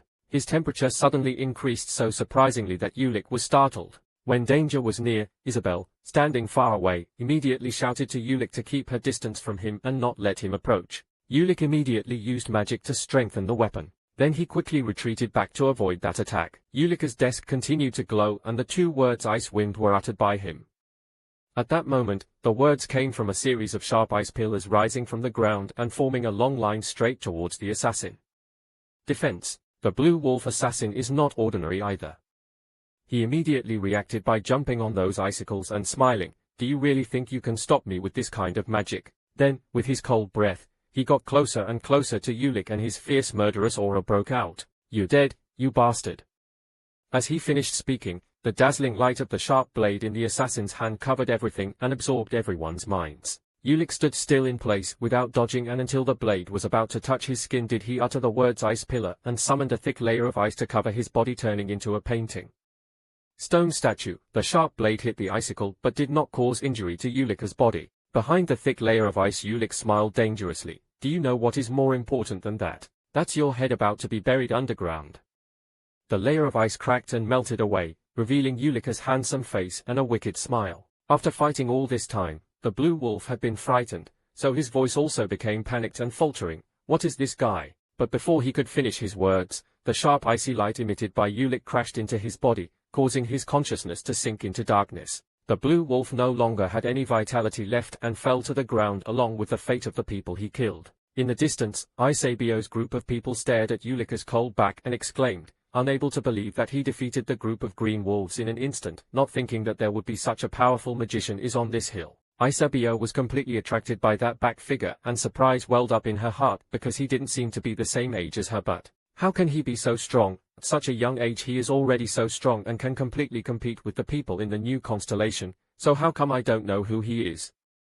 Is a mystic. At this time, Ulik did not pay attention to them, but he gently looked up at the sky and then slowly closed his eyes. The pent-up unpleasant emotions were somewhat relieved after killing the culprit who caused all that tragedy. Ulik remembered the child who had guided them along with the current chief of the Yeti tribe. His eyes slowly opened to look up at the sky and silently said, "Please rest in peace everyone." The Demon King stood nearby for a while and finally couldn't help but called out, "Hey, they keep looking at you, why don't you say anything to them? They are looking so much that it gives me chills." Hearing Mr. Ulika's words, he stiffened and sweated because he forgot to introduce himself. Under the panicked and somewhat fearful gaze of the other group, Ulik slowly turned his head. Then he gave a friendly smile, saying, "Hello, it's been a while since we've seen each other." Standing in front of that smile, the soldier who had just been knocked down woke up, clutching his sword in anticipation. Even if this man had helped them, he was still a complete stranger and did not know what to do. To be caught off guard so soon, if he had any other motive, he would be just as dangerous as the assassins just now. Suddenly, Isabio slowly took a few steps forward and knelt down and bowed her head successfully. Glasses, thank our savior. The two bodyguards around were very panicked, not understanding why the mistress knelt down like that. Even Ulik was bewildered and quickly shook his head. "You don't have to do that." Isabio loudly shouted the names of the two defenders and they understood what they meant and both knelt down on one knee and said, "Thank you to our savior." Ulik stood in front of this whole group, extremely confused, so he spoke up to explain, "No matter who it was, they would have done the same thing as me, so everyone please stand up." The ghost of the Demon King appeared next to him. The way she complimented it looked like she knew how to behave unlike those bastards from before. Ulik kept talking before Isabeo raised his head and stared at him with earnest eyes. "It may sound rude, but can I ask my savior a favor, Ulik?" He quickly nodded yes. "Where do I have to go?" "It's not like I want to delegate to you," she said loudly while holding Ulika's hand tightly, making him even more confused. Suddenly he saw something that made Ulika's eyes move. After a conversation, Ulik agreed to their mission and sat with them on a horse-drawn carriage between the icy mountains. He sat silently and suddenly smiled, making the two of them still. Back in the car, I felt panicked. The Demon King sitting next to him is breathing heavily. "I can see you smirking. You bastard, cover it up now if you're preparing something." Ulik also knew how scary his smile was, but he couldn't control his excitement because it was exactly what he expected, because he was given something extremely valuable. Just now, Elizabeth put a gold coin in Ulika's hand. "Is this gold?" "Not only that, but is it also a green lion? Are you the young lady of the KO family?" Ulik looked at the gold coin, then looked up at the girl in front of him and asked, making her nod awkwardly, "Oh yes, but I'm so ashamed of this feeling of mine." After receiving the confirmation and looking at that beautiful face, Ulik understood why she was so beautiful. The scentless flower Isabio Ko is her title. Even when her stunning beauty made the prince infatuated and wanted to propose to her, she was still abandoned because she was a scentless flower, someone born without any talent. If a fierce lion did not have fangs and sharp teeth, what would their fate be like? Would they still be worthy of the word majestic lion? Ulik heard that after her marriage broke up, she lived alone in her own land. Thinking carefully, he smiled at her and introduced, "My name is Rich. It's an honor to meet the only daughter of the Green Lion." Isabeo awkwardly shook his head. "Why is it such an honor?" "Nice to meet someone like me." Ulik suddenly burst out laughing.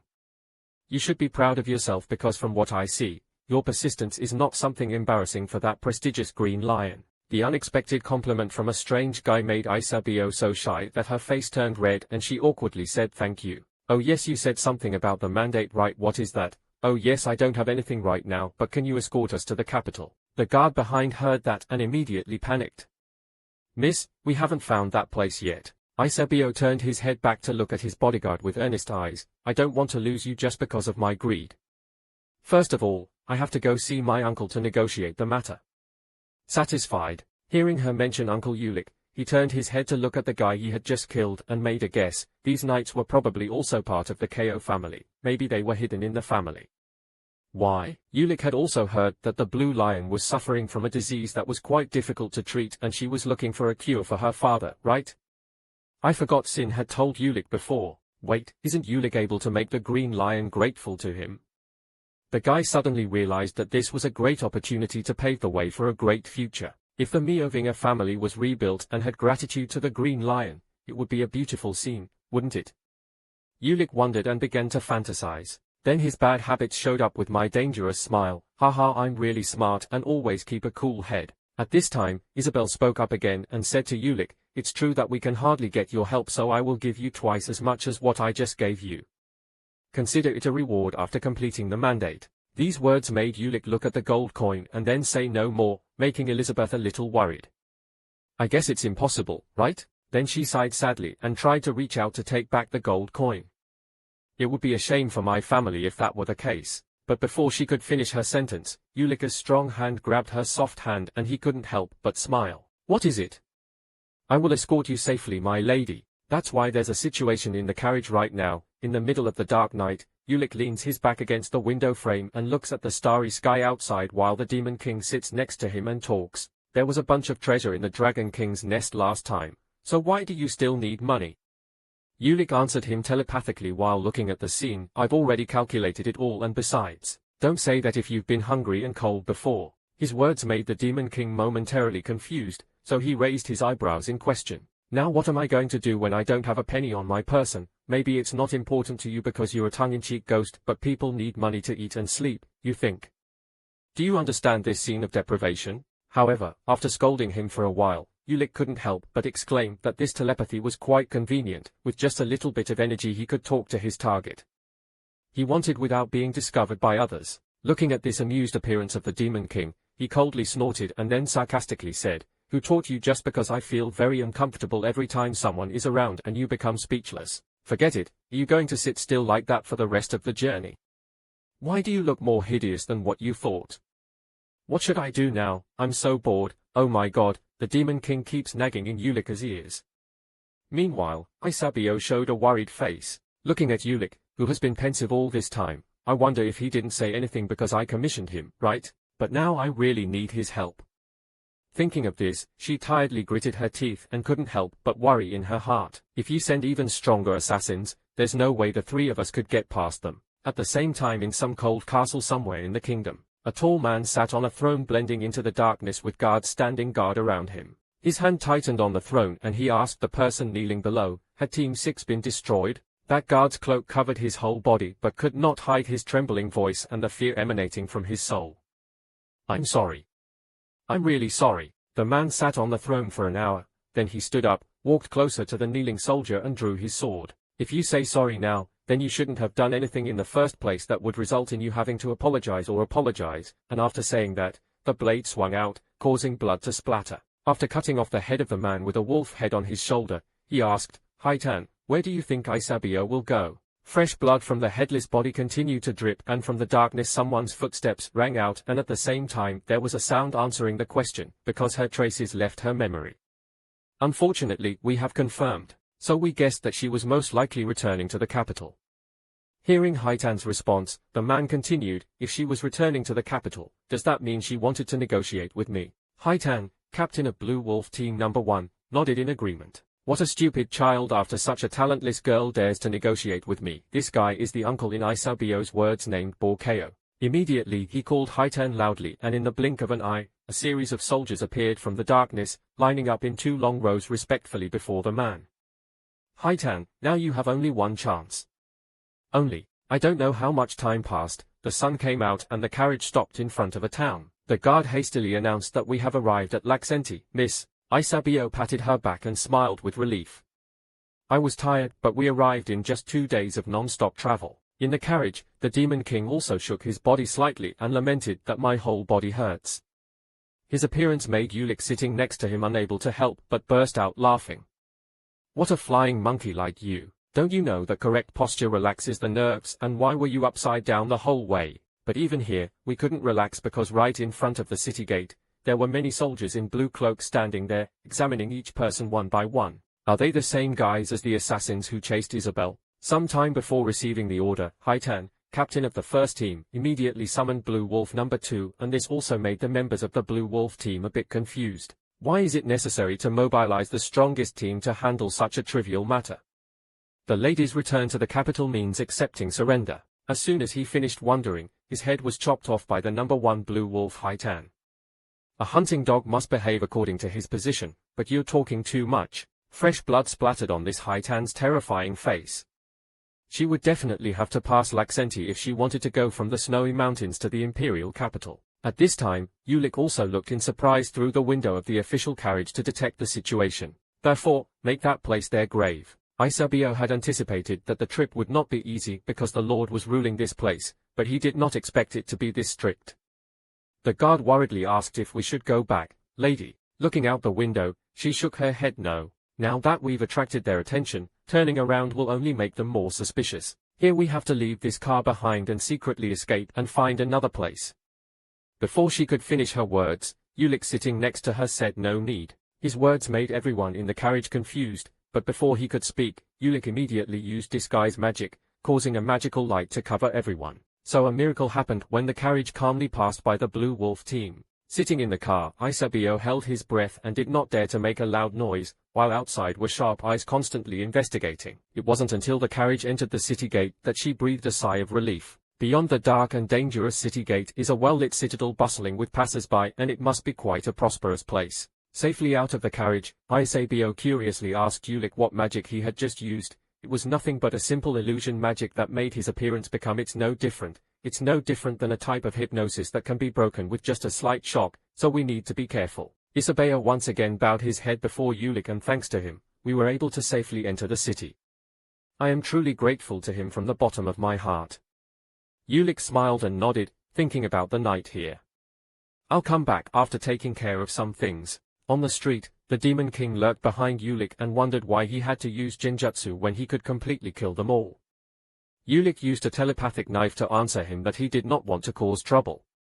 Fight without knowing anything about the enemy, and moreover, you need to save mana for emergencies. The Demon King then glanced disdainfully. What do you think oaths and soul contracts are for?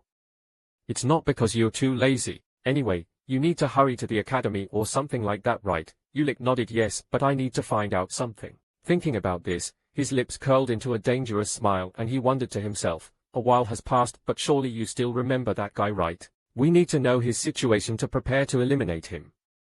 Looking at this scary smile, the Demon King Ulik sighed in panic even though he didn't know who it was, but it was unlucky to be killed.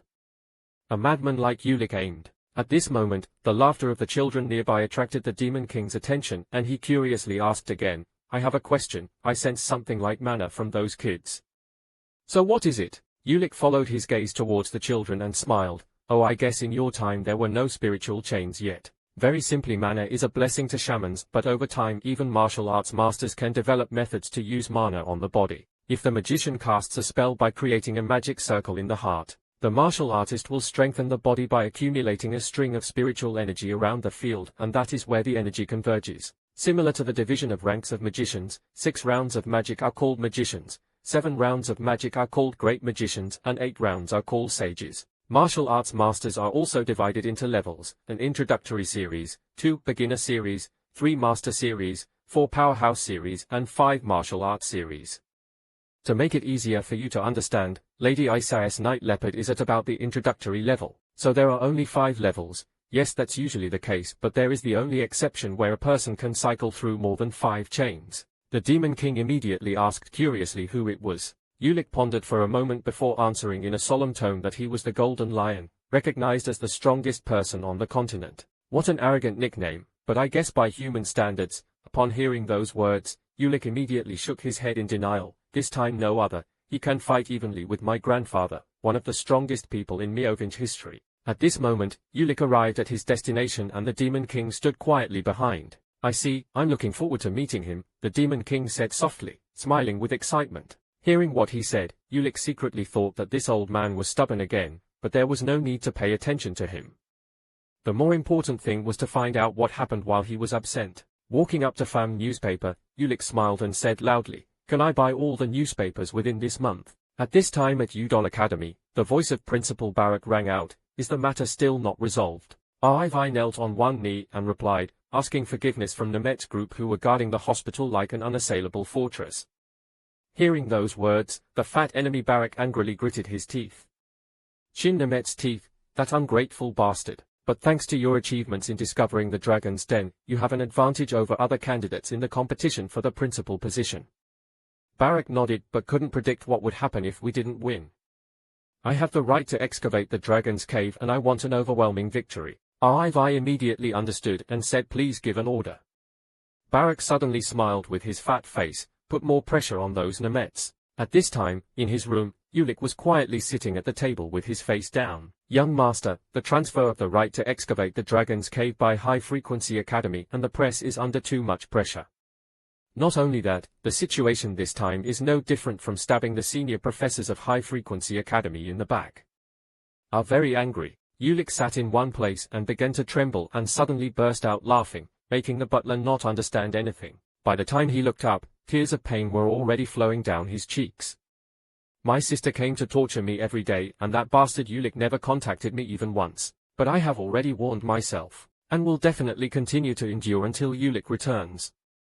Looking at the series of articles and letters scattered on the table, Ulick gave a confident smile. At this time, in a certain room in Laxenti, Ulick, after reading a series of articles this month, also chuckled softly and praised, "That director is still cunning as always and Shin is for me. Are facing hell. It's true that the older the ginger, the spicier it gets. You know how to use public opinion, old man Barak." Ulick's hand on the table clenched into a fist and he said to himself, "Just keep climbing, old man, it will only make my debut more flashy. Anyway, I feel a little sorry for Sin. Is there anything I can do for him?" Ulick raised his hand to his chin and wondered. At this moment, from outside the window, a blinding light suddenly appeared, followed by a red flame that almost covered the entire city. Both Ulick and the Demon King glanced bewilderedly through the window and in their hands the screams of everyone around them continuously rang out, "Fire! Fire! Quickly bring water here, it's burning. Mom, it's so hot, someone save us!" Each scream of pain continuously resounded, causing the whole citadel to be engulfed in a color of mourning and utter chaos. Unable to believe it, Ulick quickly opened the door and rushed outside, and he couldn't help but blurt out what the hell was going on when he saw the entire citadel being consumed by fire. Going back in time a little while ago, right when Ulick left with the Demon King, the bodyguard couldn't help but ask his mistress, "Do you really trust that man named Rich?" In the rented room, Isabio nodded that he was the one who saved us. Yes, although he was not Borkeo's subordinate, maybe he was an assassin sent by the other 7 masters to kill us. What about capturing the main estate? I'm not sure about this yet, but we should still take precautions first. Isabio listens to every word his subordinates say and she also understands Chen's concern, but it seems that since the snow maybe he's just overprotective of her. Putting aside the thoughts in her head, Isabio turned around and said, "I understand what you are trying to say. However, don't say that anymore. If you doubt, that means doubting my decision." The boss's blunt and fierce words made the 2 subordinates momentarily bewildered. Isabio believed that person as soon as she saw that expression because that was the expression only upright people could show. The bodyguard nodded in panic but still stubbornly continued, "I understand, but isn't he just a mercenary who loves money?" Those words made Isabio laugh and shake his head. "No, he really wants to help us. Even though he wasn't paid, he still helped us, which proves that even if we asked, he wouldn't help us." But his expression changed as soon as he discovered we were KO family. He considered that our family's reputation might decline, so he intentionally lowered himself like that. The old guard woke up and smiled. I understood that he did it to maintain the reputation of the Green Lion. The guy standing next to him also smiled bitterly. Seeing that they had listened to what she said, Isabio nodded and she was about to continue, "So we." But before her voice could be uttered, a fierce fire exploded and covered the surrounding area. At this moment, viewed from high in the sky, the entire citadel was covered with a sea of fire, causing an area of sky to be lit up bright red. From this angle, someone's voice could be heard exclaiming that the fire was burning brightly. "It's so brilliant. The magic scroll containing the magic of the 4th circle of the initial heat line is indeed valuable. The guy speaking is the captain of the third team of the Blue Wolf and the guy next to him is the captain of the second team. It's already like this. Can you still laugh, Simonon? Hey, didn't you agree with my decision just now? Why are you suddenly so serious now? You also know how much I've spent on this, he said while gently waving his hand. The parchment was burning in his hand. Looking at his face, the captain of Team 2 of the Blue Wolves thought to himself, I really can't think of a better way. With the owner's personality, no matter what she encounters, she will try her best. Just overcome to help people, so attacking everyone in the city is also something you should consider. What should we do now? Do we burn more?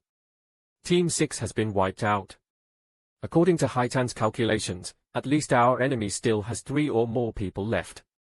He said that among them there may be magicians, so we have to be careful. Feeling that the captain of team number 2 was being too careful, the captain of team number 3 smiled politely. Come on, even if it's a bad team, I just need to close my eyes and burn them all, you and Hai. I keep worrying too much. Besides, it took a lot of effort to get here, so I hope they will be strong enough for me to play with. If so, let's get started. Then, under the guidance and orders of the 2 captains, all members of the Blue Wolf team began to spread out and look for her. Except for the head girl, the rest were killed. In the rented house that had been blown up, Isabio lay on the ground and the bodyguard's voice rang out from nowhere. The owner quickly ran away. If it was done by the Blue Wolves, their target would be you. Isabio tried to stand up and frantically called out the names of his 2 bodyguards. How are you 2? Are you okay? What the heck is going on here? In front of Isabio, calls for help and people's screams continuously rang out. Until you clearly see everything going on in this citadel, your eyes are completely blank. My store save me, run away quickly. All the people were injured by the explosions and burned by the fire. The screams and tragedies of the people made Isabio's weak soul feel like it was about to break. At this moment, the guard's voice rang out, saying that the mistress should be careful, making Isabio bewildered. I only saw a terrible explosion suddenly happen nearby, causing her to be blown away. But Isabio still tried to stand up amid the screams of the bodyguard. Please run away. Isabio's consciousness was extremely tired and her teeth kept clenching together, but her eyes never left the sword on the ground. His body was filled with helplessness, but he still struggled to hold the sword in his hand. Trying to resist and stand up, Isabio's consciousness kept screaming, I wanted to do my best to cope with this to save everyone, but I don't have enough strength or talent to stop them. Everyone, innocent people, are in trouble because of me. I don't want to run away. I don't want to live such a humiliating and useless life. At this moment, Richie's words and face appeared in her mind again. Yes, she wanted to become someone like him. Suddenly, from afar, a bright light caught Isabio's attention and it seemed like something was coming. She did not hesitate to hold her sword and prepare to defend. She could not back down because she was a member of the family that protected the KO Empire. Even if she had to die, she still had to fight to the end. Her eyes were as bright as a burning fire. Around her, a cold voice rang out. Even if we have to sacrifice, we still have to fight until our last breath. In the blink of an eye, that ray of light also struck, causing an explosion even more terrifying than the previous explosions. Instinctively, Isabio's eyes closed tightly. After a while, the impact force in her imagination did not appear, so she inexplicably slowly opened her eyes and looked forward. I only saw that the bright fire and the surrounding heat had completely disappeared, replaced by cold, icy light. Isabio wondered aloud what was going on until she saw someone standing in front of her. From that person's body, strands of cold energy began to radiate around and penetrate every corner of this citadel in the hope of extinguishing the fire. Snow and ice covered everything and the cheers of the survivors also rang out. The fire was being extinguished and we were saved and cheered. The situation changed suddenly, leaving Isabio completely bewildered and unable to believe his eyes. Her eyes were filled with tears from despair. That figure was very familiar and she recognized who it was. Isabio softly called Rich's name and she couldn't help but engrave that image in her mind. She didn't know how long it would take or maybe it wouldn't be possible. But if possible, she hopes that one day she can confidently stand next to him and be strong enough to protect the people she wants. As for Ulick, he had no time to worry about Isabel and immediately rushed forward with clenched teeth full of anger. As a knight protecting the kingdom, he kills innocent civilians. The Demon King who followed behind was interested in seeing Rich's expression because strong people are often very good at suppressing their anger, but once it flares up, it's difficult to extinguish. This is something the Demon King himself knows very well because he has confronted the Meoving family in the past. In contrast to normal people who always make mistakes when losing their reason, the Meoving people, this guy is calmer, crueler, and becomes even stronger. Standing at the top of the high tower, The Demon King looked down at the people of the Blue Wolf team below and exclaimed, "It seems that compared to the last time they met, they are more numerous and stronger. Do you think you can win?" At the same time, Ulik also looked down on the poor civilians from above and replied, "It will probably be difficult. I don't know how long I can maintain my energy, but now I can't freely use magic. It's okay to act like this in front of civilians." The Demon King wondered even more. "Why didn't you run away?" Ulik calmed down as the energy began to cover his whole body. "There is a saying in our family that people with strength must have the obligation to carry out their responsibilities. That's why the strong are always the leaders in every battle." The green werewolf stood on the ground looking up at the mysterious mage on that high tower and kept complaining, "The scrolls I bought with my hard-earned money should have been magic circles. Saturday, where did a guy like that come from? Did he come out of the magic tower? What should we do if we're dead? We can't touch the magic tower." Hearing my friend's panicked voice, the captain of Blue Wolf Team Number 3 shook his head. "I knew all the magicians in the magic tower, but I didn't recognize him. No matter what, I had to be careful. Above all, we just need to right the misses and retreat, so what if that magician interferes? Then kill him, what else?" The soldiers in the Blue Wolf army rushed towards the young lady and their speed was terrible even though they were not magicians. Facing the onslaught of the Isabio knights, their arms and legs were weak and they no longer had the strength to move or dodge. At that moment, a figure appeared right next to the young lady and held her hand. Ulik appeared like a god and used his calm eyes to calm Isabio's chaotic heart. Looking at the face of the boy in front of her, Isabio regained her courage and looked at him steadfastly before nodding. In an instant, Ulik carrying Isabio turned into a ray of light and rushed quickly into the night, and immediately the army of green wolves shouted after them. They were running away. "Team number 3, come with me, quickly chase after them." Together with Isabio Ulik, he used magic to quickly disappear and appear in the night through each small neighborhood, and still not forgetting to judge the force of the assassins behind. If he looked correctly, they could more than 40 names. This time, Ulik must lure them to a place where there are no people so he can freely perform his magic. Partly, Ulik intentionally revealed his movements to lure them, partly because there were quite a few of them, so he was quickly blocked and surrounded, so he was forced to stop and land on the ground. But it seemed that this place was still not suitable for fighting, so in that moment Ulik almost teleported away in front of the Green Wolf army and appeared right behind them. He continuously turned into a few more alleys until he finally stopped at a large square and was surrounded by Green Wolf knights. From among those people, the captain's playful and not at all serious voice rang out, "I see you, little mouse." The first time hunting a magician was a bit exciting, haha. He was laughing, but suddenly his smile stiffened and he shouted angrily when he saw Ulik clearly in front of him, "Where have you hidden the young lady?" "Huh?" Ulik shrugged and also smiled in response, "You think I will answer you? You guys are really stupid. Of course you must not know where the young lady is because all of you can only chase after me like a pack of stupid dogs." Ulik's contemptuous words made the captain's veins burst with anger. "Roar, you guys want to die. Everyone, please take his head for me. Listen to the orders of the surrounding knights who have prepared to attack. As for Ulik himself, you have spent a lot of mana to extinguish the fires throughout the city just now." Although the Dragon Heart's mana had increased greatly after absorbing the seal, Ulik's body would not be able to withstand it like last time if he exceeded the limit again. At that time, Ulik had a chance to start over after his body exploded or died, but now everything will be lost if he dies even once. There were 30 of them, not exactly 40. After Ulik, he had heard that they would all go out even if they only had to deal with one person. Perhaps it was just like what Isabel said. Immediately, the axe like the weapon of the Snow Mountain King was summoned and held by Ulik, and he rushed towards the leader among the knights. The most appropriate choice at this time was to kill the commander. Theirs first. For some reason, Ulik was very confident at first, but when he moved closer to them, his steps became chaotic and somewhat unbalanced, making everyone who witnessed them surprised, or even Ulik himself. Panic, wondering if his body wasn't moving as well as it did when fighting the Snow Mountain King. The Demon King appeared next to him, curious if you were sure you could defeat the Snow Mountain King. Ulik dodged each sharp blade and answered with telepathy. "I'm sure my body moved at that time." "Move exactly as you wish." Hearing that, the Demon King laughed and then scornfully cursed you for being stupid. At the same time, the leader of the wolf pack also attacked with his sword in an extremely terrifying blow, piercing straight into the wall, dragging Ulik along with him. Waiting for the blindness to disperse, the blade was close to Ulik's ear, and in just a moment he would have lost his head. "You idiot. You think about the game on the chessboard that Otto Hanmiovin showing it to you will be similar to reality." Because his subordinates kept fighting but could not hit Ulik, The leader personally went into battle and Ulick could only block each of his attacks with difficulty.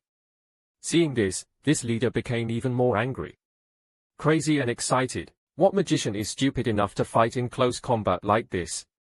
Why don't you use your almighty magic? His words made Ulick angry and immediately summoned ice magic with a series of sharp ice rocks towards the other guy. But maybe this attack won't do any harm and will only make him more excited. That's all you can do, you brat. Ulick's eyebrows furrowed in solemnity when faced with a formidable opponent. Feeling that this magician was not as strong as he thought, the captain of the Blue Wolf team became even more crazy, swinging his sharp sword continuously in the dark night, to entertain me a little more. Damn magician! The two people's battle took place extremely fiercely, suddenly appearing and disappearing in the dark night, making it difficult for others to see clearly, until finally, right in the center of that battle, a terrible energy explosion occurred when the two of them collide. As the dust and smoke cleared away, the figure of Ulick stood there, and around him he was surrounded to the point of being so crowded that there was no place to go. You ran away like a mouse, now you're a trapped mouse. The captain laughed when he saw that his knights had successfully cornered Ulick. So let's end it. He had just finished speaking and was about to end everything by killing Ulick, but suddenly from behind the green wolves a firework suddenly shot up, illuminating the whole sky. Knight, the captain, startled, turned his head and looked back, annoyed and asked, "What the hell is this?" As soon as their attention was distracted by the fireworks, Ulick immediately had a smile on his face and his brooding voice rang out, "You guys are all here, right?" The green wolves looked back in panic and didn't know when the ground around the square had been covered by a giant magic circle. The leader angrily shouted to stop playing tricks, but immediately his eyes became frightened when he looked at Ulick's appearance. Those were a pair of terrifying eyes with an indescribable aura of horror that made the leader's entire body tingle. How could a human have those eyes? He wondered in horror, immediately hurriedly shouted to the surrounding subordinates to kill it before it activated its magic. Ulick looked at the guys rushing closer and laughed with the magic circle constantly glowing. "Do you guys really want to kill me?" In that blink of an eye, ice covered the blue wolf's vision and sharp ice suddenly rose from the ground. Ulick calmly smiled at his results and praised, "The magic circle is truly a very good place to store energy, isn't it?" The situation suddenly changed when the blue wolf army was all held tightly by ice and frozen to death. Only the captain remained, bewildered and unable to believe his eyes. Ulick walked closer and smiled stupidly. "How can I not see you drawing a magic circle?" His hand got closer and closer, he panicked and screamed to get away. Just when Ulick wanted to brutally end his life, he suddenly withdrew his hand. A slash appeared right in the middle and was successfully dodged by Ulick, but at the same time he was unable to finish off the other captain. The cold voice and scary face of the remaining captain of the Blue Wolf army rang out right next to Ulick. "It's not bad, but your luck is still gone." This guy's terrifying aura and skillful moves made Ulick's eyes widen and he quickly backed away. The second formation was used by them and from afar, other knights appeared one after another. The captain who had just arrived stared at Ulick and wondered, he had lured us closer to kill us all with a magic circle, he had to be confident and have a thorough calculation to do it. He's smiling, how does he know we're secretly watching him? Ulick's calm smile makes the green wolves confused and somewhat panicked. As soon as he made a guess, this captain immediately shook his head to deny it. "That's not true. There's no way he knew we were here. If he knew, he wouldn't have used the magic circle." Then he opened his mouth and said to Ulick, "I will spare your life if you hand over the lady." Those words made Ulick laugh and reply, "That's good, but the problem is, I have no intention of letting you live." Ulick's murderous voice sent chills down the blue wolf's spine. Opposite him was a mysterious young man who was constantly emitting cold breaths of ice and snow. Those eyes and smile kept staring at the green wolf army and whispered softly like a verdict, "You shouldn't have done that, corrupt knights will not be lenient." Immediately unable to wait, the captain rushed forward to attack and ordered the remaining soldiers to protect their bodies with aura and maintain the formation. Ulick's one hand will reach out to use blunting magic on the blue wolf's sharp sword. But that blade still did not stop for a moment, causing Ulick to bend down to avoid it. Clearly the rust curse had no effect. The blue wolf's face was hidden deep in his cloak, revealing only his eyes as bright as a wolf's. The first group didn't work, so Ulick tried using magic to blow away and summon strong winds. This time the other guy was still unharmed, but Ulick, on the other hand, was almost hit. The power of the hurricane is also much weaker and has no obvious effect. While fighting Ulick, he pondered whether it was because of the sealing curse that all non-ice type magic became weaker. If so, then Ulick had to get a seal of the same type to use them. Assuming that's the case, would it be easy to use the sealing curse that is ice magic here? On the contrary, it would be extremely difficult, because unlike the ice mountain filled with icy energy that helps magic quickly recover, in the middle of this city, Ulik cannot release his full power because he consumes too much mana. But there is still a way, Ulik silently said, and at the same time cast some magic that combined with ice to form an ice blade that hit the other guy's sword with an extremely powerful blow, causing that sword to fault. Ulik's hands clasped together, combining the purple energy with the blue energy of ice. A great mage must adapt to all terrains and areas. Right now, the icy breath carrying destructive power continuously rushed towards the blue wolves. They were quickly pushed back and drew their swords to defend. Let's all block his attack. Although the captain's sword was broken in half, he was still able to use it and continuously sent out sharp blasts of sword energy. His eyes widened and he completely entered the most powerful fighting state. On this side, Ulik's icy breath becomes more and more intense and sharper, ready to cut everything it passes through. His eyes glowed and then he suddenly snapped his fingers, causing each icy breath to freeze into sharp ice blocks from all four directions, covering the army of green wolves. The captain alone did not move forward to attack Ulik, but at the same time, Ulik's voice rang out from unknown direction like an angel of death pronouncing a death sentence to the enemy. Enough playing, I don't have time to play with you guys, so I'll end it here by killing all of you. Those words stunned the captain and he immediately turned his head to look behind in surprise. He exclaimed in surprise when he saw that all his soldiers had turned into frozen ice statues. What happened? Ulik's voice burst out laughing. Just touching the ice poison made him freeze instantly. Your mistake was blocking them instead of attacking them. At the same time, pieces of ice began to appear and gradually devour that captain. I have never heard of such a curse. His eyes widened with blood and looked terrified, unable to believe he would fail like this. Ulik appeared in front of him and smiled dangerously. What are you surprised about? I just added a curse to the ice magic. His body was frozen and gradually lost consciousness. The captain laughed loudly in a crazy way. Haha, the captain of the first team is really the stupidest guy. He shouldn't have sent only us here. I admit that you are very good, but you will soon regret daring to touch us blue wolves. You will soon die at the captain's hands, haha. His threat did not make Ulik gradually calm down but made him reveal his killing intent more strongly than ever. So who was he who plotted all of this? Rest assured that on your way to hell you will no longer be alone, because I will soon send that guy down with you. Ulik's eyes glowed like a devil's eyes looking at the ice statue in front of him, and the other guy's face was terrified until the moment he died. At this time, looking back at the square from afar, I could only see that the entire square was covered with ice and the fighting had stopped. It was also here that the blue wolf who almost died was giving his people something. This is a scroll containing a level 6 fire magic circle. We escaped him thanks to the captain of Team 3 who maintained victory, but our blue wolf team is the swordsman of Lord Pao Kao who will be the next green lion.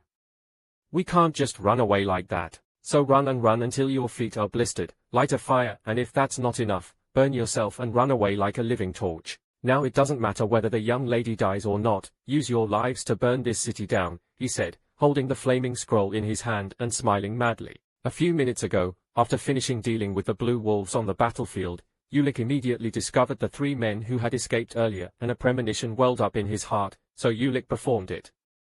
Teleportation magic chased the other guy's breath. On this side, just as the captain was about to activate the magic scroll to summon fire, a soft figure escaped from hiding and suddenly appeared right next to him with a long sword. With a loud snap, the captain's arm holding the scroll was severed and he still glared without having time to react. At the same time fresh blood was splashing out, Ulik also rushed to be present at the scene. He looked up at the captain who had just had his hand chopped off and smiled. On the snowy mountain, I would have thought that she was truly fearless. It turned out that the person who had just cut off that guy's hand was Isabio, and her cold voice rang out and said to the blue wolf captain, "Dare to take off my things and give them to you to run away like that? My skill in crafting grade A secrets is worth it. Entering the silent secret book allows you to hide yourself very effectively." Isabio's sharp eyes looked straight ahead when sensing danger. After all, that bastard was the captain of the blue wolf team, so he suppressed the pain and quickly decided to use the dagger to attack Isabella. Ulik observed the situation and then cast ice magic that covered him, making him unable to move anymore. He slowly walked closer and opened his mouth sarcastically. It seemed like he was trying, but he wouldn't die trying so hard. What's with that attitude? He just cut off an arm, so why bother? Already ugly, now even more ugly. I'm tired, so let's end it. Ulik's eyes slowly lit up and he reached out his hand, but the other guy still stubbornly looked at him with hateful eyes and said, "I thought that was the end." Ulik's hand immediately stopped and his cold eyes looked at him, wondering what he said. The captain sadly smiled happily. almost going crazy. Have you forgotten the other two? While you're still here with me, my subordinates will already be ready. Even though I have lost to you now, our blue wolves, the Lord's trump card, will never lose like that. You witches are too careless. This place will soon become a hell filled with resentment because of the fire of our anger. Faced with his story, Ulick was bewildered for a moment, then suddenly smiled. Oh right, I forgot to tell you that I stopped them. Your smile was like a sledgehammer hitting the other guy's nerves, making him tremble. What was that just now? You thought I hadn't discovered the whereabouts of the two of them. With a powerful source of magic, Ulick can almost sense every magical movement in this city, so he can easily recognize the enemy's direction. When he somehow guessed that their crazy intention was to burn down this whole citadel again, the anger caused Ulick to explode. But the first fire was due to his lack of preparation that made them successful, but this time it was different. The ice magic split in half was used to fire 2 ice bullets that ran in 2 directions, chasing after the other 2. So all of them as they were moving were assassinated by Ulick without even knowing it. Even the villain of your cards is gone, Team Blue Wolf. This terrifying truth makes the captain almost collapse. It can't be a farce, it must be a farce. He helplessly screamed in panic and then panicked when he discovered his current situation, so he immediately looked towards Isabio but begged, Mistress, please listen to me. If you let me live, I will definitely speak well of you to Mr. Paukeo. I was just planning to scare you a little and then accompany you to that place. I'm the captain of the 3rd team of the Blue Wolf. I'm sure that day I'll listen to you. As soon as he finished speaking, Isabio swung his sword again, making his other arm splatter blood, and her cold voice rang out, Don't tarnish the Ko family's reputation any longer. Again, after making him quiet, she looked at Ulick, smiled apologetically, and said sorry for being too impatient. Ulick shook his head and said it was okay because he had originally intended to give him to her. Most importantly, is she in pain anywhere? Isabio's whole body was trembling from the exertion, but she still stubbornly smiled and said that she was fine. Her body was probably in shock, she just needed to wait a little longer. Ulick's hand reached out and used his mana energy to soothe the fatigue on her body. Ulick, can you spare the life of a green wolf? She suddenly asked. Isabio herself couldn't believe that the knights came from a family that never wanted to have anything to do with an incompetent person like her. Even if they respected her, that respect was only because she was the daughter of the Blue Lion, and that was it. Sometimes the Blue Wolf army still respects her, but in other cases, they don't. They always stared at Isabio with cold eyes, but there was only contempt in those eyes. But right now Isabio wanted to spare the life of the captain of Team 3. Blue Wolf, lying on the ground, he wondered why he let me live. Isabio looked at him coldly and answered because she wanted to leave one child behind as a message. Go back to the castle and tell my uncle that he will never be able to become the Green Lion. Isabel's heart was in chaos because those who once despised her like these green wolves were now afraid of her. Of course, it's more accurate to say that they are terrified of the person who has shattered their pride. Looking at the tottering back of the Blue Wolf captain, Isabio sighed and wondered, if now I also have strength, and if you have the same ability, things will be much better than they are now, right? Her white hands were clenched so tightly that they trembled and constantly reassured her heart. If not, what's the use in having to be strong and blame yourself for your fate? I have to get rid of this weak nature. Standing in the middle of the icy battlefield, everything seemed to be going smoothly. Ulick asked where she was going now. I will go to the canoe where my father is planning his future there. Hearing that, Ulick immediately guessed her intentions and asked her if she wanted to expand her power. Isabio nodded yes. I will ask the old people who once owed my father for help. This is truly a wise decision. No one dares to go to the place of the Green Lion. Her brother's words were very agreeable, but she became thoughtful. That's right, they were scared because there was a Green Lion there. But if her father doesn't wake up now, it will be a tough battle. In this difficult situation, Isabio once thought that if she had the help of Rick, she would be very lucky, but the lion would not be able to do so. Spells involving witches. Moreover, she already owed this man too much and she didn't want to rely on him anymore, so she said goodbye. While she was thinking, Ulick suddenly took out a card from his pocket. Stack of papers and gave it to her. Taking it and holding it in her hand, she curiously asked what this was. Is it a document? Ulick nodded and explained, sorry for being so sudden. I heard that Mr. Blue Lion was suffering from a disease similar to obstructive disease. I didn't know if this document would be of any help, but it is a cure and it will work. In a ruined house, 2 knights, after hearing what Ulick had said, were surprised and exclaimed, what do you mean? How can you cure congestion? Ulick was still calmly using magic to treat the wounds of the 2 knights. Then he slowly smiled. Let me introduce myself first. His words made the other three bewildered, but before they could react, cracks began to appear on Ulika's body. My name is Ulik Mioving. At the same time, I am a member of the Mioving clan and I can also be called the clan leader. The bright light did not hide the extreme surprise in the eyes of the witnesses when they saw the appearance of Ulik is changing. In that blink of an eye, he returned to his true appearance with outstanding blonde hair. Ulik Mioving, the prince's official. That starlight is the title bestowed upon King Udon Mioving, the Star Knight Dharma King, the title bestowed upon him after his great victory over the demon race. It is a symbol of Udon Mioving's brilliant heroism in battle. Although his title is just a title, his name alone is enough to create an emblem. Represents glory. After a moment of bewildered silence, Isabio quickly asked again, do you mean the person who is still in a coma in the Royal Magic Hospital? But I heard that person has died. Before she could finish, Ulik smiled and nodded. I'm sorry I can't tell you the whole story, but it's true that I once suffered from a magical blockage and now, as you can see, what you are holding in your hand is the medicine to help me recover from my illness. The Blue Lion's illness seems similar to this illness and it will certainly help him somewhat. Didn't she want to repay the old grudge?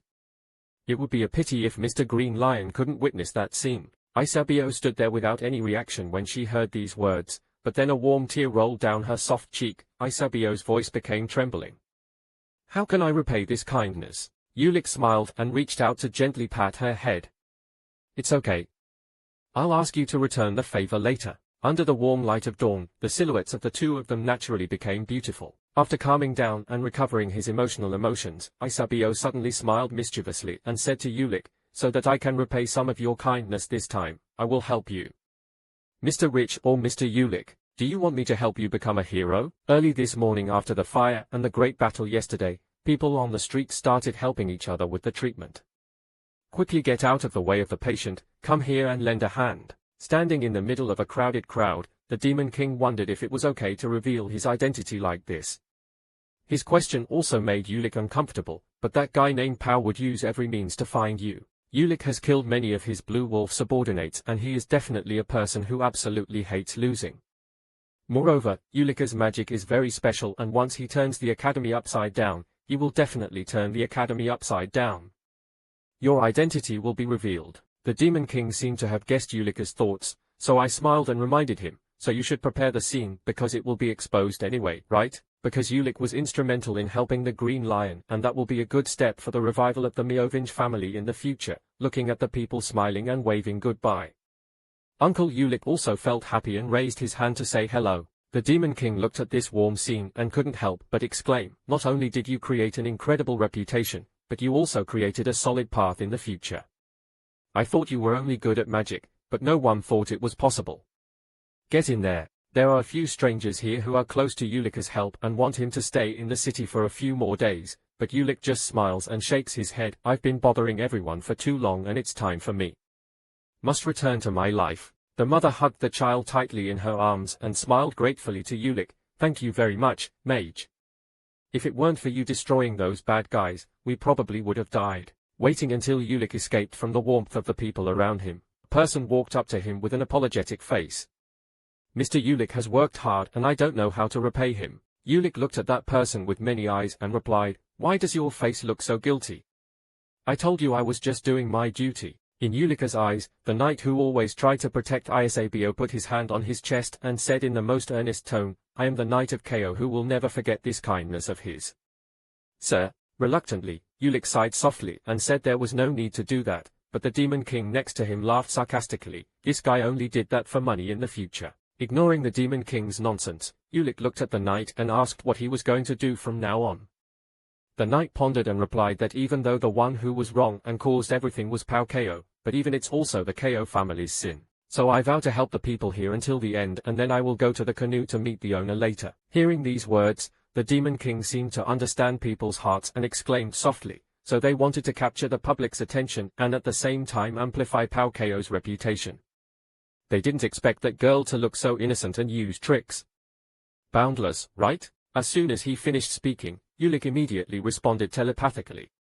It was not a trick, but it was a responsibility, more specifically, the responsibility of an aristocrat. Watching the earnest farewell eyes of the people of Ulik under the warm sunlight, turned around and left and continued on their path. His words just now made the Demon King think about something, but in the end he grimaced and stuck out his tongue. The monkey's responsibility was just an excuse. Anyway, everyone has their own thoughts. Sometimes white is not white and black is not black. This world is full of grey. That doesn't matter anymore. Now come CBA, just a sprinkle, right? The scene shifts to the Udon Magic Academy where teacher Barak is the headmaster. In the office Ivan was trembling and finally met someone who seemed scared of the teacher, and he pointed straight at him and angrily scolded him. I told you to go get the right to excavate for me, but even if that Nemet family gets in the way, what the hell have you done? I'm sorry, the apology you just said was drowned out by his loud voice. Sin Nemet, why did he dare to get in the guide's way? I swear I will never let him enter the academy again. We must at all costs to get it, even if we have to buy press releases or bribe superiors, we must find a way for us. After being scolded, Ivan was kicked out of the room and he was extremely angry and slammed the door. Sitting on his desk and glancing down at the scattered newspapers, Principal Barak angrily whispered, "Damn it. There are 3 days left until the principal election, and at that time, if we don't have the right to exhume, we will surely be dead." His anger caused his magic to burst out and burn those newspapers. I don't know when a mysterious person appeared in the dean's room. The dean turned his back to that person and said, "Can you repeat what you just said?" Hearing the dean say that, the mysterious man had a dangerous smile on his face. "You finally want to cooperate with me." In the capital of this empire, a large and luxurious city nestled against a high mountain range, recently the people in the capital were discussing with each other about a news that had just arrived. They told each other that in the small city of Laxenti, the Blue Lion family caused a terrible mess. It was probably an internal fight between the family because of the violence of those lions. It is not uncommon to openly show force without regard for civilians. But this time was unusual because many people died and many houses were burned to ashes, which was truly a cruel and condemnable act. But then a magician appeared and destroyed all those bastards. When they heard this news, the people in the capital were very surprised, not expecting such a wonderful magician to exist. According to rumors, the magician was a quite handsome young man, and they also heard that from now on the magician would be called the hero of Laxenti. The noise was loud. The surroundings that entered the litigant's ears were Ulick, making him confused. The Demon King's soul is like a dried fish lying on the table smiling. Since we entered the capital, we have only heard about you. You guys are really crazy about those 3 heroes. Ulick smiled helplessly. I also wanted to fill my stomach because it had been a long time since I returned to the capital. But why are you talking like that, Mephisto? At that time I also told her to force this matter is over, but she still wants to let everyone know. Then Isabel asked Ulick if he wanted her to make him a hero. And there was nothing better than having such a beautiful heroic story to increase the sympathy of the people. Isabel said that this will definitely help Ulick a lot because that fame will be a very good stepping stone for the future. Of course, thanks to that, Isabio will also create a solid foothold to put pressure on his uncle Paukeo, which can be said to be a double win, killing 2 birds with 1 stone. The rumor obviously went viral when people started talking about the mysterious judge's relationship with the Blue Lion's daughter and her engagement with the Crown Prince. Could it be that this is a love triangle full of difficulties? The more he listened to them talk, the more he felt his ears ringing and wanted to leave this place. Oh my god, is this helping me, lady? They are turning a hero story into a love story, but she's really good at considering things. Opportunity and create a stage, whether it's a heroic story or a romantic story, it's all good for promoting Ulick's name. Something as invisible as fame in this world can become real power. Ulick stood up and stretched, thinking that it would be great if he were as talented as Isabel in reviving his family. I don't know if she got there safely or not. He was so absorbed in thinking that he didn't notice that someone had approached him until Ulick turned around and called out to the Demon King, "Wake up, Mephisto, let's go somewhere else." Before the words could fully escape, a fist carrying red magic approached in the blink of an eye, making Ulick momentarily unable to react. The sudden turn of events caused Ulick to only have time to jump back and try to avoid the fist. Most especially, the residual energy from the attack created strong air currents that swept across this pub, shocking everyone. Everyone stood up in surprise, covered their eyes with their hands and started shouting in panic. What happened? Did you get into a fight? Ulick was the one who was attacked and he was extremely panicked and thought to himself, does that guy Paukeo still dare to cause trouble in the capital? Immediately Ulick shouted loudly at everyone in the bar to stay back. The smoke and dust in the middle of the battle slowly cleared away, revealing 2 silhouettes. Anxiety welled up in his heart because Ulick was afraid it would affect innocent people, but suddenly his thoughts turned to shock when he felt a familiar source of mana. Facing Ulick was a face hidden deep in the darkness, revealing only bright red eyes and a cold questioning voice. do you also dare to avoid my attack? Yulik suddenly smiled and replied, it's been a while since I've seen you, but it seems like you're pushing the joke a bit too far. Hearing these words, the mysterious person's hands were like a fire burning in magic. Do you know how many miserable things I had to go through because of you? If you still had a conscience, you would have come to the rescue. Do reconcile and then get punched at least once, don't you think so? Why is that miserable traitor called you? The sunlight shines on the face of the mysterious person, the third son of the Nemet family and the one who wants to bring punishment to Yulik for his ungratefulness in leaving his friend alone. He is Sin Nemet. Very quickly, people around recognized Sin's identity and Yulik quickly raised his hand to reassure everyone and then smiled bitterly at his friend, my wonderful and lovely friend, Sin. After a moment of chaos, the two of them sat down at the table and Sin kept grumbling and complaining. After having to wipe the ass of a guy like you, what can I expect from someone whose morals are no longer salvageable? Yulik laughed. If I can't save it, why don't you buy me a beer? Oh my god, this is the last time I'll treat you, you damned man. What is your relationship with the Blue Lion's daughter? Yulik quickly stopped me. I'm just joking, no need to treat, it's not the kind of relationship you're thinking. Finally, Sin had to stand up to order and pay under Yulika's shy smile. Up until now, Sin had not asked a single question about Yulika's condition, causing Yulik to suddenly smile and accept. Go out. This bastard must have felt my different breath, but he didn't ask any questions. He was probably waiting for me to confess. Looking at the small smile that appeared on Yulik Sin's lips, he mumbled gruffly. Boar, why are you making such a serious face? It's not like you at all. It's so disgusting. Please don't do that again. Please eat the food before it gets cold. The Demon King happily flew to Sin's side and followed suit. Teased Yulik, he was right, his expression looked really disgusting. The sound of two beer glasses colliding together was like a greeting after a while of not seeing the two of them. What do you mean when you say disgusting? Don't you know I've been complimented on how handsome I am lately? Sin listened and laughed. What a handsome man, you still haven't paid me your debt. Well, other than that, the play is being prepared according to your instructions in the letter. That play is really okay, right? What if you lose everything because of this? Hearing the concern and worry in Sin Yulika's question, he smiled reassuringly. Don't worry, there are only two important things to me right now. One is dragging that guy Barak who tried to kill me into hell. What remains is the strong revival of the Meovinge family. And now I will do both at the same time. Looking at Yulik Sin's confident face, I also laughed. Okay, if that's the case, then I will still continue to prepare the things you asked for. By the way, the spokesman of my Canaanite family was also extremely miserable because of that.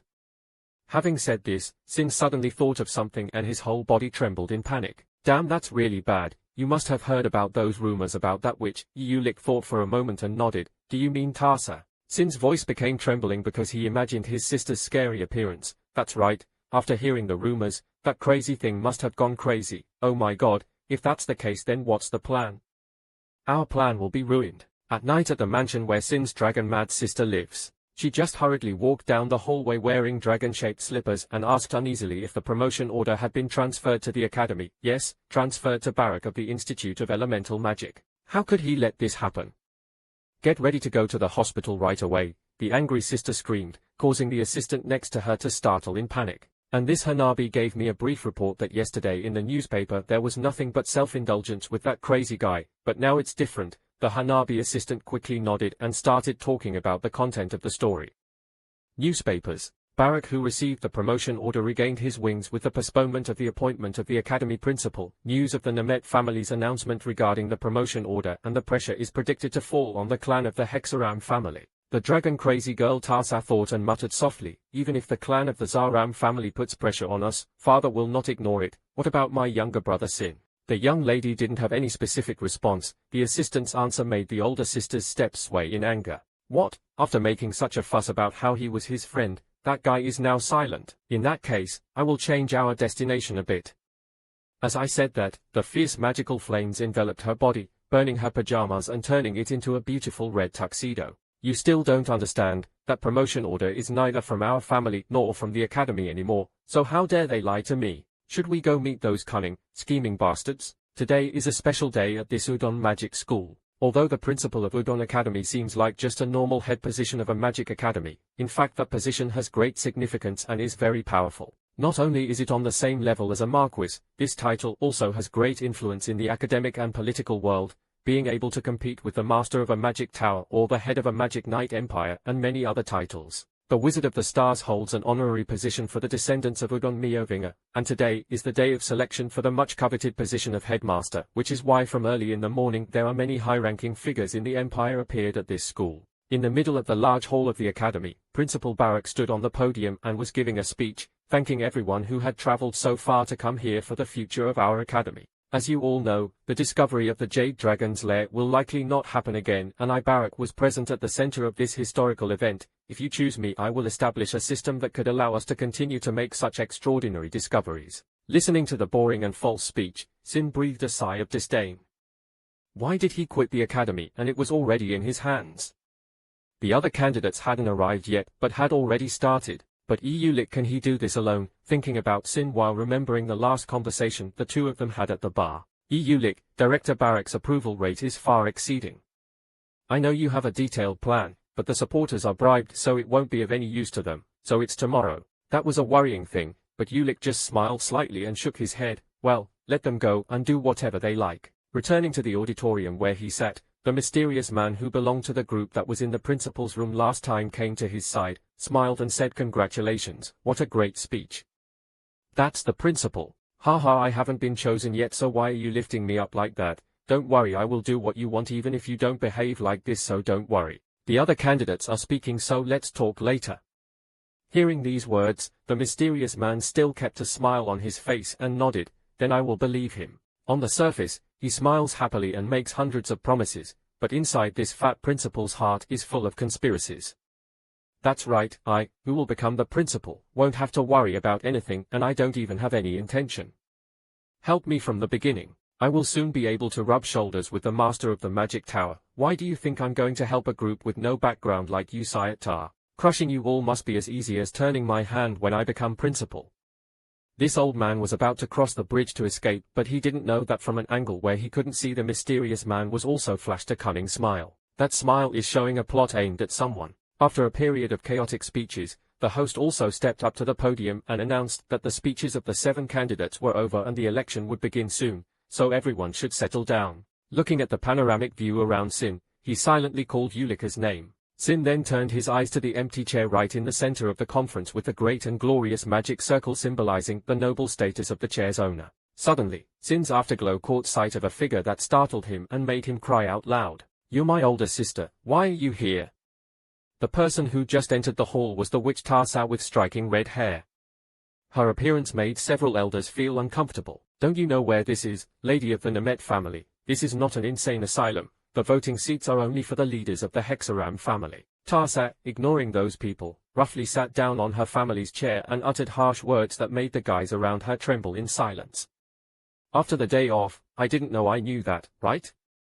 Because I'm participating on behalf of the head of the Nemet family. I believe that I am the one who understands best what will happen. Her strength makes everyone afraid, and the one who is most worried is Sin when she sees her sister's dangerous smile." At this moment, the host Ivan on stage spoke up, attracting everyone's attention. "Please keep your attention. I want to announce the election before the election begins. I ask everyone to sit down and keep quiet. Everyone should have received this magic stone in their hands, and you can see the candidate's information through the power of this stone. Next, vote for one of the 7 candidates and the results will be announced as soon as everyone has voted." Listening to every word Ivan told one of the 7 candidates, Principal Barak couldn't help but think.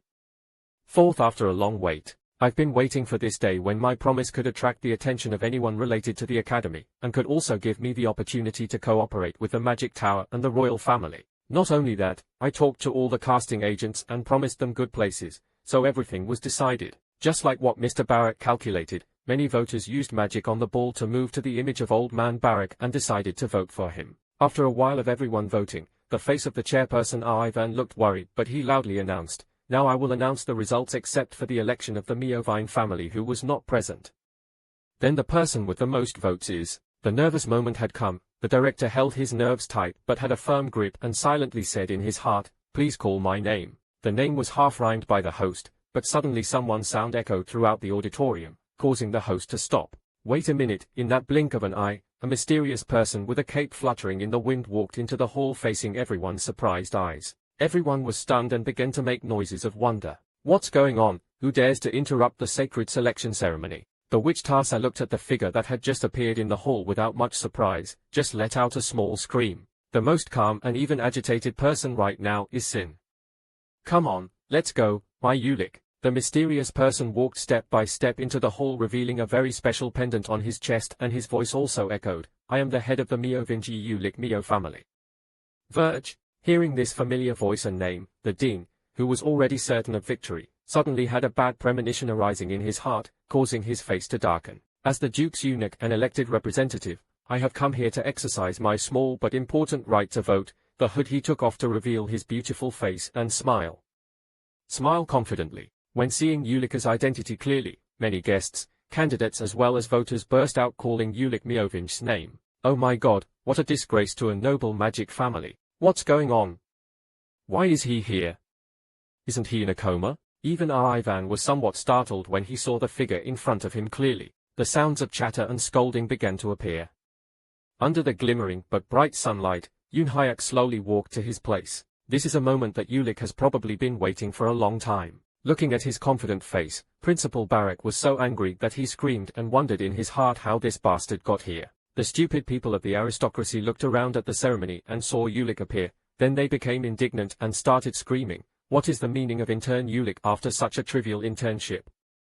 Dare to be disruptive at the principal selection ceremony. Regardless of what they said, Ulik still continued to step forward and use magic to remove the cloak on his chest. You guys are disregarding the Empire's laws. Right now I'm not an intern. Student at the academy. Listen clearly, you foolish people. I am a Duke of the Empire and a chosen representative. The empty seat in the middle is the seat of Meovingi's family, so is Meovingi's owner not? Is it allowed to congratulate the new principal?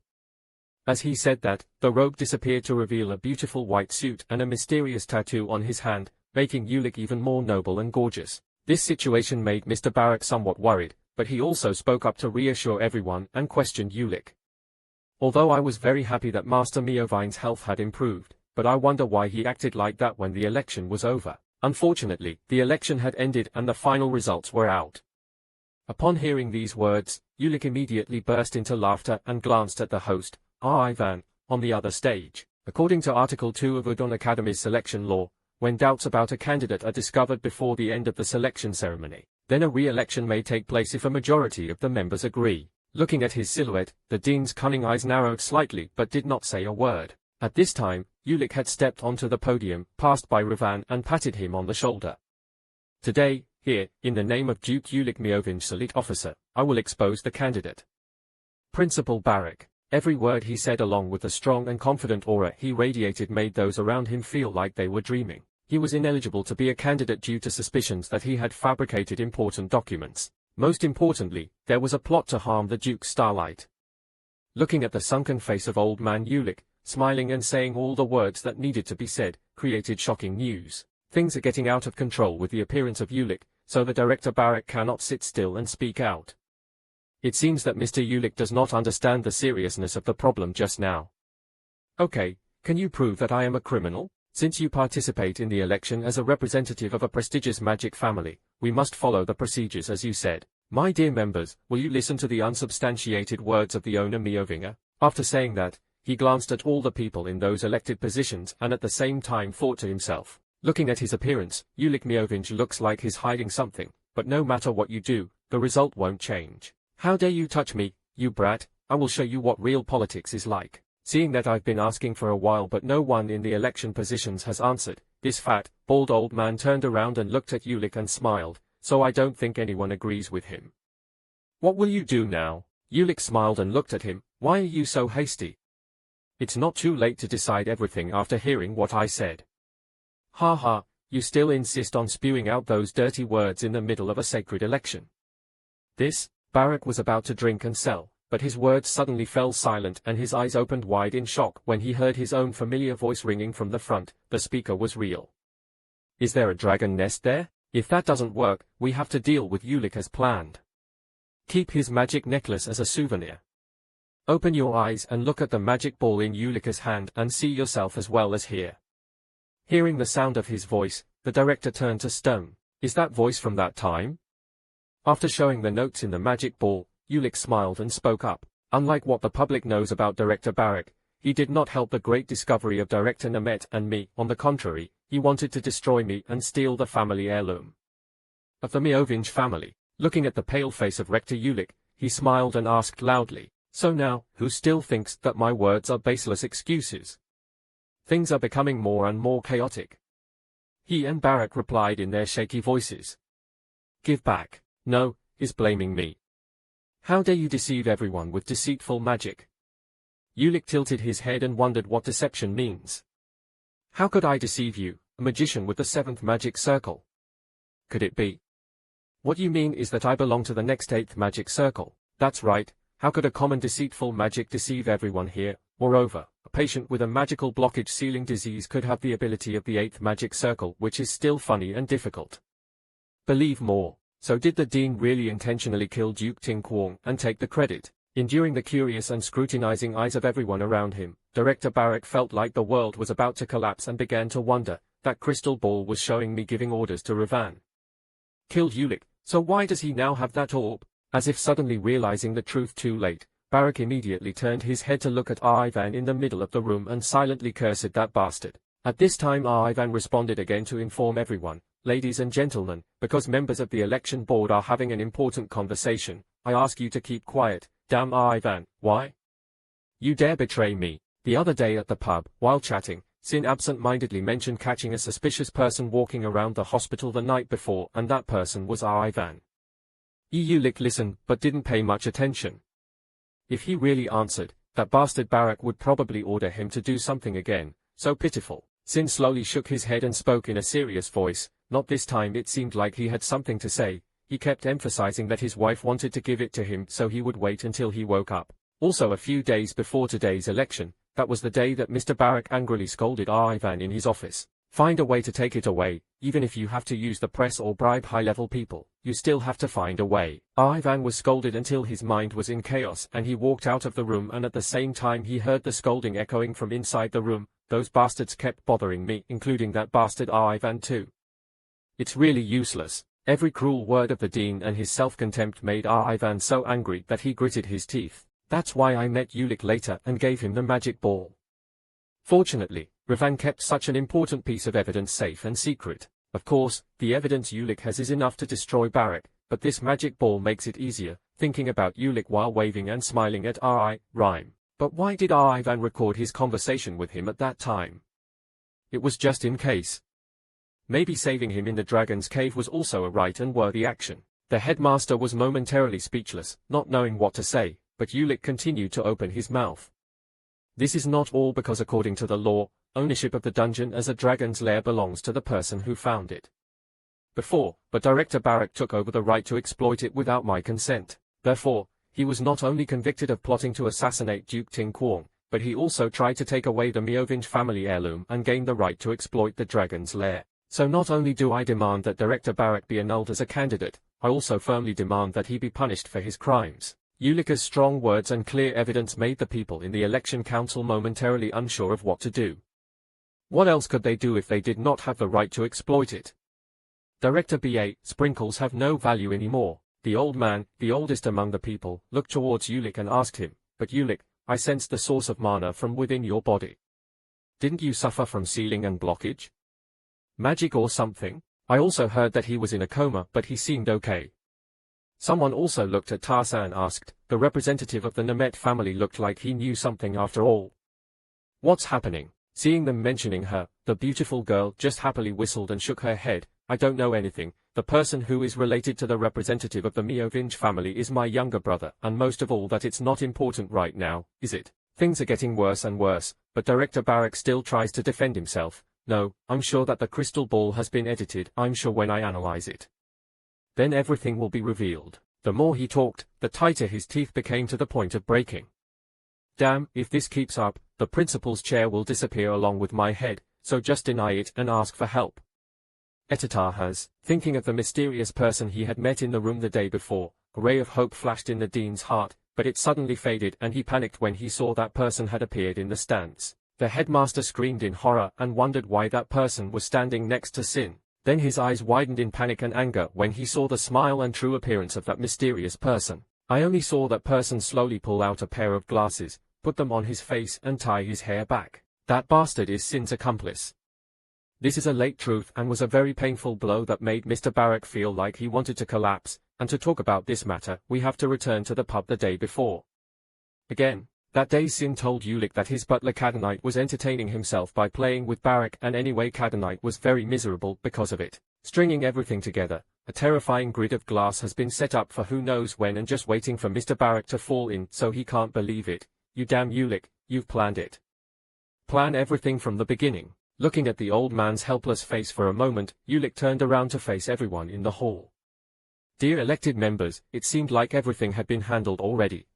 We can re-elect, but who wants to buy the principal position? Everything was clear, so the election was held again, and very quickly they chose a person to be the principal, and now that person is speaking on the podium, thanking me for giving me this noble position. Principal of Udon Academy. Ulick sat on his noble chair while the Demon King hovered next to him and kept exclaiming, I was speechless. I didn't expect you to be such a blatant deceiver. Are you brave or are you crazy? Ulick smiled and replied, if not for times like these, how would we get our share? The Demon King glanced at Barak in the distance and asked, and you still intend to leave that human like that? Why does he look so humiliated? Ulick moved his eyes towards him and laughed. Are you talking about that bald old guy? At this time, Principal Barak, after a failed attempt to defend himself, was in a daze and wanted to leave the hall, but suddenly he stopped when he heard Ulick's laughter echoing in his head. Oh my god, I'm sorry. Did you receive my audio transmission? I didn't mean to send it to you. I'm sorry. You're still in the 7th magic circle even though you're bald. It's always amazing to hear my sound transmission, but why don't you say anything? You can use sound transmission, right? Yes, I'm sure being able to listen to it is already very good. Oh, I see. You can hear it not because of talent or because of magic, but the sound can reach your head because you don't have hair, right? Using telepathy to send insults to Mr. Ulick's head, he confidently smiled provocatively. Of course, his dagger-filled words touched the bald old man's pain, causing his rage to explode to its peak. The spell he uttered madly and BA's purple magic. IC immediately rushed forward to cover Ulick. He angrily shouted like a monster coming out of hell, you brazen brat, how dare you mock me? This incident caused everyone around to panic and loudly ask, what's wrong, Director Barak? And when they saw him using magic to attack Ulick, everyone immediately shouted and ran away. The noisy sound around him did not slow him down, but made Barak's reason disappear. He now had only one intention in his mind, to kill the boy in front of him. Sitting in his chair of honor, Ulick used calm eyes to witness the powerful attack of a level 7 magician. That terrible energy made the whole hall vibrate and an explosion immediately occurred. The danger surrounding the magic and the devil's mark on Ulick's hand immediately burned up. In an instant, an icy shield appeared, covering the entire defense and blocking the other guy's attack. Everyone looked up at the ceiling in horror and was shocked. This was a level 5 magic circle. Who stopped it? On this side, after the first attack failed, the headmaster was still mad and rushed forward without stopping with resounding incantations. Confronting him was every cold breath carrying the energy of winter that Ulick released. The old man looked bewildered at this scene and then exclaimed, could that be the hero from Laxenti City who can block the 6th level lightning magic circle? But he wasn't the only one who was startled. Everyone else gasped at the miracle that was happening. Oh my god, is this person the scoundrel of a ruined family? How could someone like him who was considered disabled with a magic-blocked egg be able to use such powerful magic? Down here, after using his magic to confront the fat Dean Ulick, he grinned and couldn't help but exclaim. He thought he was old so he would be a little easier to deal with, but after all, he was a level 7 magician. If Ulick wants to deal with him now, it will take a bit of time. However, you don't need to act because perhaps you have forgotten where you are standing. Barak, looking at each lightning bolt being released by that crazy man, Ulick smiled slightly. Right at this moment, a white hand with a bright red outfit gently flicked and summoned sparks. In that blink of an eye, the brilliant fire-carrying destructive power destroyed the principal's attack and successfully protected Ulick. Look at those burning flames, and that's exactly what Ulick judged, because if this old man keeps acting like this and makes others uncomfortable like this, there will be people who will hate him and eliminate him. Typically, the phoenix appears right in the middle of this auditorium. The fire phoenix is a phoenix that has just been summoned from magical energy. The witch Tarsa slowly walked forward in everyone's gasps of surprise. Perhaps this is also the first time Ulick faced this woman face to face. She is the youngest level 7 mage capable of summoning a fire phoenix. Ulick didn't know if the sister named Tarsa was involved in this or not, but the war would start now. Everything had gone beyond the limit, so the soldiers of the magic tower along with the elders could no longer hold back and stood in front of Ulick and loudly told Barak, from now on all his actions will be punished. Will be considered an act of terrorism and will be punished. Barak, please stop. At this moment, Ulick stood behind everyone, who was still intact and unharmed, suddenly fell to the ground and burst out screaming, startling everyone, "Oh, 6 great families, and you are now the owners of Mio. Ving has been attacked, quickly capture Barak." Looking at the boy acting on the ground, the Demon King was also silenced and sighed, "Oh my God, I don't know if it's right to be called the Demon King. Truly, if you were born as a devil, you would definitely become the new Devil King of this cunning team." Lying on the ground pretending to be seriously injured, Ulick suddenly smiled softly and asked in his heart, "Don't you realize it? This is the end for those who dare to stand in our way." After that day, this news could not be hidden from everyone and was quickly spread out. Everyone started talking to each other about the hot news about what had happened at the Udon Academy and also about Ulick Miovinger who was in a coma. And when the common people learned some truths about Ulicka's true identity and abilities, they were all shocked beyond belief, and at the same time they also knew that he was the one hero saved the city destroyed by the Blue Wolf Army. As for Barak, he was expelled from the academy and then arrested and charged with murder. Ulick Miovinge was the grandson of Udon Miovinge, a magician who was declared useless due to magical blockage, so how could he cure the supposed diseases? That's impossible. Maybe he found out some secret when he went into the dragon's cave. And in a place unknown to everyone, the Green Lion also woke up after months of unconsciousness due to congestion. The Miovinge family is gradually regaining its honor. A hero has appeared even though many people laughed at him. Sin sat by the hospital bed reading the newspaper and then screamed in annoyance and grumbled, "But, why do I have to read these things to you?" Ulick comfortably lay on his hospital bed and asked his friend to read it for him because he was too lazy to read. "I'm a patient and the area where Mr. Barak hit me still hurts a lot." "Damn it, you're just a guy who's good at pretending to be a hero. Don't you see what the soldiers who hate my family are suffering? I have to endure so much suffering in front of reporters. Those journalists should know the truth about a scammer like this guy. He was just playing tricks but has now become a legend in people's mouths. Where did he learn these dirty tricks?" "Huh?" Ulick stretched and slowly got out of bed and smiled. "You think I disappeared these past few months just to hang out? Do you know that in the Burned City, the Great Lion's Lady..." Speaking here, as if thinking of something, Ulick suddenly stopped and did not continue to speak. Then, under Sinuric's curious and angry gaze, he said he didn't need to know any more. "By the way, you don't intend to cause any more trouble?" Ulick shook his head. "I don't know yet." Seeing that, Sin turned serious. "I don't know what you're doing or what your plans are, but let's leave it later because my father wants to have dinner with you." Sin's father is one of the 9th level magicians and a great magician with great magic power, and is also the owner of the Nemeth family at the top of the magic tower. Even Ulicka's grandfather wanted to accept him as a disciple. This man was a genius among geniuses in this world and this place was his residence. When they got to their destination, both Ulick and the Demon King stood still and gasped, "What the hell is this? You're such a bastard. I know you're very rich, but if I had known it was like this, I would have stolen all your money a long time ago. You're truly a prince with a golden spoon in his mouth," Ulick exclaimed with regret. "Is this a house?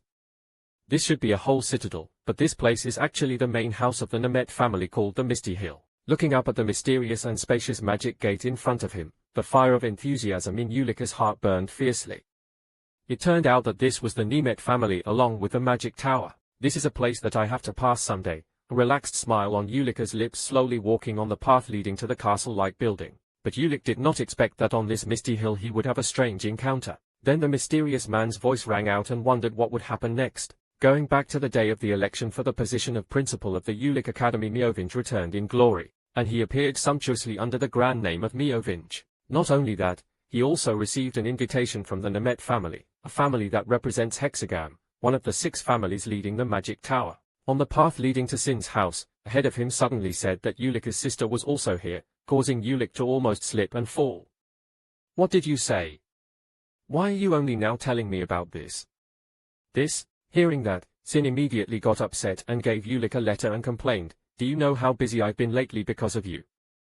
You should have contacted her sooner, right?" Ulick panicked and opened the letter, and there was a flash of fear when he read my message. "My dear brother Ulick, I heard that you are planning to go to the Nemeth family's territory. Remember not to cause trouble for them until I get there and prepare yourself mentally. If you run again, you'll die, little brother." Ulika's face was pale and sweating, and he felt like the whole world was against him and about to collapse. I'm dead, oh my god. Seeing this expression, the Demon King spoke curiously. It seems like among the Meovinge members there is another king that I don't know, because that person is making you who are worse than Satan tremble in fear. Looking at Ulik Sin's gloomy appearance next to him, he felt extremely funny. If he hadn't caused trouble, she would have been like an angel. He had forgotten that she had worked until she was about to die. Let me let you go to the academy. Ulik disagreed and countered. Of course I'm extremely grateful to her, but if you saw her true nature you wouldn't dare say things like that. Before Ulik could finish his sentence, Sin passed by and smiled. Come on, your sister is better than my sister. Do you think that damn old woman is suddenly called a witch? Haha, her personality is perfect. It all became a mess after everyone hailed her as a genius. You can't even consider her a person, Sin said and smiled confidently, but didn't know that her sister's face was next to her with a smile. Oh my god, I just believed that she once said she had to give me a gift. The beating has ended, hasn't it, my poor brother? If you wanted to be beaten that much, you should have told me right away. As soon as she finished speaking, a painful pop sounded in Sin's panicked eyes. Ulik laughed at his friend's pain and said thank you to the sister walking in front, thanking her for helping in the last principal election. Tarsa smiled and replied, no. You should be able to take care of everything yourself, right? But why would someone as stubborn as you do such a thing? Are you ever interested in Ulik? Tarsa glanced at her as she called out her blow and smiled. The blow just now was too light, right? Male. Oh my god, you're just really planning on behaving like this in front of your friends. What's wrong? Who's the one who lied to me first?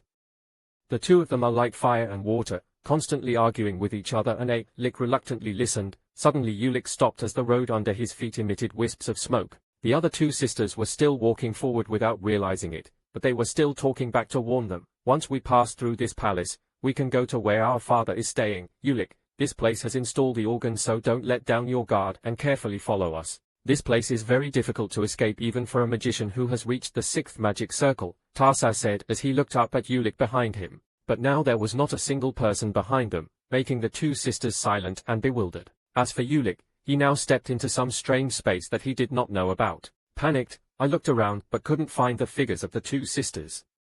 What was that? Sin and Tarsa, where did you two go? He hurriedly ran a few times around to search, but all around was an unknown space, causing Ulik to panic. Moreover, the strange Mephisto had run off somewhere, surely within a few moments. In this case, he won't be able to do anything. Suddenly, in front of Ulik, something sparkling and giant appeared, constantly moving like a tornado. The energy emitted by this mysterious place made Ulika's mind completely shaken. The Nemet family is so strong with magic that reaches this level. Oh my god, all the elements are filling the space here. Some elements are strong and sharp, some elements are soft like water, some elements are sharp and full of murderous intent, and some elements are hard and fierce. Heavy as the ground. It seems like they are all different magical elements because they have nothing in common, but they all come together at the same point thanks to the star wind element. Ulika's eyes widened and he didn't know where this was, but he felt that as long as he did research, he could make this knowledge his own. Suddenly the surrounding energy flow became chaotic as if something had just awakened and a person's old voice echoed in the mysterious space. You're looking at something quite interesting, kid. Ulik immediately panicked and turned around to look behind him but didn't find anything. Was someone following him? In a place where he couldn't see, the voice penetrated through space. Did you know what you were looking at, or did you not know what it was but still try to look? The strange situation really left Ulik at a loss for what to do. It was true that he seemed to have lost his way, but peeping at someone's magic without permission was a crime worthy of death. If the mysterious person was to control this space, one must at least be a great magician who has reached the 7th magic circle. What should I do? Ha ha kid, you didn't hear what I said. I'm sure you reacted, but you didn't hear me kid. After a moment, Ulik tried to stay calm and organize his thoughts. Objectively speaking, this was the Nemet sisters' fault for not showing Ulik the way carefully. So you have no reason to be questioned and you will pretend that you don't know anything. The most important thing is to get out of this maze. Seeing Uich for a long time without answering, the voice became serious again. Oh, are you planning to ignore this old man and run away? I can hear the gears in your head slowly turning. There, regardless of what he said, Ulik did not hesitate and cast his concealment magic. At the same time, in the feeling of that mysterious man, Ulik had completely disappeared and this situation made him a bit startled. What is it? I can't see inside the maze, maybe he took advantage of it. It's my fog to hide my body. Not knowing what to think, the old voice of this mysterious person softly exclaimed, Yudon, you died too early, but it seems you left behind a quite interesting child. After hiding himself, Ulick walked in a strange space and kept thinking, if it wasn't for that mysterious elder, he might have decoded the mystery of the energy combination just now, but unfortunately, he might get into bigger trouble if he stayed here any longer. Suddenly something happened that made Ulicker's eyes flash with panic, and just when he couldn't react, he was blown away somewhere by a gust of wind along with the other person's voice. Things started to get interesting and he was already planning to leave, because he wanted to. It's something that doesn't belong to you, so you have to pay the price, right? Outside the mysterious space on the magic path, Sin panicked and asked his sister, what should we do now? We have to tell Dad. As soon as he finished speaking, a voice rang out behind him. There was no need for the blue mist true palace to open. In the end, what the hell happened? This man with long hair and thick glasses is the head of the Nemet family named Guy Nemet. The head of the family walked up to his two children and asked if you wouldn't show him the way properly. Yes, he disappeared before we even stepped through the entrance. Hearing that, homeowner Guy Nemet mumbled thoughtfully. He disappeared before even entering the palace. If that's the case, then it seems like the uncle had a hand in this matter. Hearing that, Sin panicked. Why did he stop? But before he could finish talking, homeowner Guy Nemet sighed that his illness must have gotten worse. No, we can't just stand here and watch like that. He's a guest to the Nemet family in the name of Lord Meovinge. If something bad happens, looking at this strange appearance of Tarsa's younger brother, standing next to him, laughing and praising him, it's really cute. Yet he makes my younger brother, who is even indifferent to his own family members, worry this much. The Starlight Duke of this generation is even more curious now. Looking at his sister Sin's smile, he suddenly feels awkward and shy. Who the hell is worried? The homeowner, Guy Nemet, standing in front, also nodded. At the same time, I was also curious that the new Lord of Meovinge, a prestigious family of magicians whose position is equivalent to how good he is at magic. In a mysterious space, the mysterious old man was contemplating his thoughts when he saw Ulick disappear.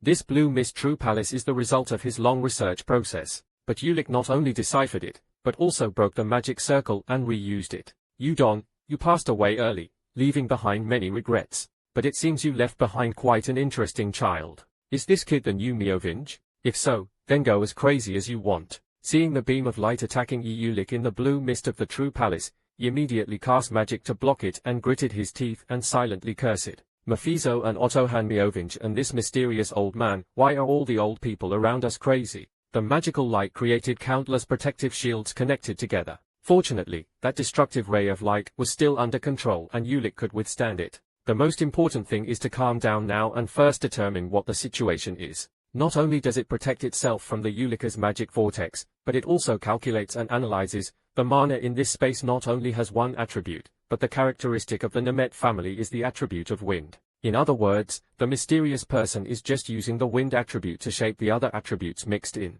The hot wind carrying the fire attribute was turning the moisture into steam, and the light wind brought them together in one place to create fog. Then when the cold wind carrying the ice attribute freezes the fog, the strong, sharp wind will creep in to stop the movement of the fog. If that old man is so strong that he can control the wind to that extent, then creating a storm will be nothing to him. Although he did not intend to hurt Ulick and Ulick did not feel the killing intent, because he provoked him first, he decided to decode the mystery that he had not completed before. Falling into difficult circumstances made the will in Ulicker's mind burn fiercely. The last time he fought with the blue wolves in that city, Ulick realized that except for his ice magic, every other magic of yours is very weak. Now he decided to use the method that the mysterious old man in this place used to change the flow of mana and control the winds in this place, everything he would do with Ma himself. And his ice magic. Furthermore, if he could go deeper to rearrange the connecting mana flow, soul speed, and sealing to reduce mana wastage, then wouldn't Ulick be able to use other attributes with magic? What about my ice method? Past battles reappeared in Ulicker's mind and became powerful sources of inspiration. The terrible opponents he met and the times he used his ice magic. All of those experiences are gradually blending in Ulicker's person and begin to intermingle and combine and turn into a single thing in common. Ulick has now almost fallen into a state of enlightenment with countless wonderful thoughts jumping into his head. Some kind of nameless energy was unconsciously cherished by him and then began to explode, tearing apart the surrounding mana flow of this strange place. The infinity symbol with great magic suddenly appeared, covering Ulicker's small body. The surrounding atmosphere became full of divinity and solemnity, along with the devil's mark on his hand glowing. Ulik was doing something that was difficult to put into words and also difficult to witness. Until everything calmed down, Ulik appeared behind the Nemet sisters. They were originally planning to find a way to save Ulik from the palace, but they didn't expect him to appear again in such a mysterious way. Oh my god, a sixth magic circle magician needs at least 24 hours to get out of there, and even Tarsa needs 4 hours and 52 minutes, but Ulik only needs 46 minutes. This achievement is amazing. Made the two sisters gasp. But the Demon King was the one who was more surprised than anyone else, because it wasn't just that simple. The level of the evil seal Ulik possessed had increased to 5 stars. Faintly sensing a powerful flow of magic in the blue mist of the true palace, the Demon King became even more panicked. It was a high-level magic that impressed even the Demon King, but Ulik not only decoded it but also stole it. Took it and developed it to this level. Ulik slowly walked closer and smiled. Why was everyone so panicked? Why didn't anyone ask if I was okay after almost dying? At this moment, Guy Nemet's voice rang out from behind. That's great, and I should have gone to the principal election. I only heard a few days ago that your congestion has improved. Out. But I did not expect that you were already a magician possessing the 6th magic circle. In his trusting eyes, the great magician Guy Nemet recognized Ulik's power at the level of any. Ulik felt a bit helpless when his powers were exposed, and the other two sisters were shocked once again. The 6th magic circle really, Ulik, oh my god, record breaking, my record was broken by my brother's friend. Ignoring the two of them, Ulik walked over and shook hands with the uncle in front of him. Sorry for the delay in introducing myself as the owner of Meovingi Ulik Meovinger. Haha, it's okay, I am the homeowner of Nemet Guy Nemet. And I also ask you to forgive me for what you just went through just now. I'm sorry that you suddenly encountered such an unfortunate incident. Ulik smiled and shook his head. No need to apologize. It was a good experience for me. Thank you for understanding. Even though it's a bit messy, welcome to the Nemet family's residence. The three of them walked in front and Sin said back, let's go. Oh, everyone at the castle is waiting for us, including your sister. Looking at the silhouettes of the three of them, Ulik pondered and then smiled slightly. Is it family? Ulik said so softly that no one could hear, only his eyes were filled with gentleness and warmth as if remembering some beautiful past in the past. Feeling this side of Ulik's story again in another faraway place with the fluttering flag that is the symbol of the Blue Lion family. In the dimly lit room, Isabio called out his father's name in surprise when he saw that he had woken up. Then she rushed forward and hugged her father's neck, shedding happy tears. Haha, why is a grown lady like you acting like a child like this, daughter? But why did you wake me up? The doctors can't cure my illness, he gently asked, patting the head of the Green Lion's daughter. Isabeo cried and answered, Lord Ulik would have helped me if it weren't for him. At first, he was a little surprised, but after hearing his daughter tell everything, the Green Lion just woke up and burst into laughter. Haha, what a prestigious magic family. That's right, the Meovinge family is the light that illuminates the darkness. Then, without resting for too long, just a few days later, the Green Lion was preparing to depart somewhere, making Isabio worried. Suddenly, where did the torture go? Dad, you have to rest more, right? How can I prioritize my health right now? If he has such talent, I have to find him even if I have to go to the end of the continent, because in this broken world, there is such a righteous child. As he spoke, the Green Lion put on his familiar armor. This rotten world has a child like that, isn't that the reason why I have to go? In the blink of an eye, the scene once again shifted to some dark place, and this place is where the evil Uncle Paukeo resides. He sat on the throne, constantly muttering the news he heard, the news about the death in that citadel of the Blue Wolf Army and the escape of Isabel. The earnest brother was cured and woke up. Only one captain of team number 3 of the Blue Wolf returned alive and then exploded right in front of Paukeo. Was it all caused by that magician named Ulik Meovinge? As he spoke, he moved his eyes to look ahead at the place where the explosion of icy energy had just occurred. A mysterious person knelt on the ground and made his guess. The magician Ulik must have cast a spell on the Blue Wolf's body to make him explode. Paukeo continued asking, what about my brother? That Green Lion was traveling with the Blue Eagle, and it seemed that day he was trying to contact Ulik Meovinge, who was currently staying at the Nemet family's residence. Listening to the report, Paukeo became even angrier and immediately gave an order. Lamb Eagle, he did not come to attack me immediately but summoned his sworn brother first. Then perhaps that Blue Lion must have become weaker. Saying that, Paukeo looked at the person kneeling in front of him and slowly reminded, Hitan, you and that damn Meovinge must not meet and kill him as soon as he leaves the house. Nemet, and don't forget that the reason I haven't killed you yet is because of that trick you have. Hearing this, Haitan's fists clenched slightly in the shape of fiery bird wings like blood that was constantly burning.